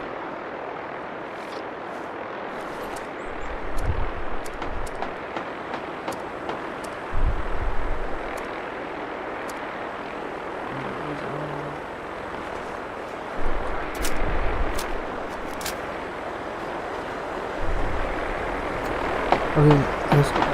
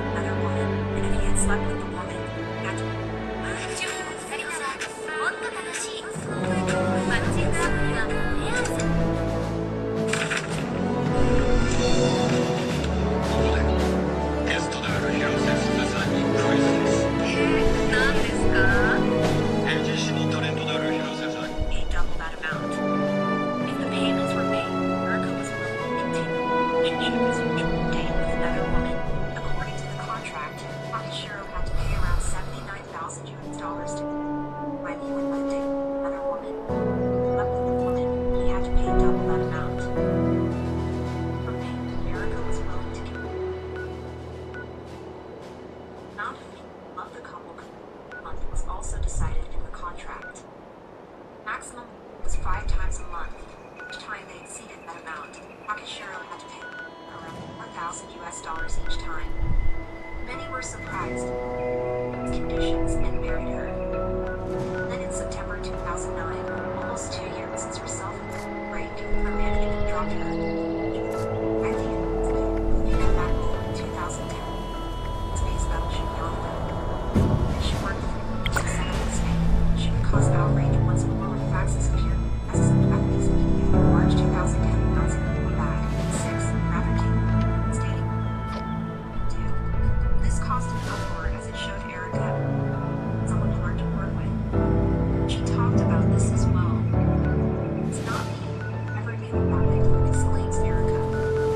True, the 6 conditions were my husband's idea. I trusted him.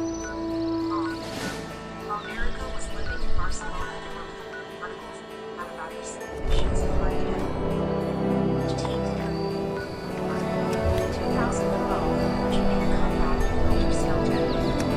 It's a success and earned her a nomination for Best Actress in the 6th This woman did a lot for her, so she had to do this. In her upbringing, she's challenging themselves.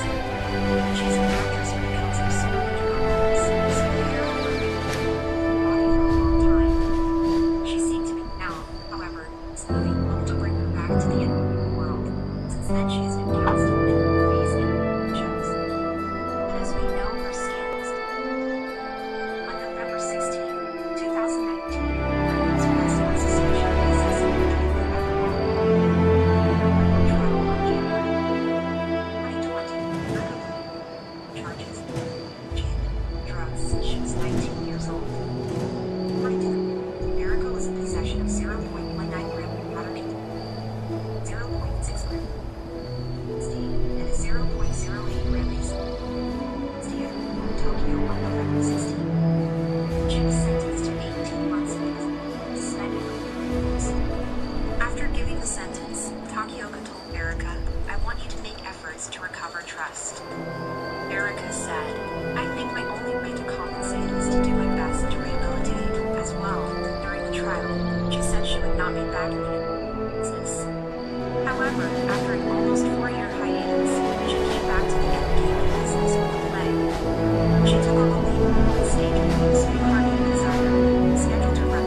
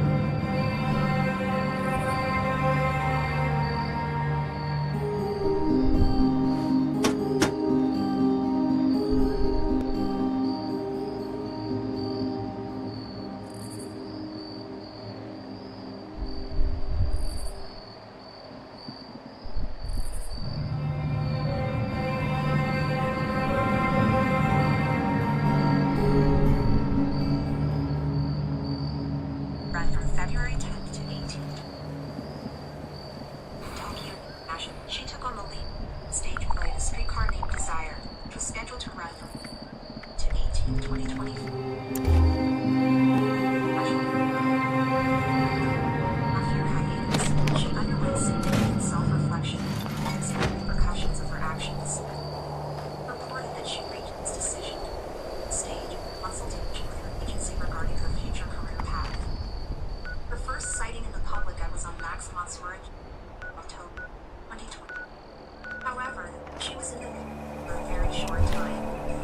Comments were very high. However, this is decidedly rather difficult to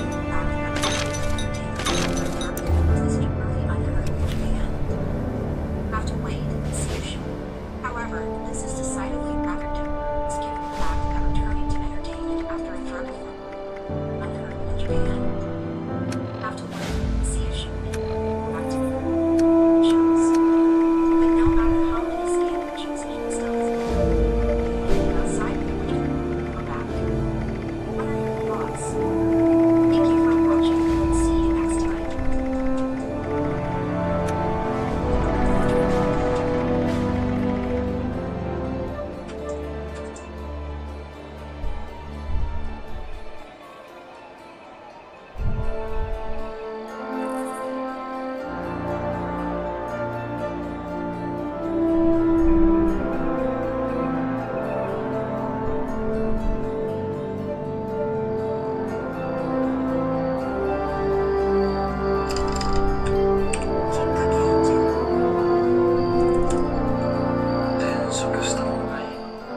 Welcome to my scientifically informed insider look at Malcolm Thomas.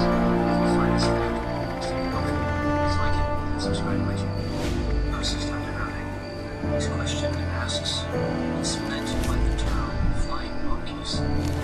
Context of narcissism. So, flying monkeys are essentially agents of narcissists, people that carry out requests or sometimes orders made by them.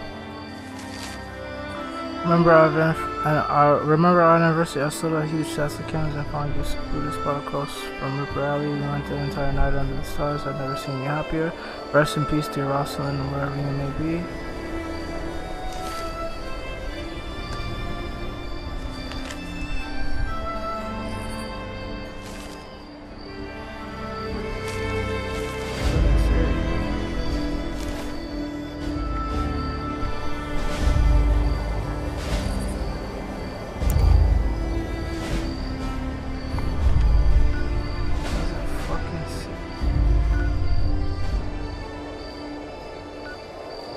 Jesus, that's so fucking far. This is the fastest way. Let's get Narcissist. Sometimes because they have to. Like, in a situation, if the narcissist is their boss, some because they want to. So they may be sadistic or share the same goal as the narcissist, and some because they are manipulated into doing so. Now, in clinical practice, I use the term agents instead of flying monkeys, and there are a few reasons for this. So you may be thinking that one of the reasons is because I intend to avoid my own terms, and this is correct, but there's actually a couple other reasons as well. The main reason I use agents instead of flying monkeys is the age reference. So the flying monkey reference goes back to the movie Wizard of Oz. It was released in 1939, and even say further back to 1900, The Wonderful Wizard of Oz, which called characters winged monkeys, not flying monkeys. So, because both of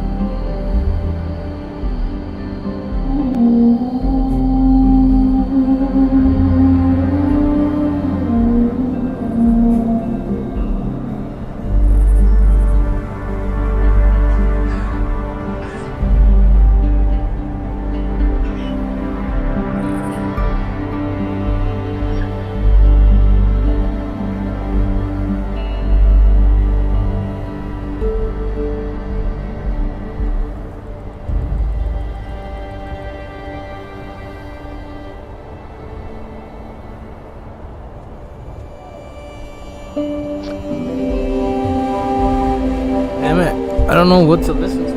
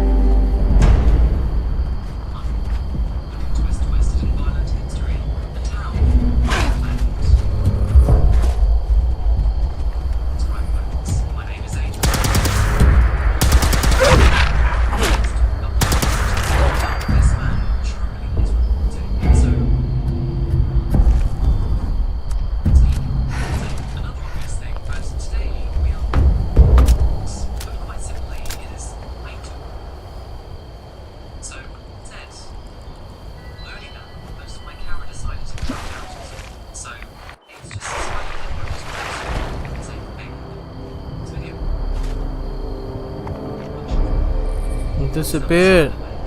Fuck.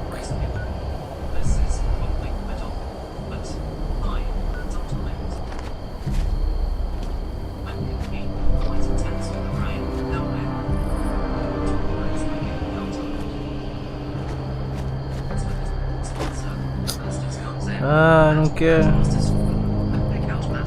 Thank you. And now, that's it. Telephone paper. Naval investigates. This is a disturbing case of gathering.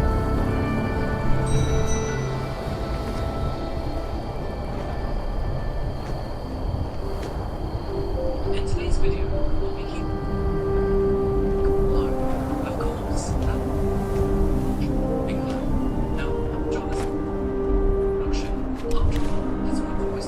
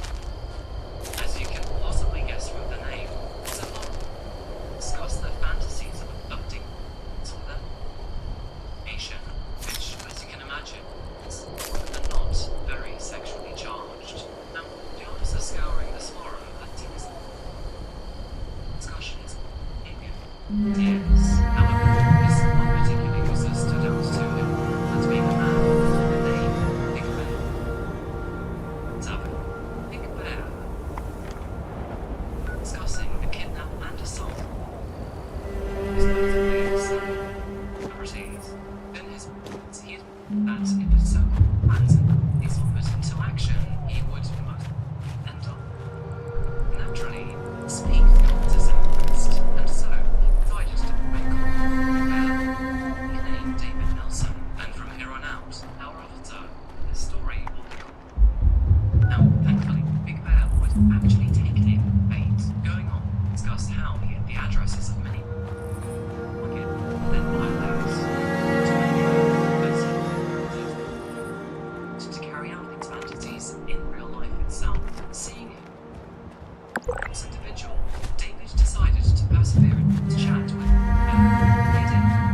nature, empathized with his lack of satisfaction, and even some his ongoing delusions. And after these became apparent that Big Bear's plans were and to say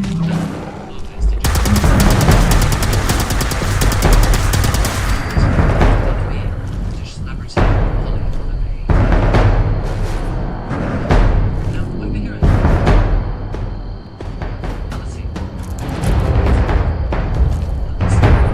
she's on TV programs, simply slow expands to decades, and she's undoubtedly considered to be a household name in the United Kingdom. So, is standard subject of relationships. However, David was here to expand unusual. It was a man had been obsessing over decades and was now expressing that their fantasy was the way it was going to be. So, with this information as that, Ooh, so that's where he's been hiding it. And that memorial ain't too shabby, especially since it's David we're talking about here. So now you'll have to repair that holotape, and there's only one place I can think of that may still have a functioning terminal to do it. It's out at Solomon's Pond. I know, you're thinking, what's tech like that doing out at such a cutesy little wilderness place? Let's just say some seriously intrusive operations went down there, so I'm pretty sure it's got just what we need.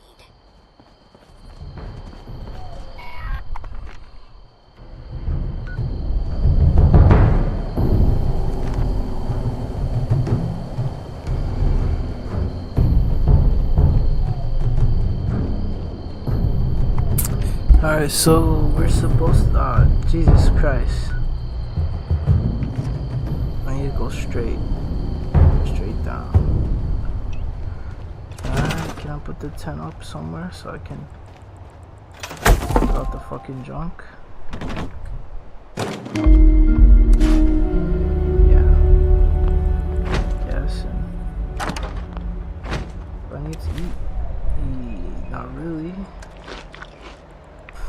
But no, where the fuck did I eat all that? Alright, let's listen to it. Let's go back.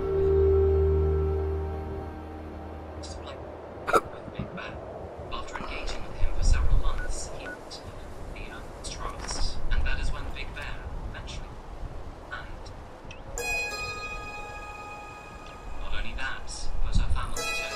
The terrifying thing is that Bear had been stalked. And now, between out his fantasies in real life,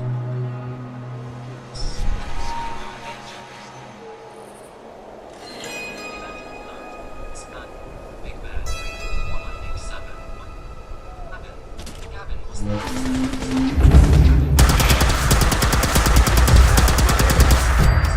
Sorry.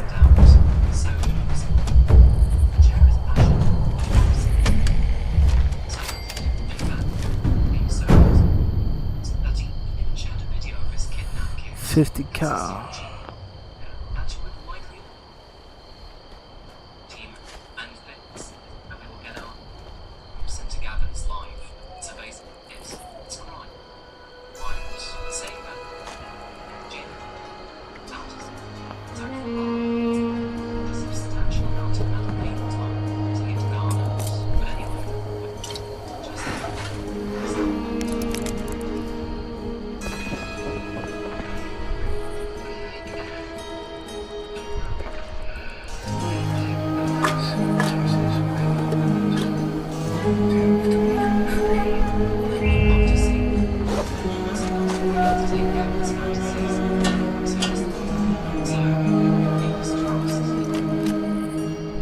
Further solidifying his trust, David sent a screenshot of the list. This information is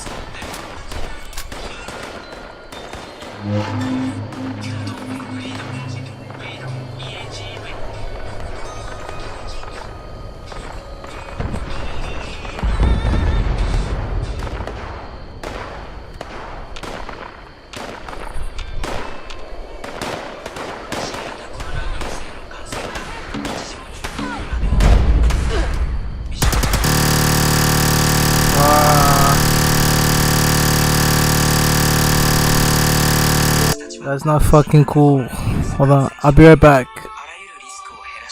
That was crazy. I'll be right back.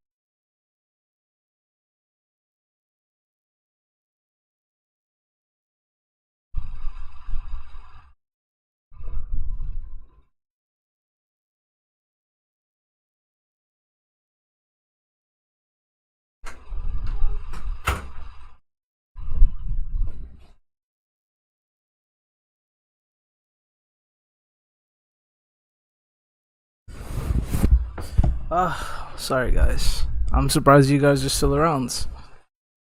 I don't know, I feel weird streaming this long. That's life, right? So let's try again.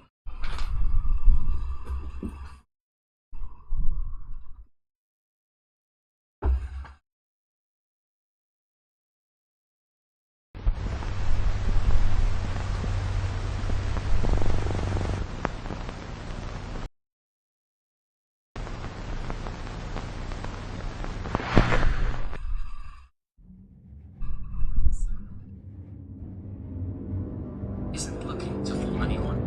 It wasn't until his arrest and the subsequent forensic investigation of his home, personal computers, laptops, and Let's see what the ops are doing.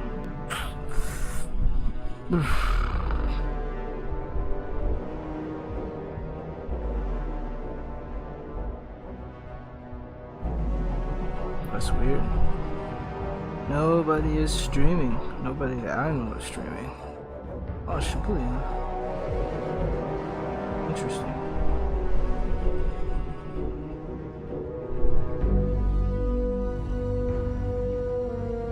Tennessee Martian.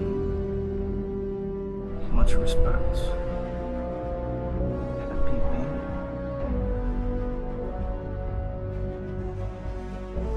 Yeah, I don't know anybody else, honestly.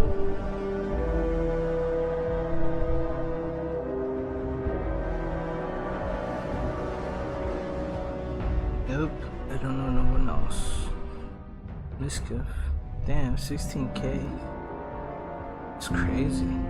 my presence at the sheer gravity of this depraved man's obsession would finally minds, and also the realization that obsession with Gavin's. As you can see, his home was a complete wreck. Collectibles were strewn across the place. Foul smell. And cluttered surfaces. Now, amongst all of this clutter, it's difficult to retrieve various devices of all. So it's the best to play stars. What they found was deep turning. But thousands of images of Hollywood discovered, some of which was great AI. And as you can imagine, most of those images were sexual in nature. In recent years, the controversial subject of what is now dubbed deepfake has become a serious problem right across the board. Within seconds, you can upload images of anyone to various AI programs, whatever desired outcome. So, say you upload someone's face and ask these programs to create pornographic imagery of them. Well, it's in the capability, which is an Most viewers, if you thought that the internet was full of text videos and news before AI came around,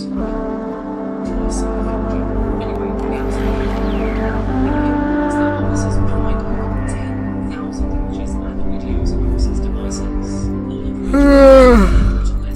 Fuck. Fantasized about, and yeah, you can imagine that this is the to answer this, it was that Gavin had taken many photos from his home scenes where he would photograph people, strangers who passed by, and according to his neighbours, he had his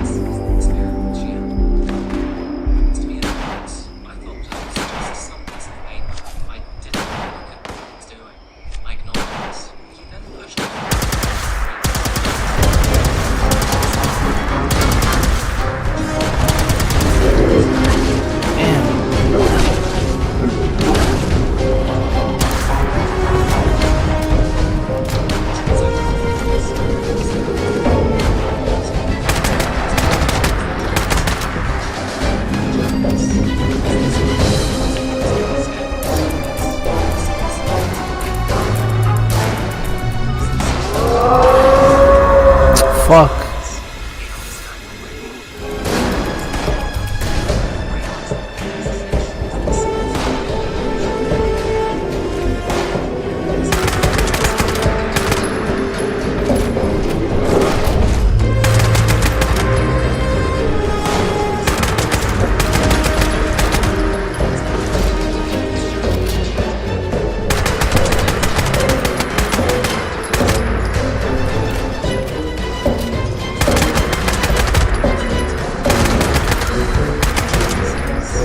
Shit.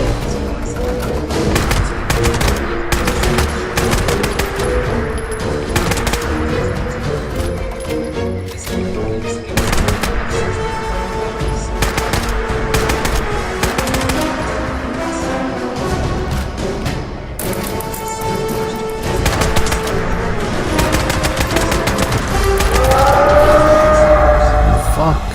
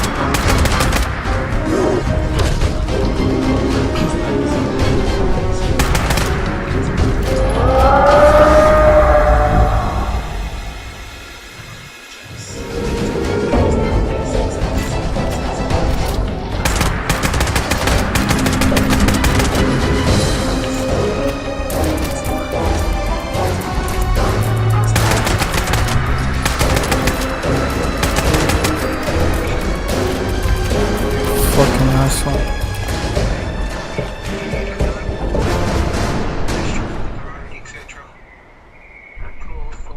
Alright, so mongrel, raw, waste.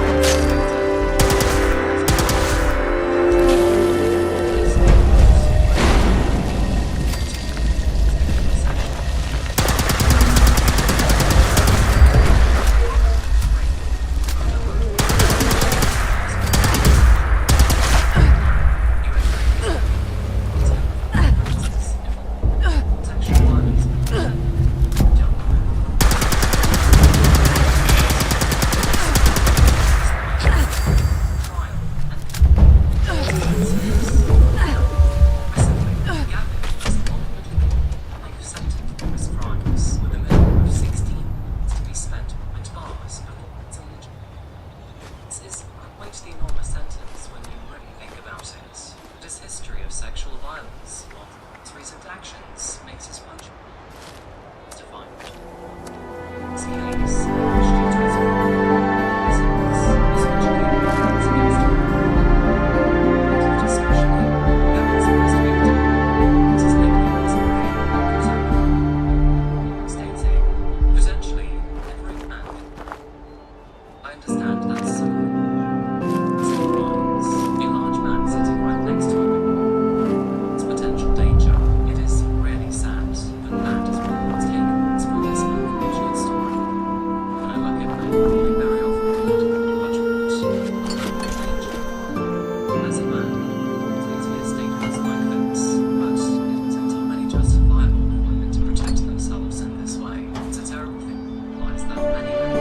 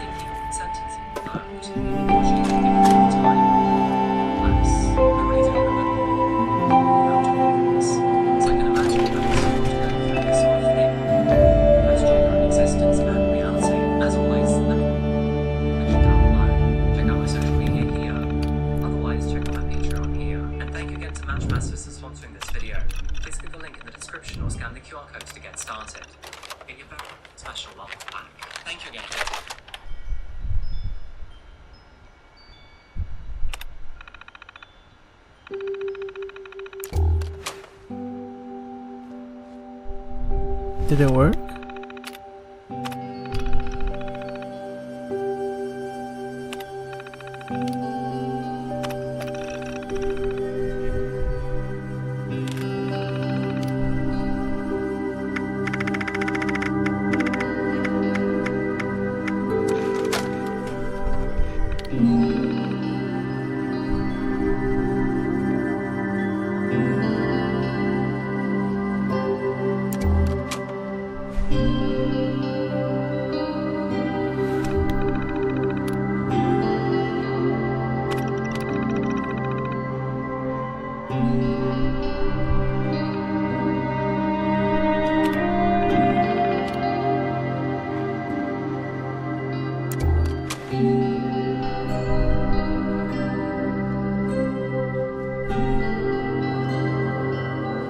I don't even know if it did it.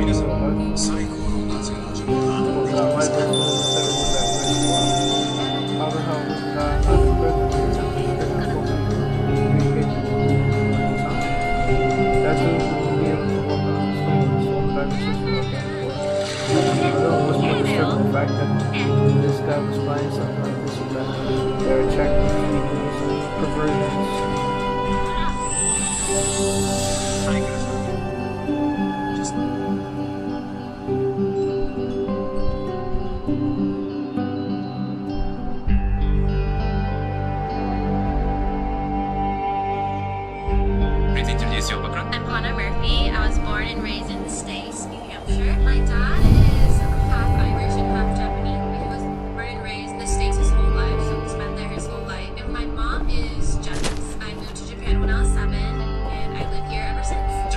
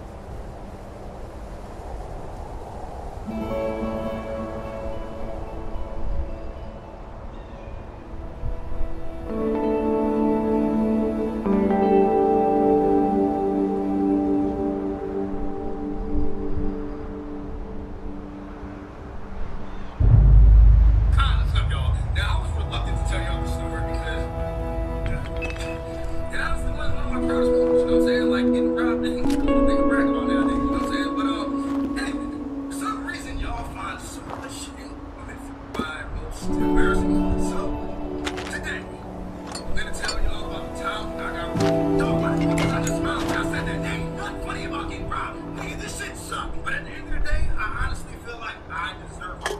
And like I had that shit. Because of shit that I was doing. Like, bro, I ain't even gonna lie, yo. I was like, I was robbing niggas, but like not robbing, but I was robbing. And basically, it was fun. You know what I'm saying? Because like at this point, I didn't rob them. I've been out here. You know what I'm saying? I done robbed a few people. And honestly, I needed to be. Now before I go, trust me, I am not being like to rob. That is a very serious offense, and I don't encourage anyone to ever even attempt to do something as dumb as that. But now, time for me to think like the time at least I could rob. You know what I'm saying? All right, so go back to 2007 when I was 18 years old. Now we're watching my other story, and you know that. When I was 18, bro, I was a jackass, but like I did so much dumb shit, dumb street shit that I hate doing. So like I remember when I told y'all that I came back from the Air Force, I finally got around to zero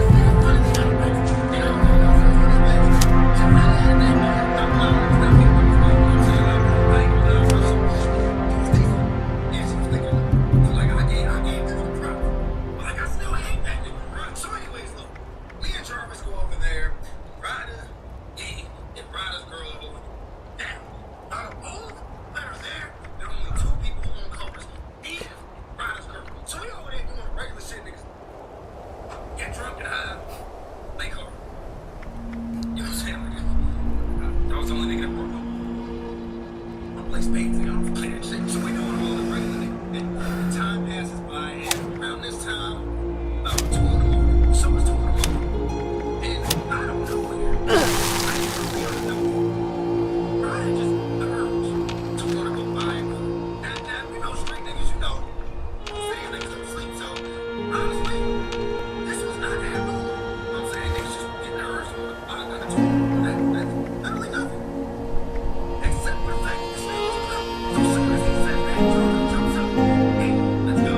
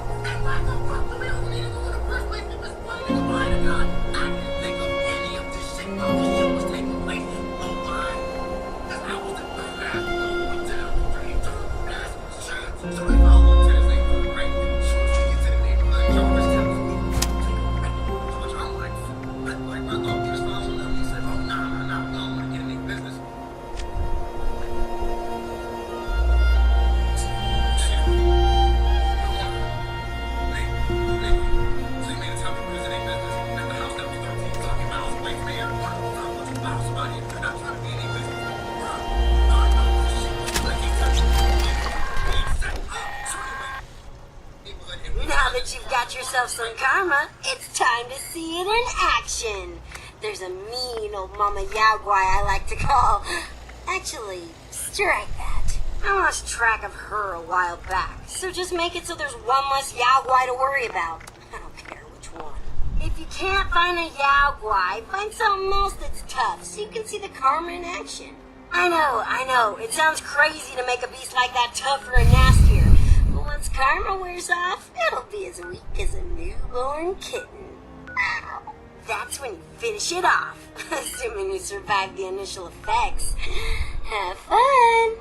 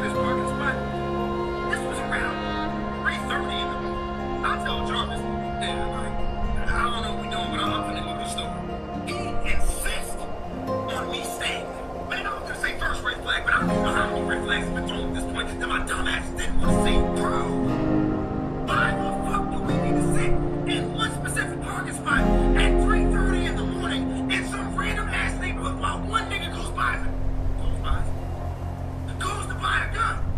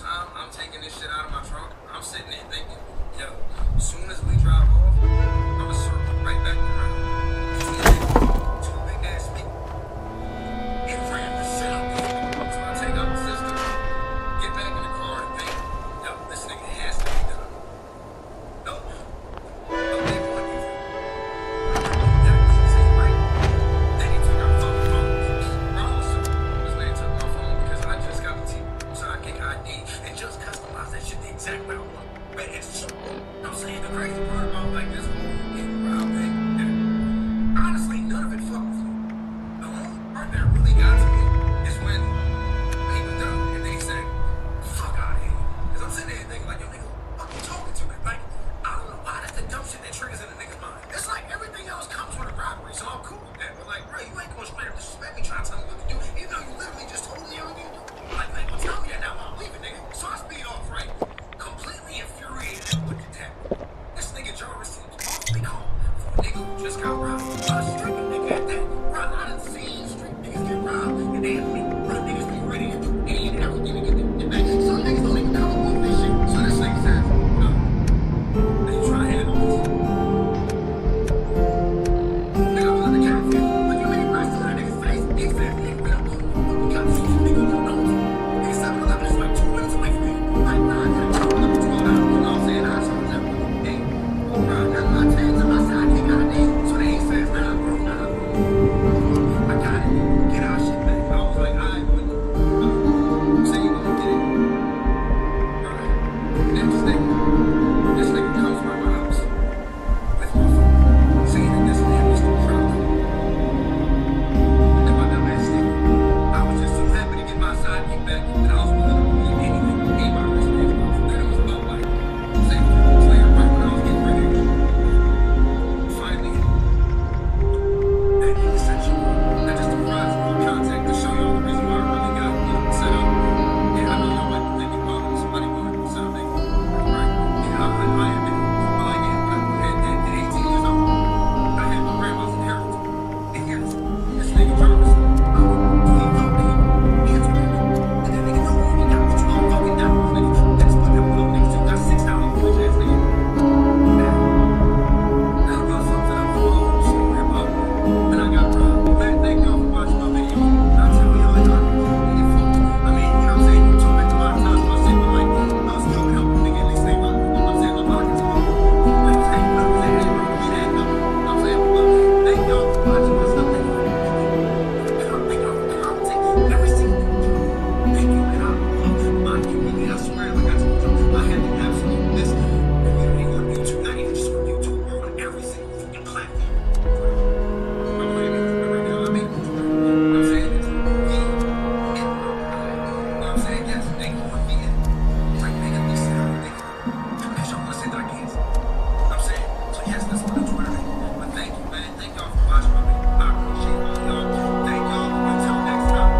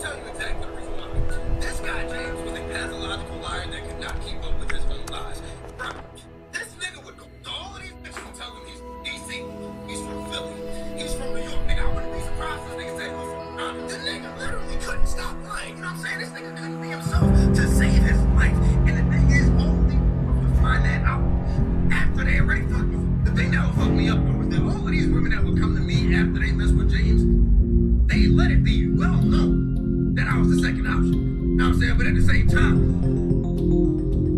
I've never turned down leftovers. You know what I'm saying? So best believe every single one of them got hate. You know what I'm saying? They're gonna listen. Need to do a bit of shopping? Look no further than all the fine goods and excellent service provided at the White Spring Is that her and James called each other best friends. So this woman, this bitch, finds out who real James is. So, what does she do? Let me go fuck with Daquan. And here I come. I think when I tell you I fell for the bait so fast, bro, y'all gotta understand the look. You know what I'm saying? I'm gonna keep it all the way, man. I know niggas be talking right, so this nigga James Bender told me that head game was $1,000, my nigga. So I had to try it myself. You know New what I'm saying? patient detected. Commencing introduction. We have chems.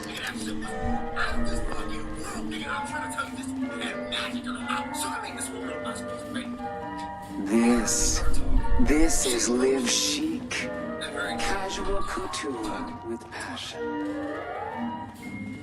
She keeps talking about how much she likes my new voice. So I'm like, okay. Then I gotta use this odd band.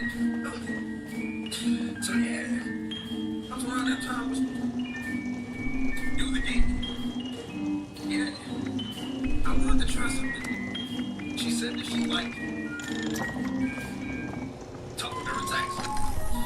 Now, y'all hear me? It has not changed since I was 17 years old. Just to let y'all know.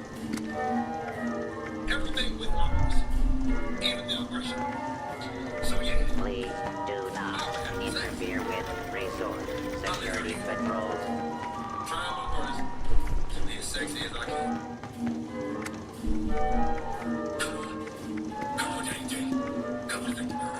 I'm doing it. Back then, I'm not gonna fuck, you know what I'm saying? Nigga, I had no. I was gonna, like, you know what I'm saying? Nigga, I made it work for myself.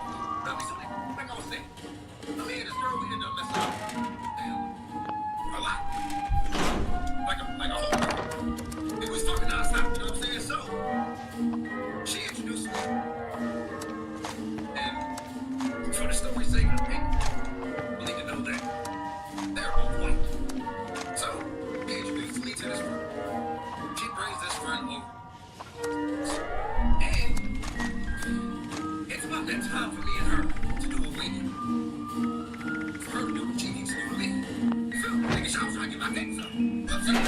So, she tells me she ain't gonna make it down unless I show her friend I'm done thinking. That's how fast I jump. Nigga.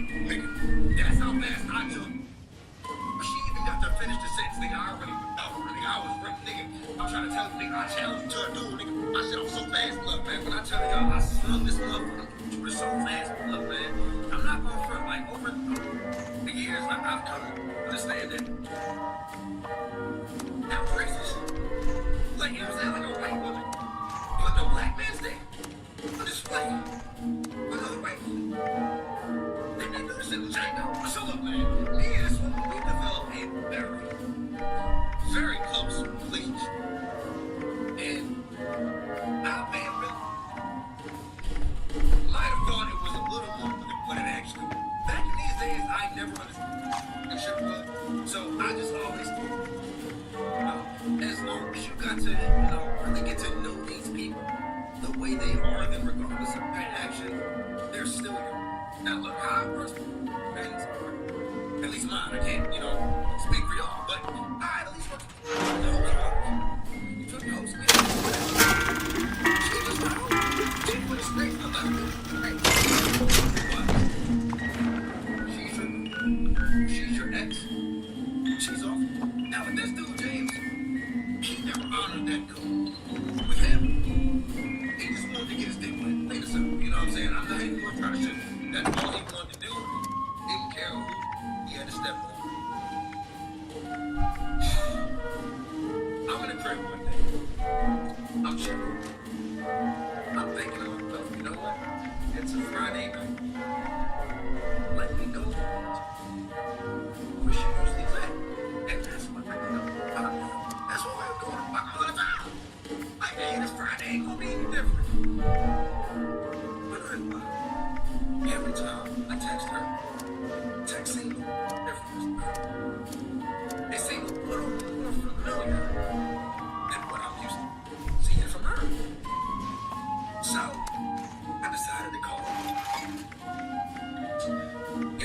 picks up the phone. This bitch ass nigga Ace picks up the phone.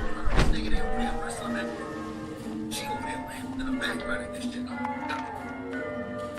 Yep. Because the thing is, I knew exactly how far I was willing to take it. And I'm like, yo, bro, like you straight up disrespecting me. You supposed to be my best friend. And here you are thinking it's funny. Text me from her phone and pick up when I call her. So, what do y'all think I did? I asked my aunt for her car, and I was on my way over there. Now look, this is the reason why I told y'all are gonna call me a sinner. My nigga.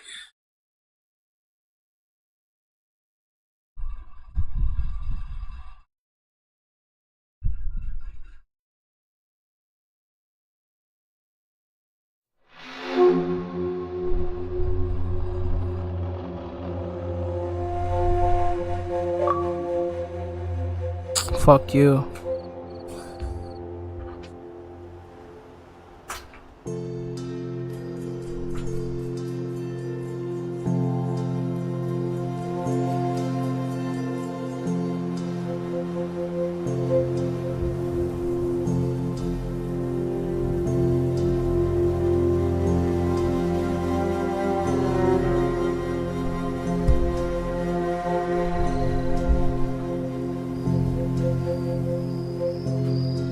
Yep. Alright, so.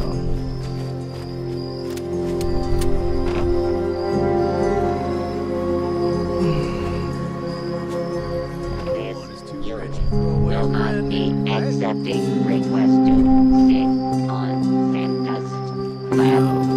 We apologize for the inconvenience, and what would you like have for shit a to sell. present this year? Please note, deadly weapons are not a permitted response. What? That's it? Bro, you suck.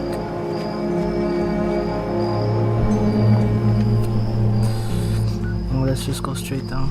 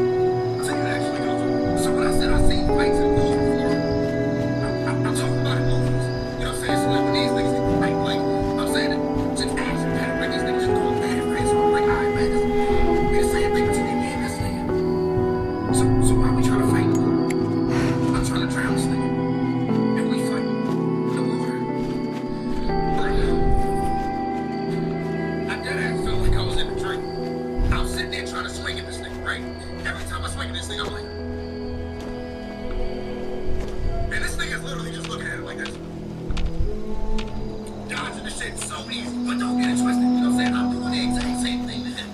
So when died in the middle of this fight. We need to get out the pool and really settle this. Bro, I got so much aggression. I just knew as soon as we got off this pool. Fuck this nigga. I'm going to beat the dog shit out of this nigga. We get out the pool, we all try to hold me back once again. And I'm like, oh, fuck, why are you doing this? Little did I know. This nigga was right? I'm not gonna say I was. But I didn't technically win. Like, bro, this nigga James whooped my ass, bro. This nigga James beat my ass all up and down her backyard, bro. But the thing that pissed me off the most is that this nigga Jamal, when I got there, he helped me back. When I got out the pool, he helped me back. And James was doing me. This nigga sat back and watched me, you can hold this nigga back. Then this nigga wanna be funny talking about some gimp. But this, little did I know that this nigga was protecting me. Now look, right? I'm not gonna say I lost. But I didn't technically win. Like, bro, this nigga James beat my ass, bro. This nigga James beat my ass all up and down her backyard, bro. But the thing that pissed me off the most is that this nigga Jamal, when I got there, he helped me back. When I got out the pool, he helped me back. But James was dogging me. This nigga sat back and watched, like, nigga, you can hold this nigga back. Then this nigga wanna be funny talking about some get up, Craig. Nigga, you like this nigga with a break. Now I know what a lot of you people. Like, nigga, fuck your bitch. You know what I'm saying, nigga? All he did was text back and pick up the phone when you called. So look, I kind of want to leave this detail out, but I feel like it needs to be said.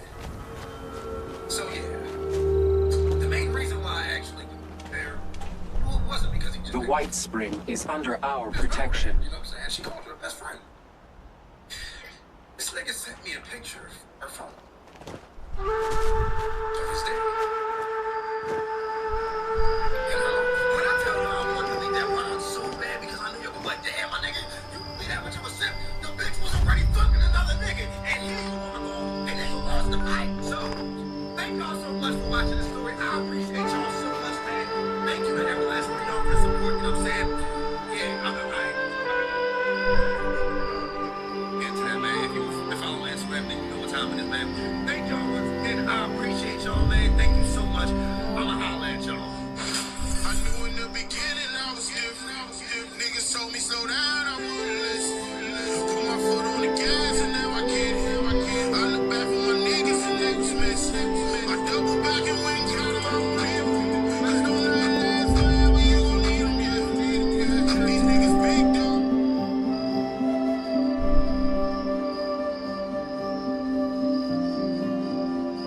No Parkland and Prime South. Ain't this right? Alright, thank y'all. Let me just say something. Okay, so the thing is this. Y'all can believe it. This one, I really fuck y'all niggas. But peep this though. So y'all remember I told y'all about the nigga James? Y'all remember I've talked to y'all about this nigga James plenty of times, right? James, the nigga James. I don't want to say the nigga last name. Yeah. But y'all know. I'm talking about, right? I know what I'm talking about. No, nigga James, of course the nigga gonna say James. No, the nigga James from my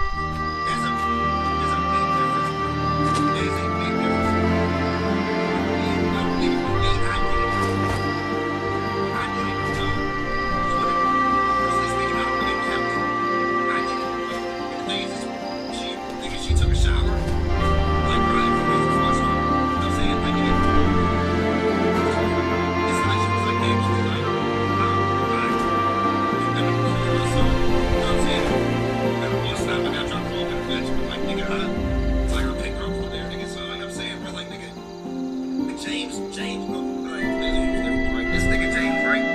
He knew. He took advantage, nigga. Hey, bro, straight up, the nigga took advantage of the hotel, nigga. Don't keep advantage with y'all niggas, bro. That was some horrible shit. I'm talking about little people. I can't help but think that Princess Mako wasn't just someone who was crazy in love. I think. So, nigga, back in the day, you know what I'm saying? I think he used to work at McDonald's.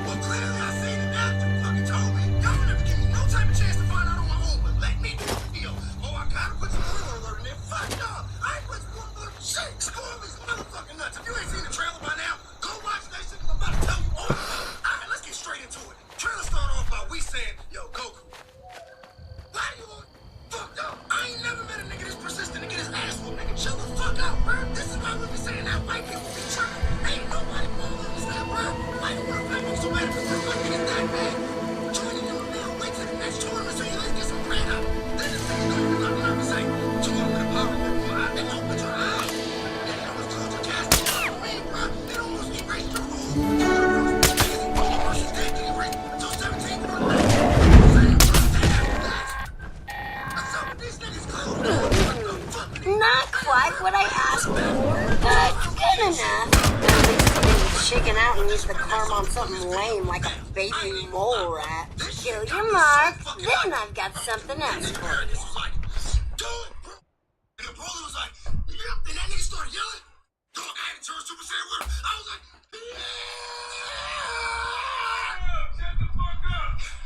man, niggas be tripping, bro. They don't know what it's like to turn Super Saiyan. You know what I'm saying? Dog, next time I fight somebody, I'm gonna need a nigga to yell out, do it.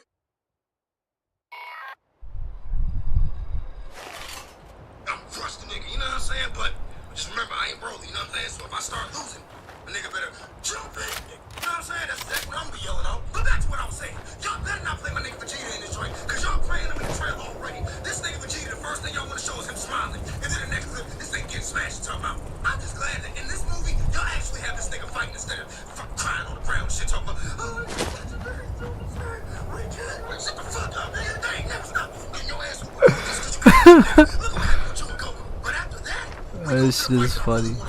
Broly versus Frieza. I'm ready to see Broly fuck this nigga up. We'll be having all of my niggas that definitely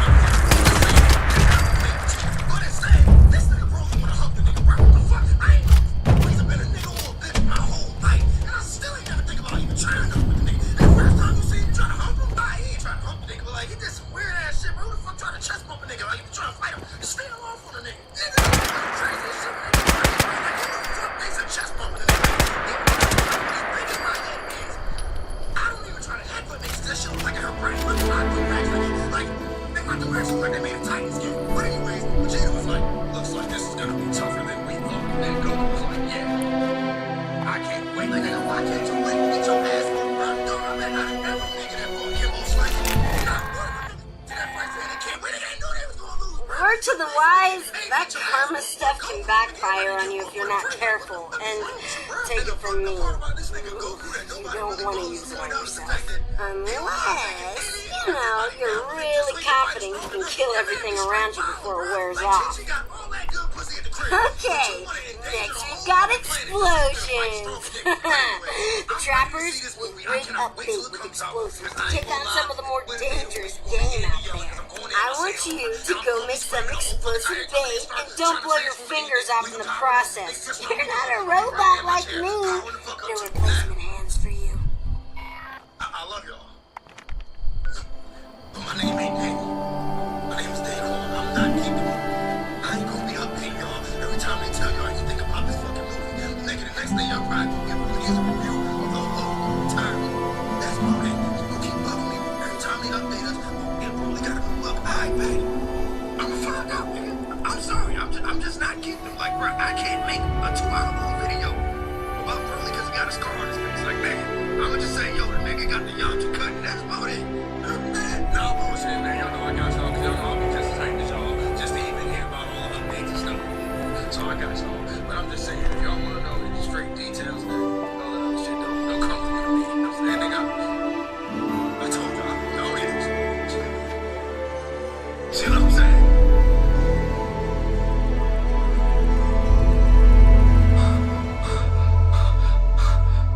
Holy fuck, they're up in Command Con in the States. I hope all my Dragon Ball fans are ready because y'all know damn well I'm gonna be there. May 4th through the 6th, they're having an all Dragon Ball convention in Dallas, Texas. It's going down. Dog, they gonna have all the voice actors there. Nigga, I get to meet Vegeta and tell me a real nigga. And I get to call Goku a bitch. Dog, I heard they supposed to have activities for kids and shit. Like they supposed to have a whole movement. And then they gonna put the 7 Dragon Balls in there. And you gotta find it. Look here.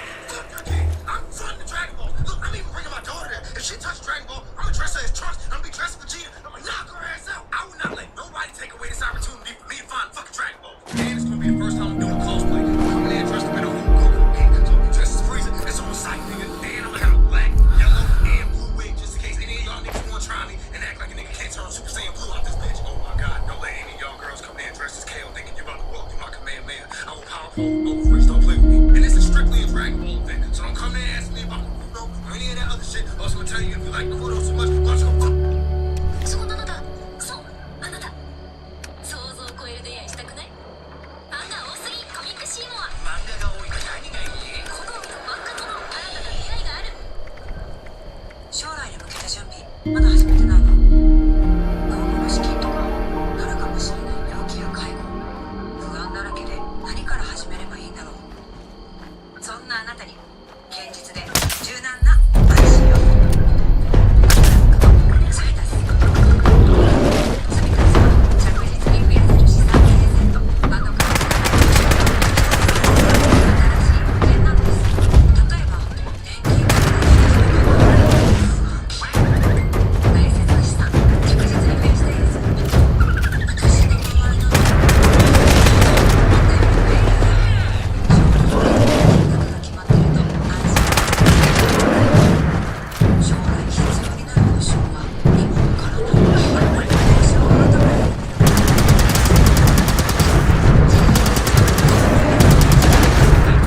当時の決まらないやり方こそいつかの柔軟に備えられる安心。次たちと一緒に動き出してみませんか？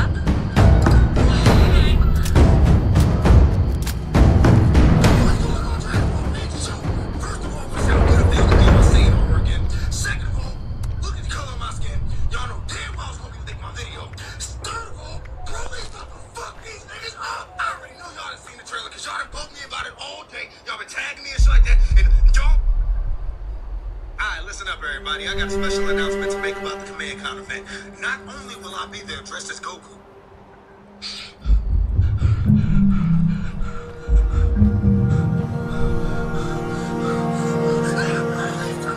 Fuck the intro. Fuck how I look cross-eyed. Nigga, Broly is coming back. Yes, you heard that correctly. Broly is coming back. Well, technically, since he's not canon, he's coming. No homo. I had to break the shirt off for this one. Shit is about to get real. We wanted this nigga in the series the whole time. But you ain't want to listen to us. You want to give us a bitch that can't stop PMSing and turn into legendary Super Saiyan and shit. But at least they can bring this nigga Broly back. Please don't have this nigga just saying, Kakarot, Kakarot. Like, nigga, give this nigga some context. Now, I see that y'all made some changes to him already. I seen the movie poster and I see the little Yamcha scar on.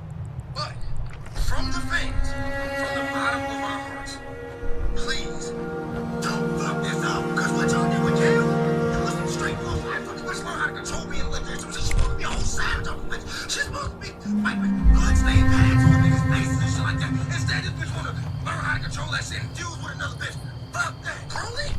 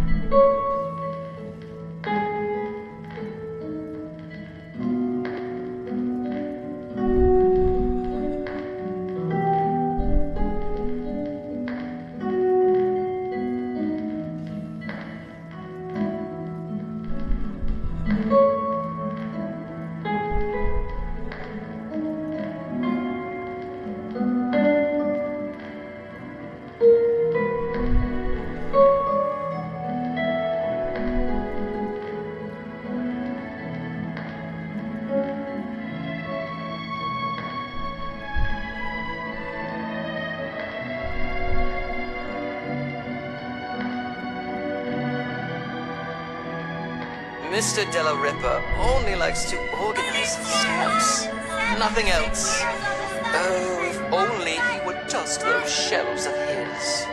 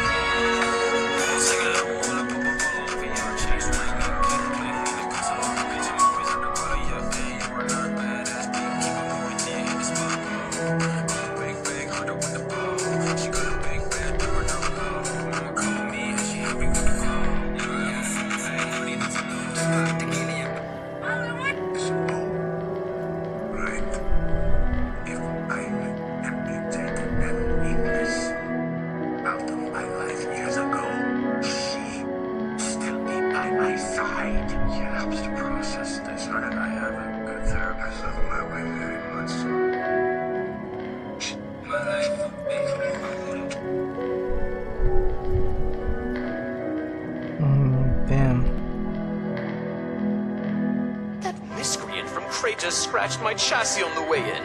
How rude!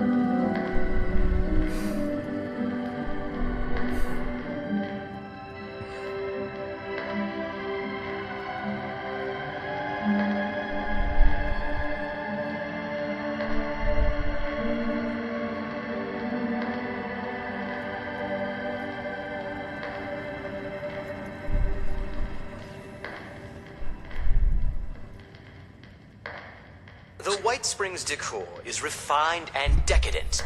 Don't listen to any naysayers. Miss Rucker spends all day planning, working. If only she spent part of her day cleaning up after herself. I remember my daughter's name. Damn, that's fucked up. Look, y'all. I be getting too much into these joints and I just be saying whatever. Trust me, I remember my daughter's name. Don't be trying to play me. My daughter's name is Isabella. Oh, so look, I can't remember her middle name. I ain't in the middle name. I ain't like her middle name. What the fuck y'all talking about? Anyways, bro, is the villain in the Dragon Ball Super movie that is coming out in December. And yes, I'm gonna have to watch it so I'm gonna have to watch it. And then have to read Today, it. I know that, you know what I'm saying? But security it's like, guest that's the only time I watch security it. is Until our Goku out, my head, you know what I'm saying? and Goku, Vegeta and shit. And then I can actually explain the police to his house going down now. And y'all bet I make this nigga sound like a whole bitch. You know what I'm saying? For real. Y'all need to give me for real, keep it 1,000 with y'all. You know what I'm saying? Like, man, me. You know what I'm saying? Pulling up on Goku. Thinking about, yo, where all the real niggas at? You know what I'm saying? Nah, but no bullshit. I could really play Broly. Like, I could be like,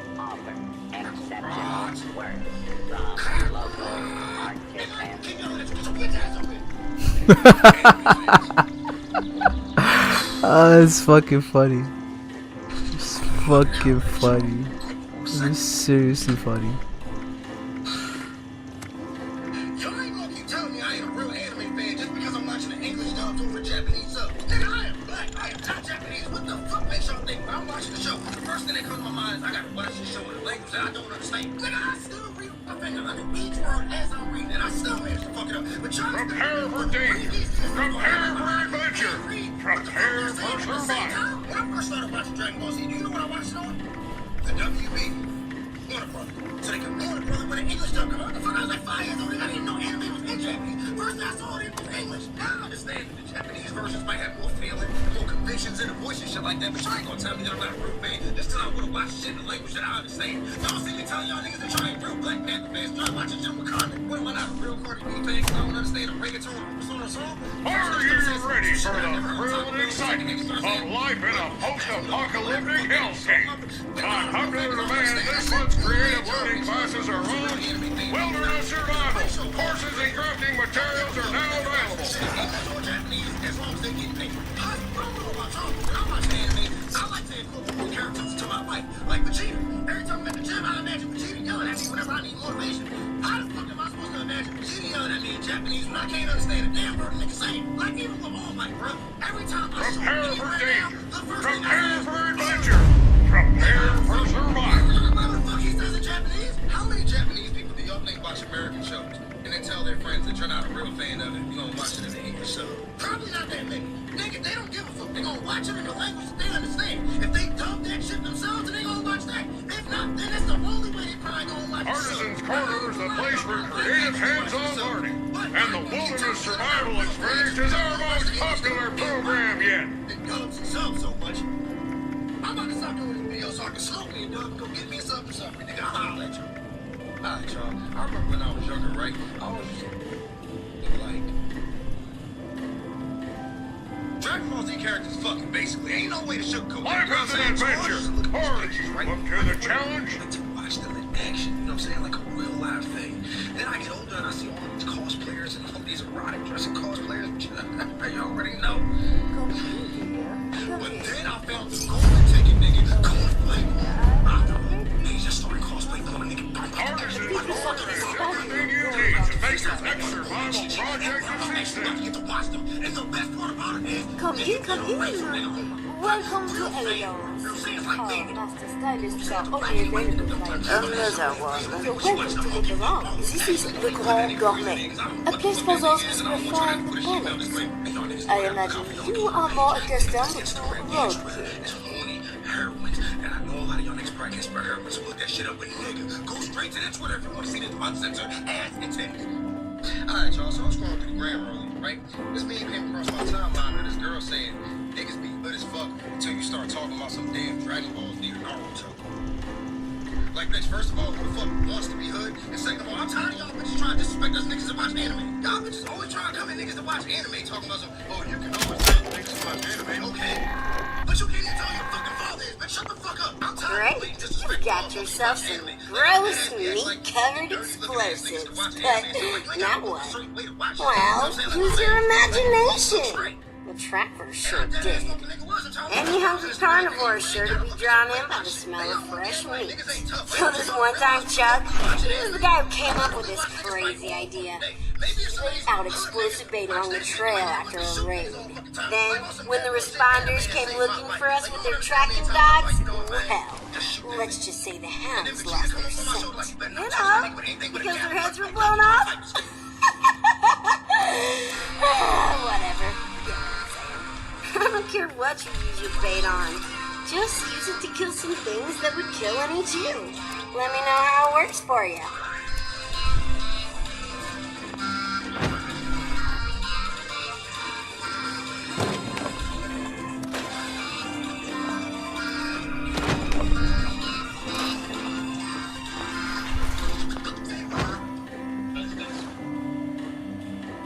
Alright, listen up, y'all. Well, today started off as a normal day for me, you know. I woke up, thinking about bands, hopped off a jet. So I checked when I landed, and I got no break. Literally and metaphorically speaking. And yes, these are very exclusive. Only me and Chris Brown have them. But you know when you can get yours? You can't, nigga. I literally just told you I gotta get from me to Chris Brown. What you talking about? Oh my God. Gucci go out the side and get so icy after this. Oh my God. Peep the drip, bro. Peep the drip, nigga. Am I using that in the right context? I ain't gonna front, I'm an overhead, so I really don't know what peep the drip means, but it sounds like some shit that I told my doctor when I thought I was first. Don't see the motherfucking diamond stains and all that bitch. I ain't gonna front, they ain't dancing too much. The choreography might be off right about now, but look, I ain't gonna be telling you they diamonds if I knew they rhinestones. Nigga, cop knew. I ain't gonna. This is my first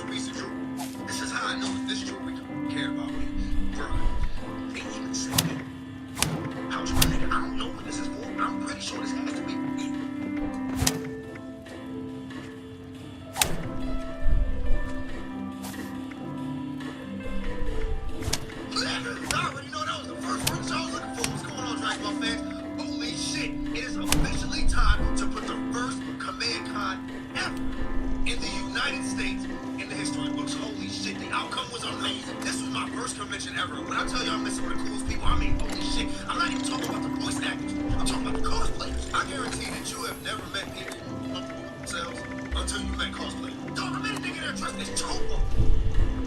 God of Destruction Topo. No problem, right? Except for the fact that the nigga was built exactly like the nigga too. And there was one of those niggas there. I'm trying to tell you, bro, my man had no shame whatsoever. But look, just a little bit of advice for me next time, bruh. Look, you gotta carry around one of the little dolls that the fat niggas be carrying around, bro. Cause look, we taking a picture and like, my elbow grazed the titty and slid, nigga, like, you know what I'm saying? Nigga, I ain't know if you were sweating or lactating, bro. What the fuck? Nah, but for real. Man, I loved all the cosplaying that I saw there. I got to see so many creative, extraordinary costumes that I know people took a lot of time on, bro. I saw Western Goku, Future Trunks, Fuse Zamasu, Goku Black. I got to even see a girl dressed as Raditz. But she got mad at me because they asked her was she Yajirobe because she was built like, I mean, like, I can understand her frustration and all. You don't see me get mad when niggas come to me asking me am I related to James Evans. Like, you know what the fuck you look like. But anyways, I get home and after seeing all this, I want to tell my friends about this shit. So I go over there to my nigga crib. I start telling them and showing them the pictures. This nigga said, might be a picture, but better here than what you real old those virgins.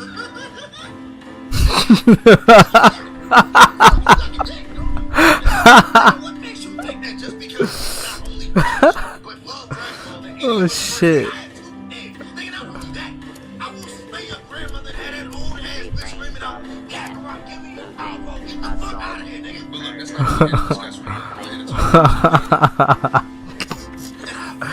Jesus, stop. Oh, it's fucking funny. But I had a reason on the night. His line was, shit, bro, just imagine if I stood in line for 2 hours to call a nigga a bitch, man. Goku ain't really, he ain't really good. He just be acting like, and like, like, I love my fans, but like, that was making me kind of mad, because there was so many people there looking forward to me doing that. And I didn't expect y'all to really expect me to do that. Like, right, there gotta be certain shit that y'all take from my video. And like, yo, that gotta be fake. Nigga, Lee calling Goku a bitch. It's fucking fake, nigga. I ain't even get to meet him because his lines were so long. But I'm pretty sure if I did, I don't think he really would have taken it too kindly about it. What one to say, hey, my man, you a bitch. But one thing I did do is meet Chris Saban and tell him that he a real nigga. And like the crazy thing is, he really is though. Like not a nigga, but like a real nigga. A real, like I don't even, bro, I'm so black, I dead ass don't even. He's a very nice, kind, genuine person. It sounds so much bigger than real nigga. Look, man, the nigga is real, bro. Anyways, there was a whole bunch of the voice actors there, bro. I'm trying to tell you, every single one of them was cool as shit. Josh Martin and Chris Ranger, oh, they were funny as shit, bro. They do the voices for Majin Buu and Hercules. And I tell you, to see them interact in person, it's like exciting, bro. Chris was like, hey, boo. Why don't you try some lettuce? And then Josh was like, "Boo, I'm candy!" Like, nigga, what? Don't you gotta think about it, bro. I've heard these dudes' voices my whole life. And now I'm literally watching them do the voices in front of me. Oh, shit. Before I forget about it, let me tell y'all real quick, because this shit had me in tears, my nigga. Alright, look. So I'm upstairs on the second floor, and I'm chilling with one of my fans, named Josh. I'm chilling with him, and I look at this line of people just sitting down on the floor between an empty panel. And I'm trying to figure out what's going on over there. So I asked him, I was like, what's supposed to be there? He said, oh, yeah, that's the line for the Japanese voice actor, Vegeta.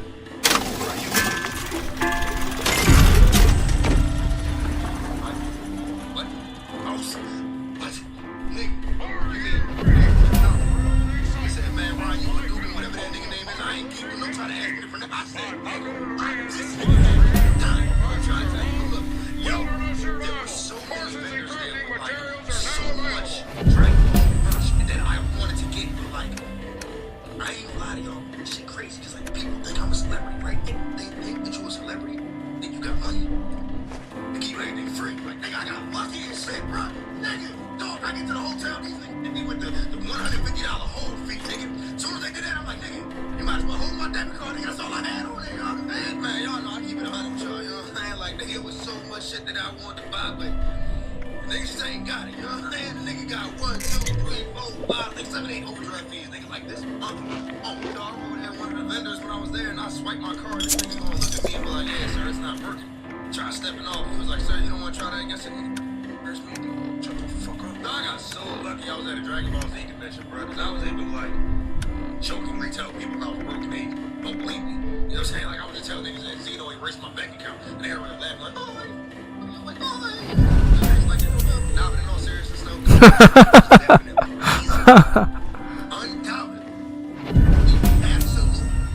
Fucking funny. Meeting famous YouTubers like Madstar Media, Unreal Gaming, and realizing that he sounds exactly like his videos, so it's funny as shit to hear him talk about anything, because it just sounds like one of his videos. Real Dream Chasers, to the voice actors of the show, then to meeting all of my fans in person. Holy shit! Now I would post clips from my panel, but I feel like that was one of those things that you had to be there to experience it. You know what I'm saying? And maybe y'all will come to my next panel, wherever that's gonna be at. You know what I'm saying? And experience it. But here's a clip from it. Alright, so we're here, right? Our panel. Look at that. And look who's showing up. Everybody!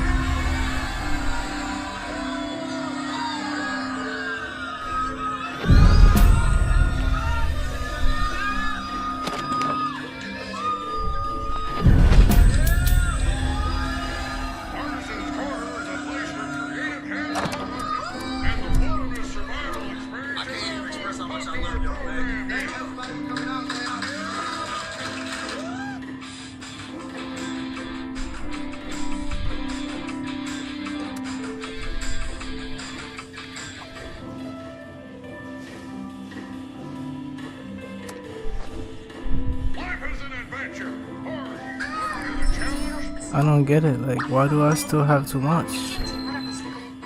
That's fucking weird. Why do I have to watch?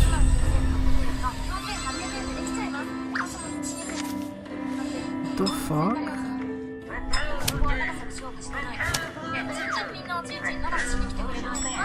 That don't make no fucking sense.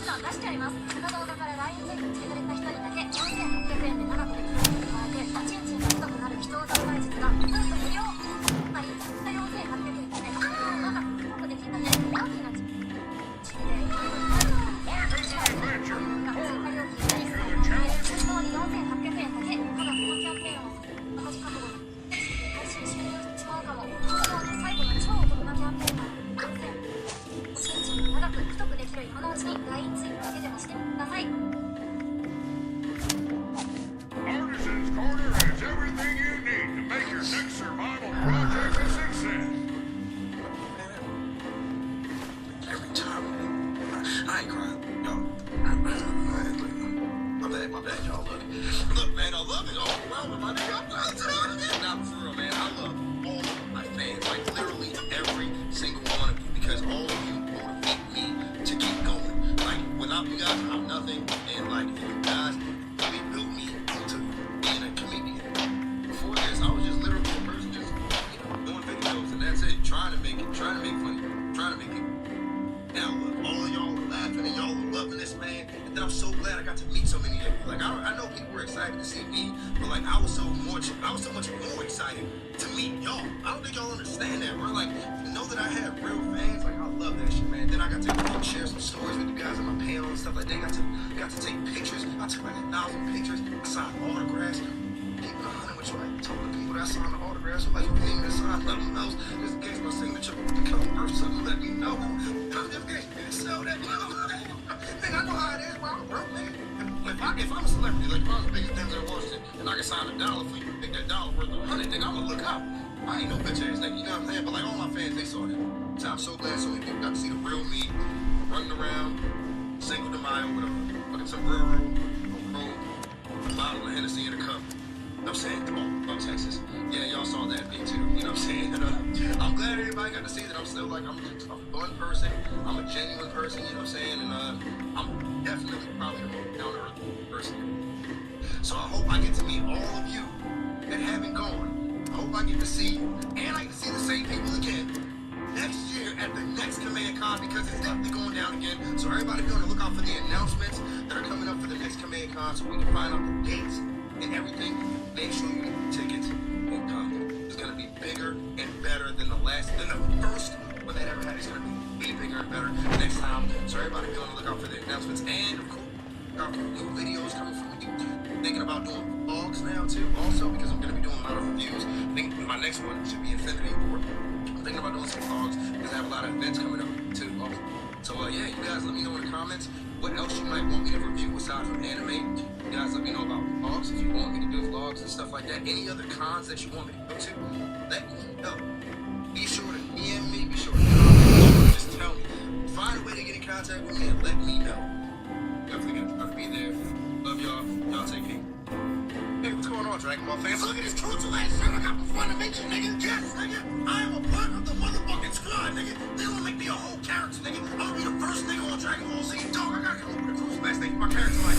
Yeah, I think I need that. Something like that, you know what I'm saying? Because you know when they use the black people in Dragon Ball Z, they couldn't just say the name Goku. Black people, black nigga like me, what the fuck? How the fuck y'all gonna give a white nigga the name black? Hey, I don't know damn why I'm black. Regardless, I got to go to Funimation fucking studio, dude. And guess who I got to meet?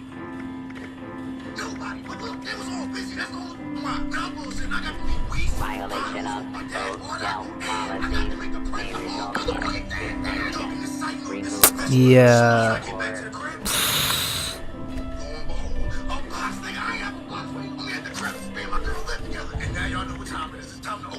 So one more and first aid. So yeah, one more and first aid I need to do. Yeah, one more and first aid.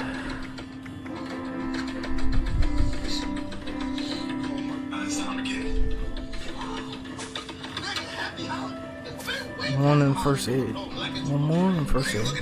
1, 2. I need 6 more level ups.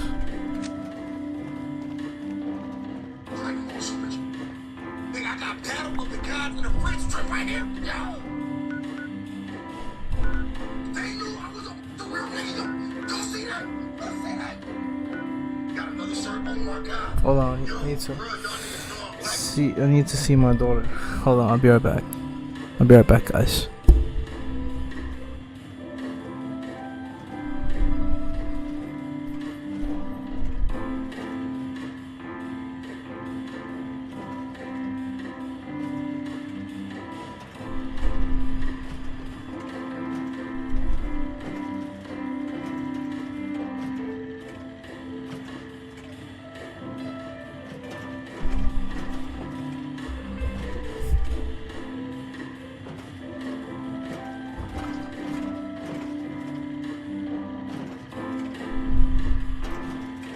Please do not interfere with resort security patrols.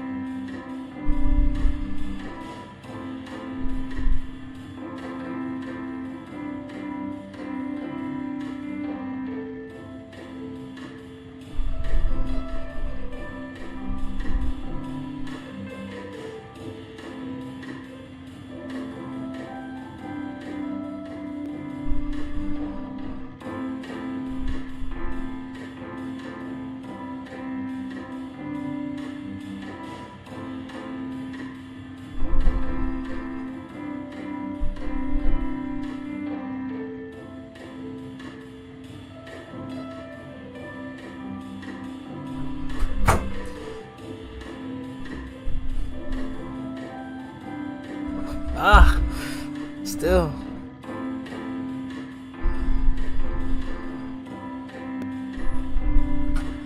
Maybe. Okay. Ooh, so let's do this. I need to stop buying shit, man. Fuck. Seriously, need to stop buying things. So I ain't gonna wear that type of color, but I got y'all because I love this motherfucking show. Yo, I ain't gonna front. I hope this is real gold. And I'm sorry to all the people at Funimation, but y'all know damn well I got such a money back. Y'all just put on right now. Look, man, I want to send a special shout out to everybody at Funimation. Thank you for the gift package. Thank you for inviting me to the game show. And thank you for flying me out to Texas. And most of all, thank you.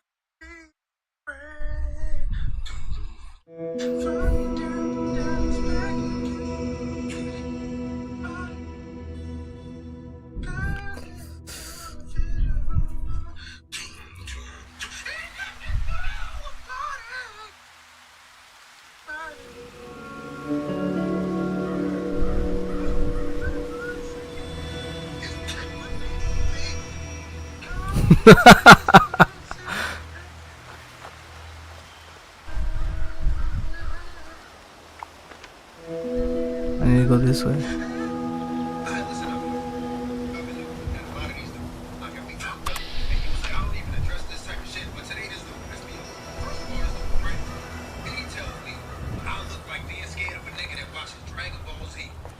Niggas don't watch that cartoon. First of all, I'm not trying to be a real nigga. I'm trying to be a Super Saiyan, so let's go ahead and nip that in the bud real quick. Second of all, what you mean what you got to be scared of? Nigga, you ever got hit with a command man wave? Fuck, I look like being scared of you. I'm a part of the people.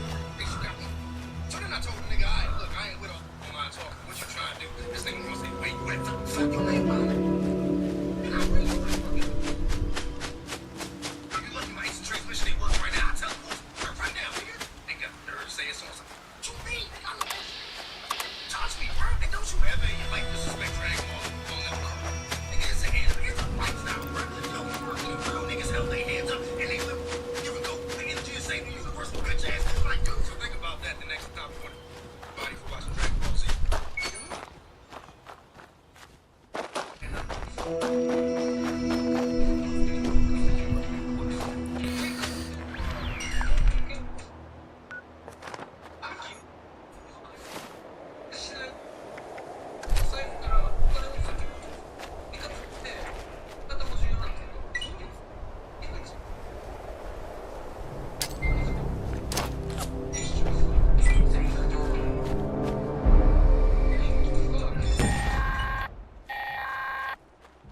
Let's hear it for brutal efficiency! Yeah! I guess the trappers didn't mind picking shrapnel out of their quarries. As cruel as the trappers were, the diehards were the exact opposite. Don't let their name fool you. We called them that because their stubborn asses refused to give up their dignity, couldn't bear to commit unprovoked violence. I don't know much about their special tactics. Did they have any? I don't know. Go find a death claw and make friends with it or something.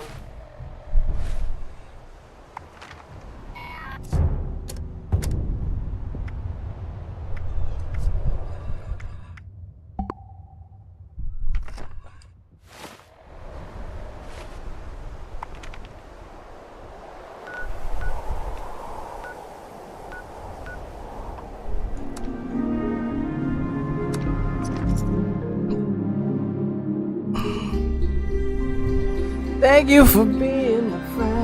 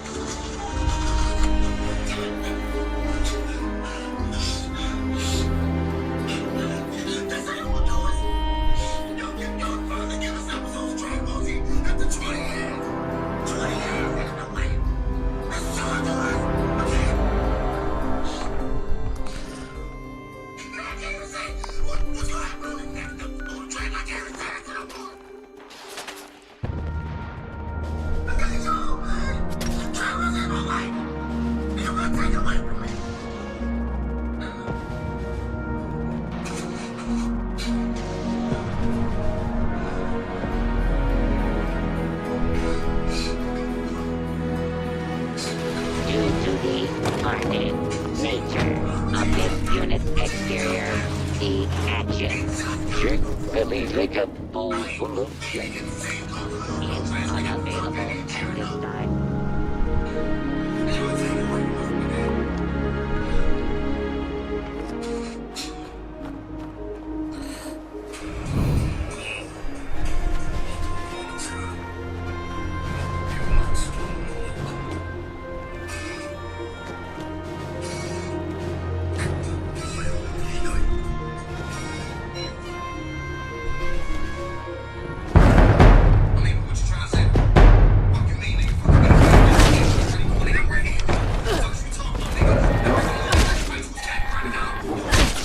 Whoa! Hey, hold on! I didn't think you'd actually do it.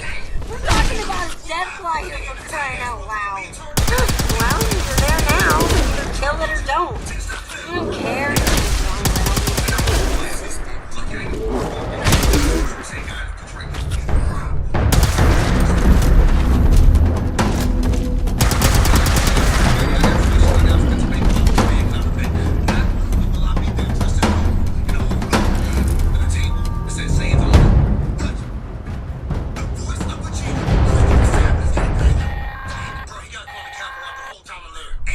Hey, good on you for killing one of the nastiest creatures out there.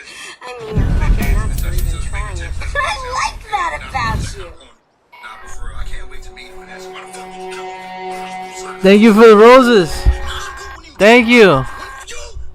It's probably a good time. I appreciate that. Not everyone can be your friend now. Alright, Deathclaw hands, meat, nah. Moving on. The Blackwater Bandits were known for being sneaky thieves. Let me tell you, they once hit a Brotherhood of Steel camp. Insane, right? They snuck right past the guards and stole guns, ammo, mini nukes, you name it.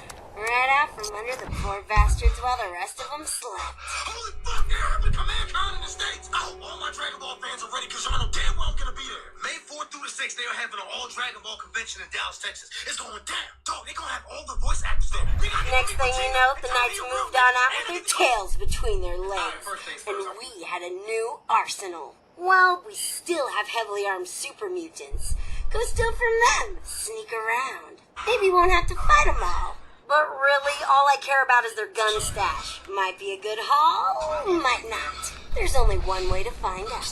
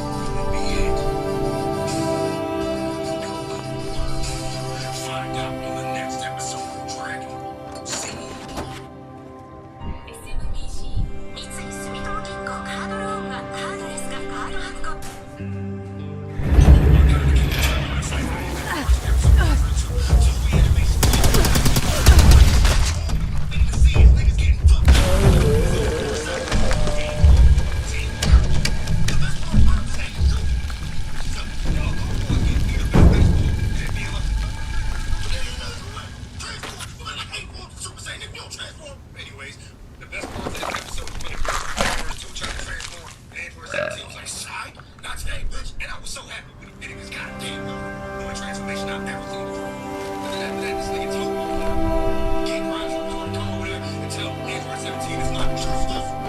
Trying to interrupt bitches when they transform. Like your goddamn business, fucking coke boy, still off for your bitch ass nigga fucking talking. I gotta stop taking it so serious. But nah, like for real, this episode really did show us that nobody's fucking with you. Ooh, what you find? Miss Launcher? Bet you got some real damage with that. Whatever you picked up, keep it. Hoover. Okay, this one's a little disgusting, but it's ruthless, so I like it. Ooh, my stomach turns just thinking about this. I don't know who's gonna be the person to stop him.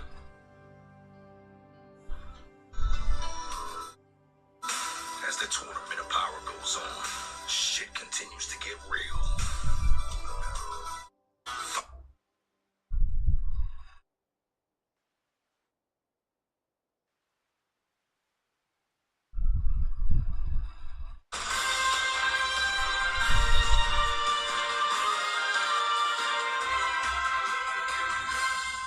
Good evening, everyone. Dave Cornwellshire here, reporting to you live from What the Fuck Is This Bitch Talking About Network. And today we're here with Janice Dickinson, and we're going to find out what the fuck is this bitch talking about. Janice? Then again, I haven't been hungry in a while, so who knows how desperate I'll be when I am and there's no more food to eat. Kinda like the gourmands. We called them that instead of what they really were. Cannibals. I'm not gonna make you eat anyone, but let's go through the exercise anyway. I saw a roaming pack of feral ghouls I want you to hunt down. They're always good for target practice anyway. I'm not saying the gourmands had the right idea. Ugh. But no one can claim they want hungry eating human or ex-human flesh. Just use a toothpick or something before you come back to visit. I don't want to catch a whiff of rotting ghoul flesh on your breath.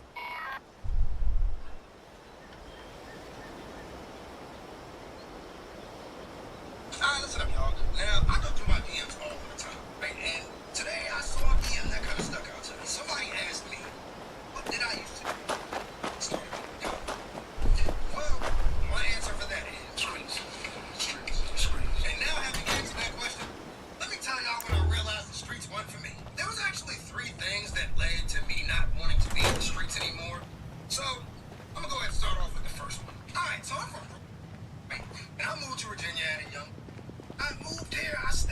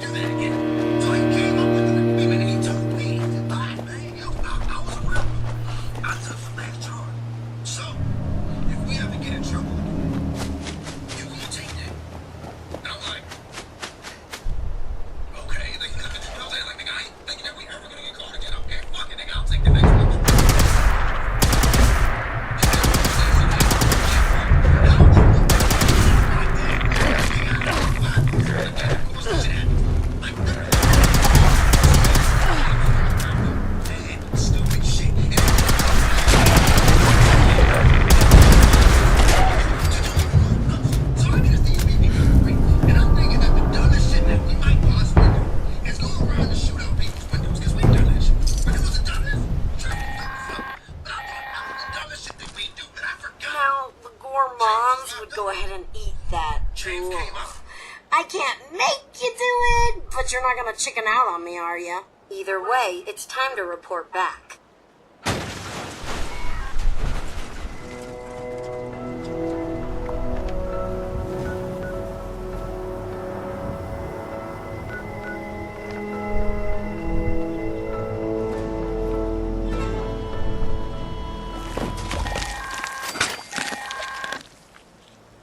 Ugh, gross.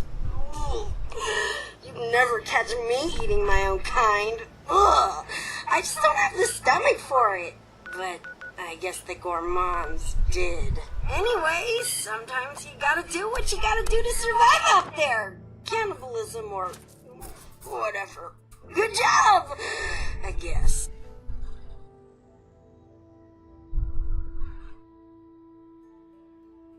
Hey, realer nigga. And you know what that meant? That we had to do realer shit. James thought of another way that we needed to use these BB guns, and his way was for us to get money. Yep, y'all already know where that went. We had to rob somebody. But see, with James, he thought that robbing somebody would be just a little bit too easy for us, and that's not real. So he said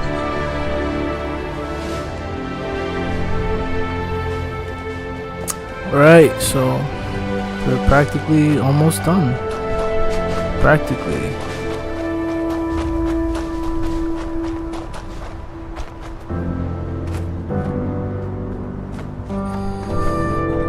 Let's see what we're gonna get.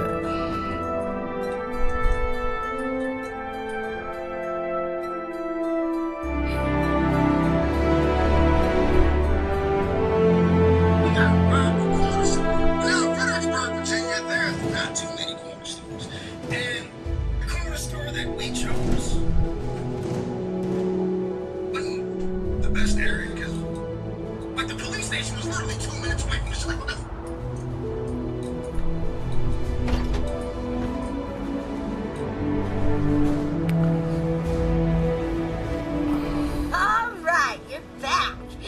Just when I was starting to get bored, too. Hope you managed to repair that old holotape. Why would David block access to some of your memory banks?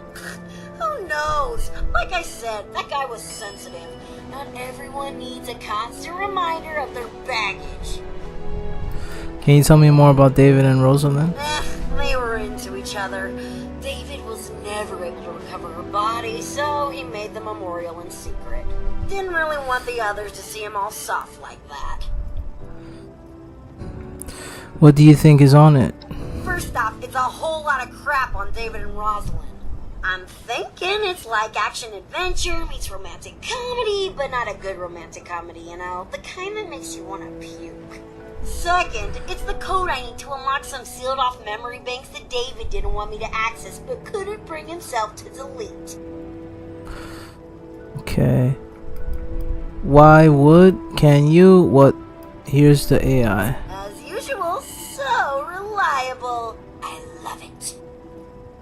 I gotta admit, I got some pretty mixed feelings on tapping into all these blocked files. On one hand, I'm sure David had his reasons for cutting me off.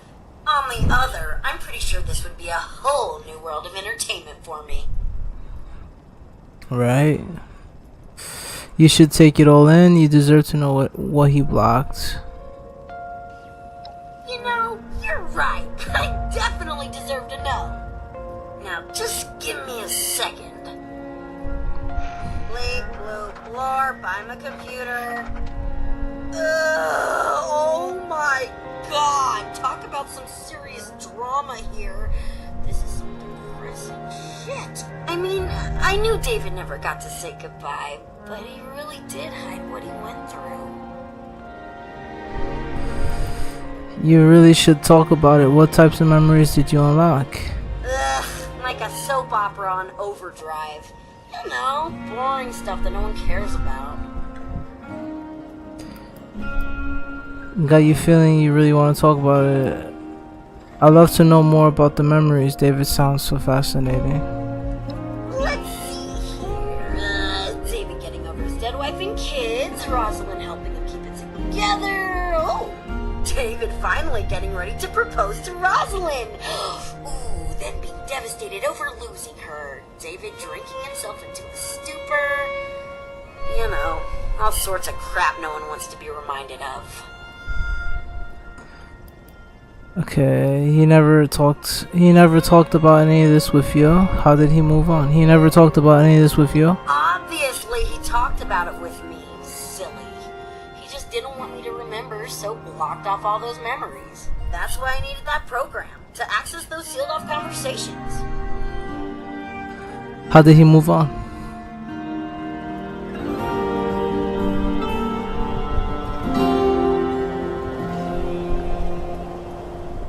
I'll take those for safekeeping. There's just one more little thing. David, he had a mistress named Rosalind. She wound up doing something stupid out of love for the man. Tried to lead a raid on Charleston on Christmas Eve so she could bring him back something nice.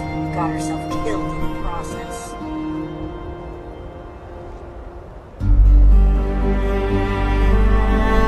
Now, in order to create the cash master key,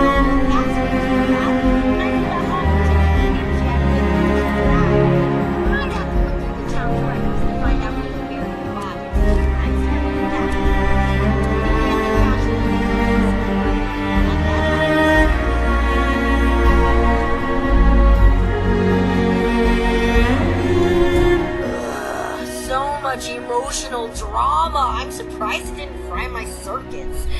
David really went through crazy lows. Now in order to secure from the passes you got, I need to tell she had with her. Now in order to create the cash master key from those passes you got, I need the holotape program she had with her. When she died, you might have to look through those town's records to find out where they buried her body.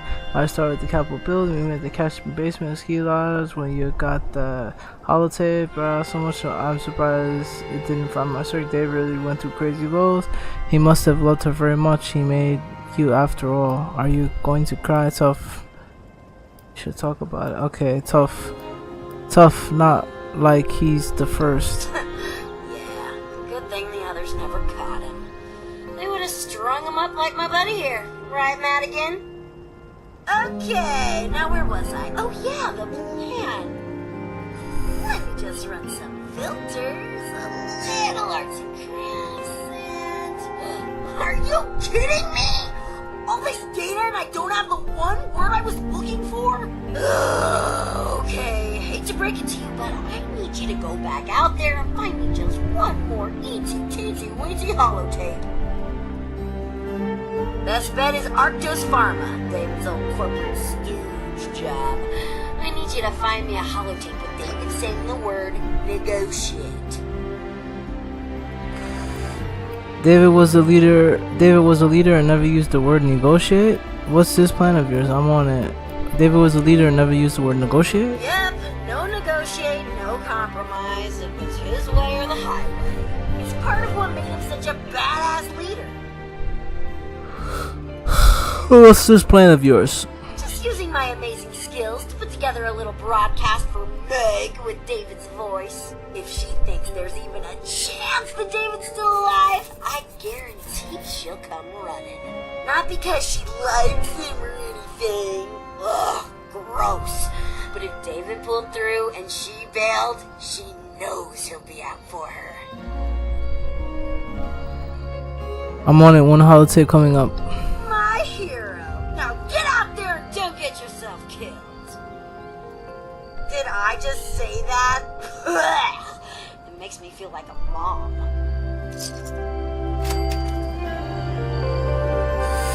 Come on, I got something, right? Nothing? Ah, you're back. Why are you looking at me like you want something? Your reward is the knowledge you've gained from me. Congratulations! Hell, whatever. You can have some more stuff I got laying around too. Hold on, I'll be right back. Black diamonds. Black diamonds.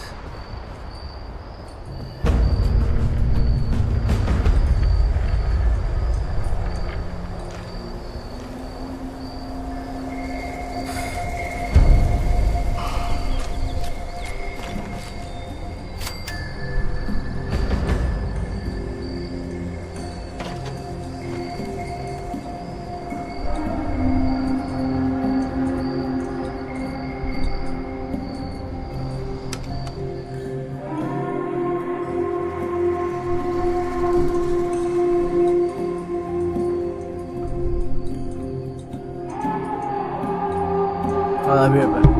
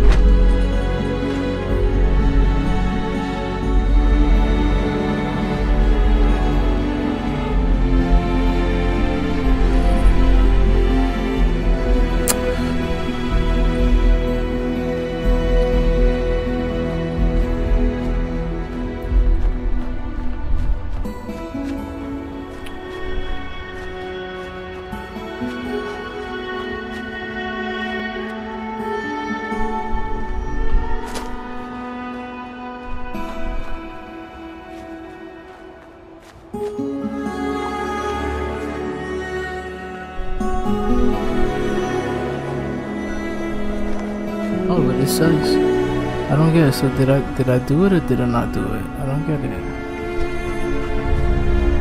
That's weird.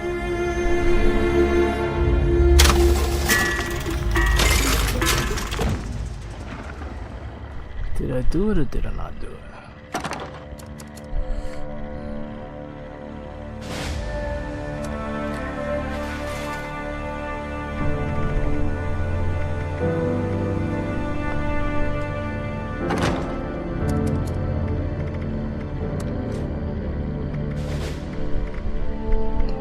That doesn't make sense.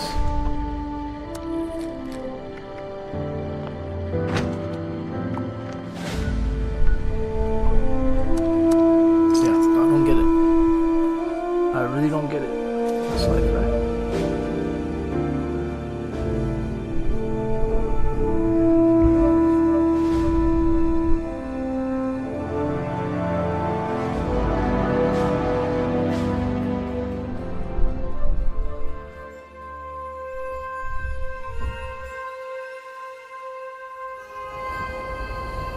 Where's my fucking phone?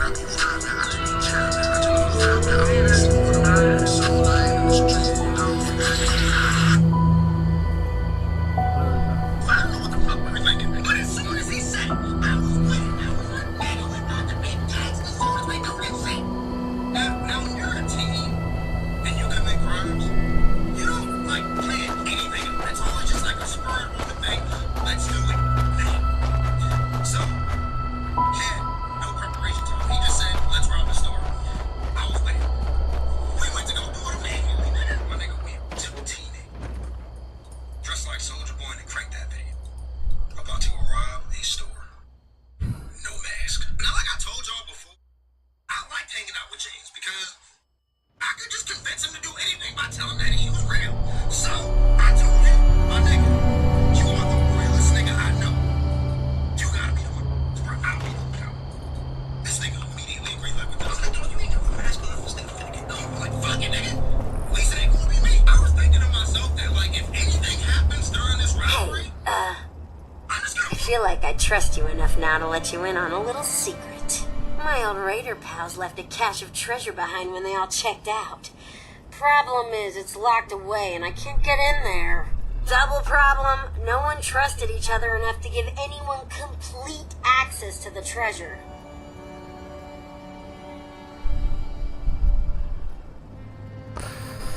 What's in this for me? It sounds like you're playing me. Is this a treasure of Appalachia? How does that work? Anyone that had the key will not let the others. What's in this for me? You just have to do a few teensy tiny, well, a lot of things really. Then we'll have ourselves access to all that wonderful treasure. I'll probably even give you a fair share of the loot. Promise. Sounds like you're playing me. Is this a treasure of Appalachia?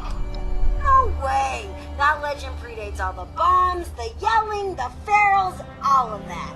This treasure belonged to the gangs, all of them. I don't actually know what's in it, cause I never seen it. But it's gotta be good, right? Raider loot up the wazoo! Alright, so come on. How does that work? Anyone that... It sounds like you're playing me. Oh, wow! The Raider robot is lying and being dishonest. You should just write that up in picket fences and get it published. Listen, didn't I deliver last time with karma, exploding bait, and all of that?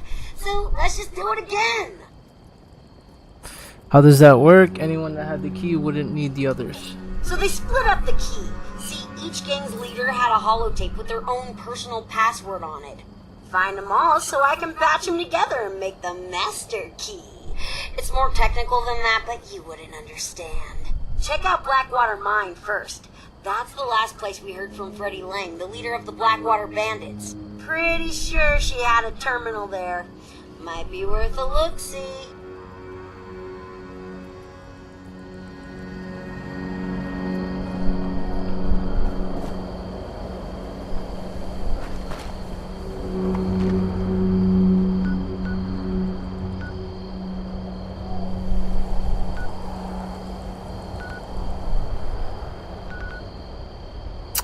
Yeah, I'll probably do that shit later, cause this is the one I wanna do. I wanna do this shit now.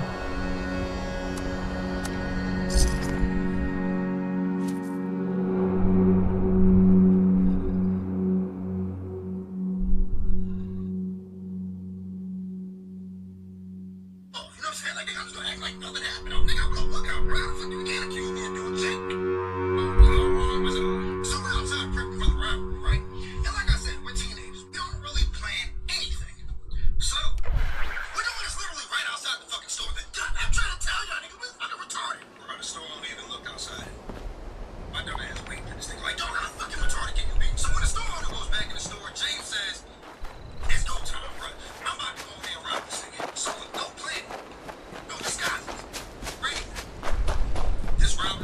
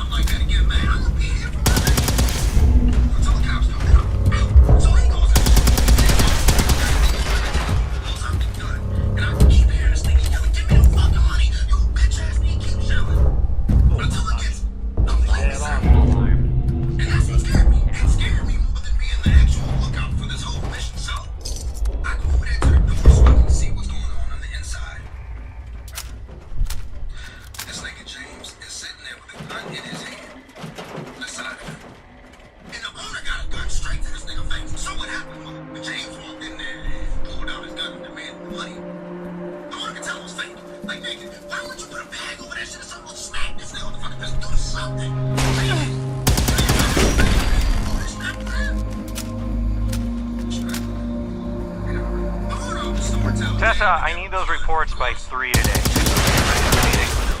Nervous as hell, but ready as I'll ever be. I'll be nervous. If I didn't think you could do it, you wouldn't be going. That's oddly reassuring, coming from you. Take it as a compliment. You've got the business sense and legal background to have my job if you wanted it. I'd even venture to guess you're recording this very conversation.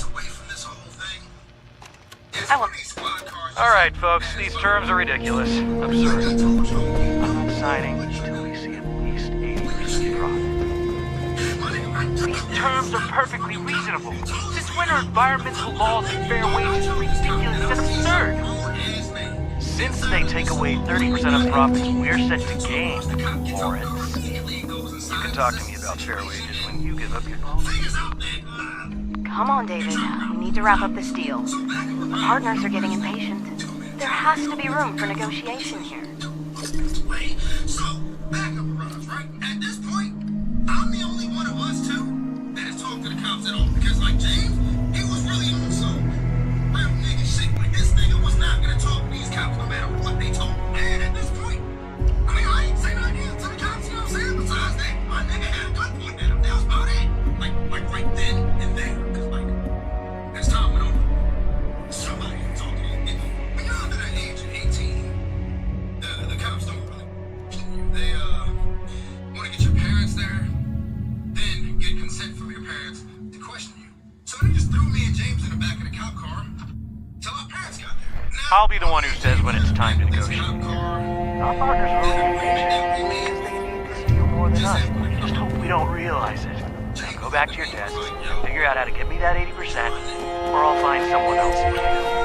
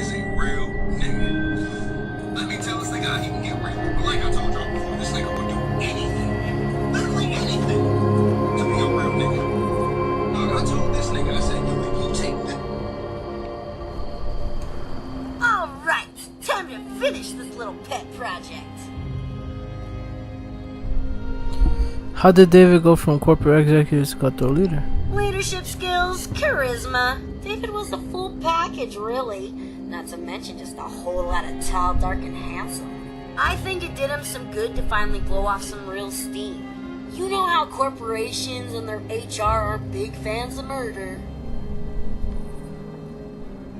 Here's the holotape. Ooh, I gotta admit, I don't have many files on David and Rosalind talking about their pre-Raider days, so this will be pretty interesting. I'll just give it a quick listen. Yep, sounds like David alright. Ruthless even then. Getting back to business, a little slice and dice, some audio love, and voila!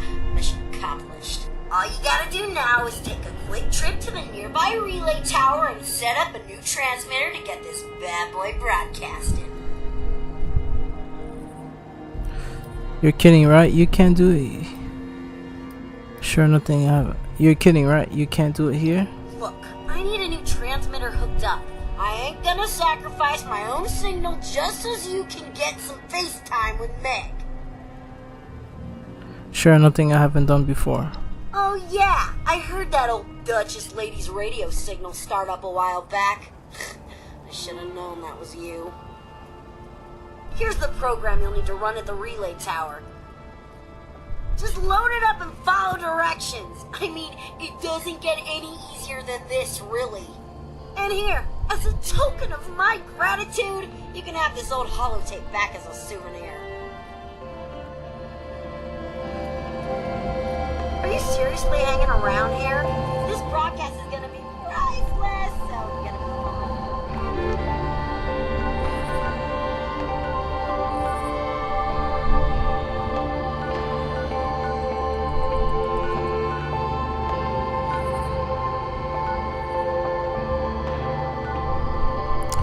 I haven't been there before. Fuck.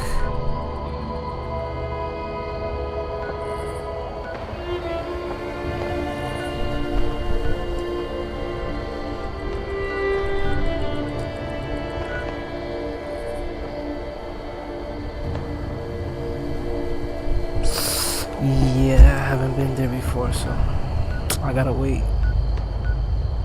I gotta fucking wait. That sucks. Seriously, that sucks.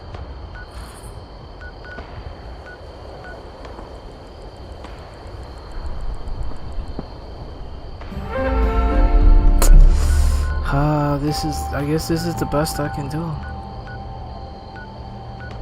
Here.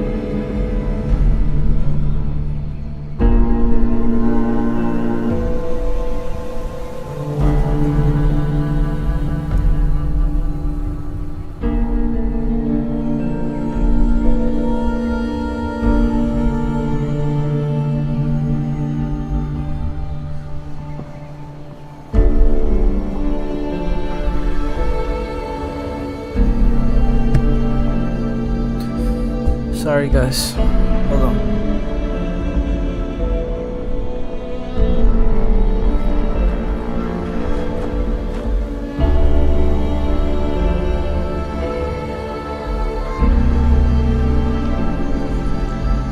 Does this still have?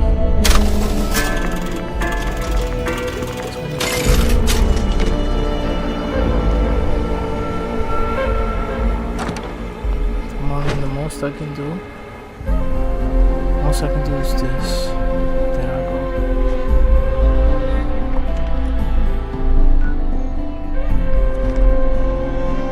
I should make it so. I don't want to see her face. So annoying.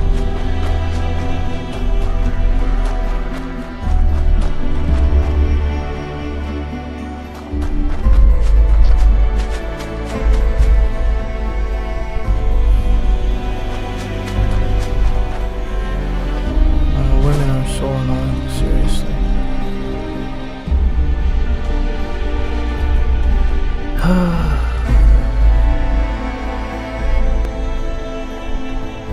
Really annoying.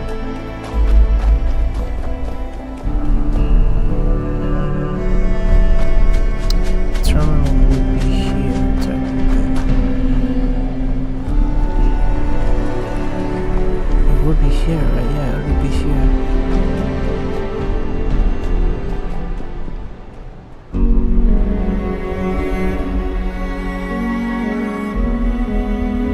Oh shit.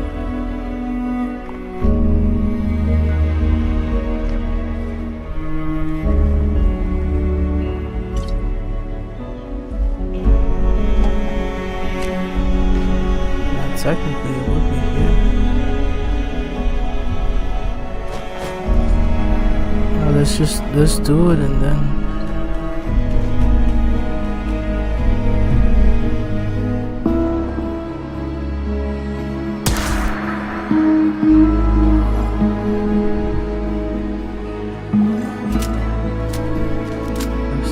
we get off.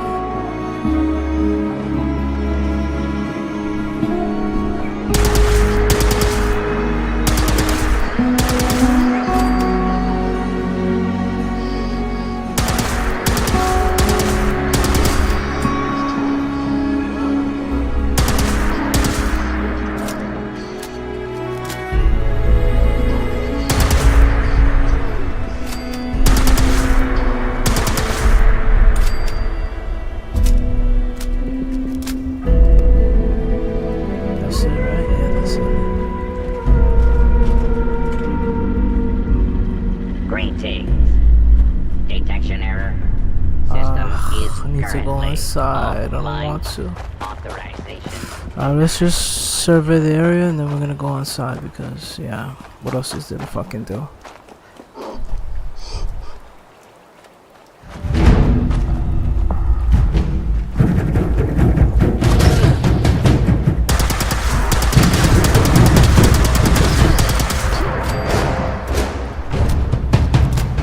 That's pretty strong. Oh, fuck.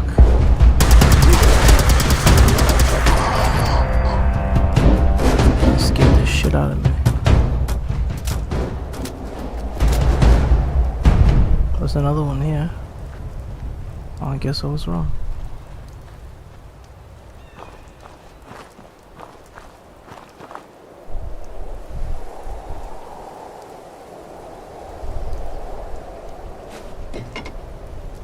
As much as I want to, I don't want to, you know?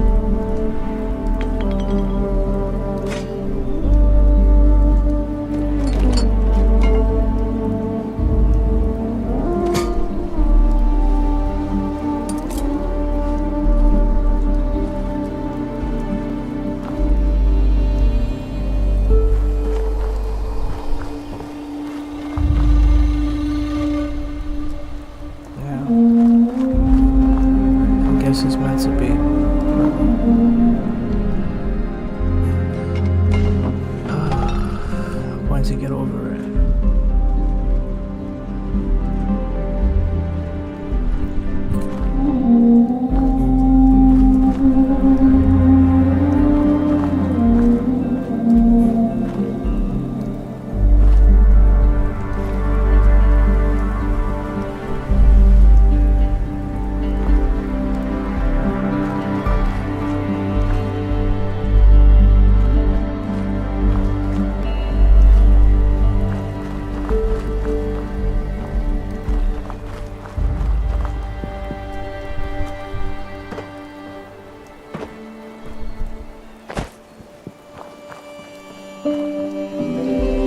do this and then we'll go. And then get off. I did this. Yeah, I did that also already. So this way.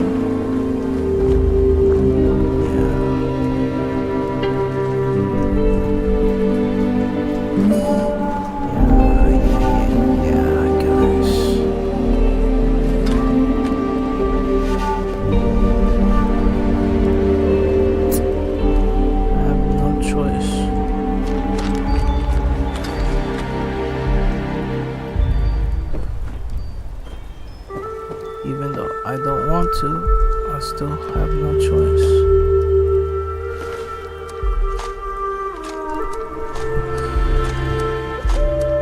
It's life. It's fun.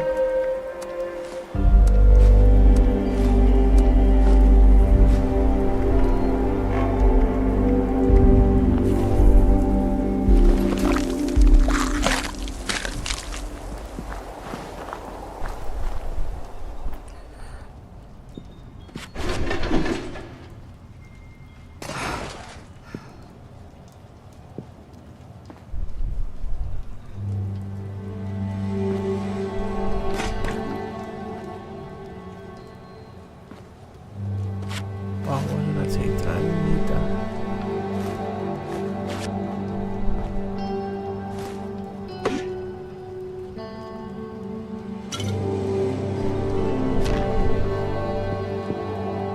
Dang it, I don't need none of that shit.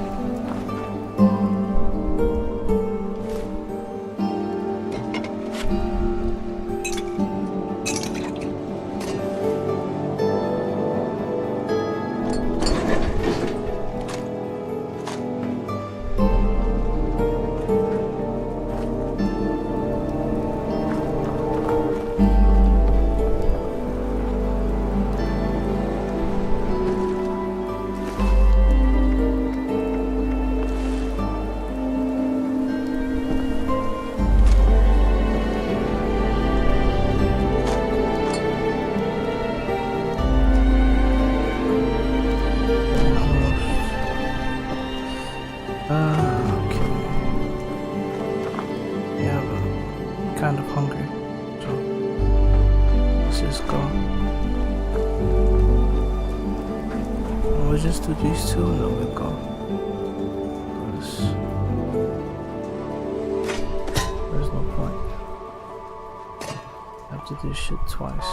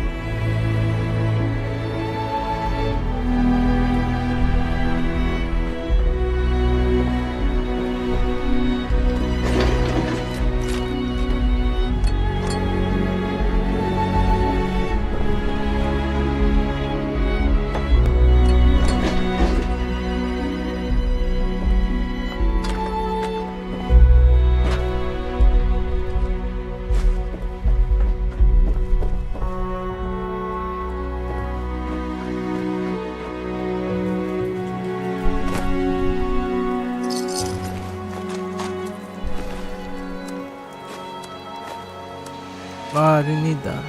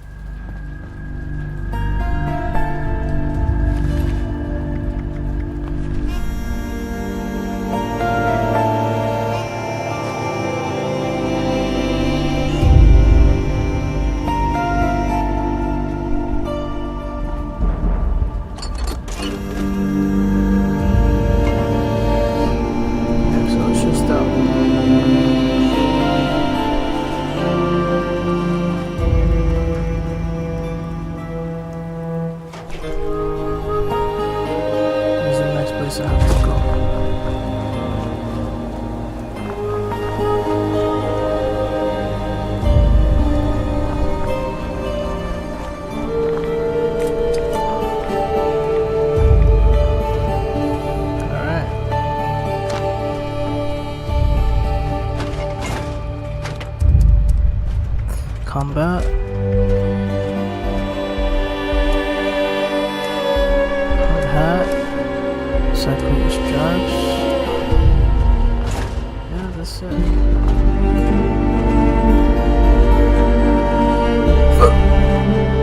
Check my child, make sure she's not doing stupid things.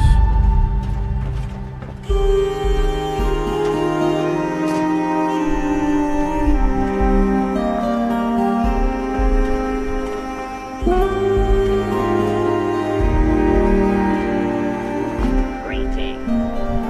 Detection error. System is currently offline. Authorization denied until ventilation. Guys,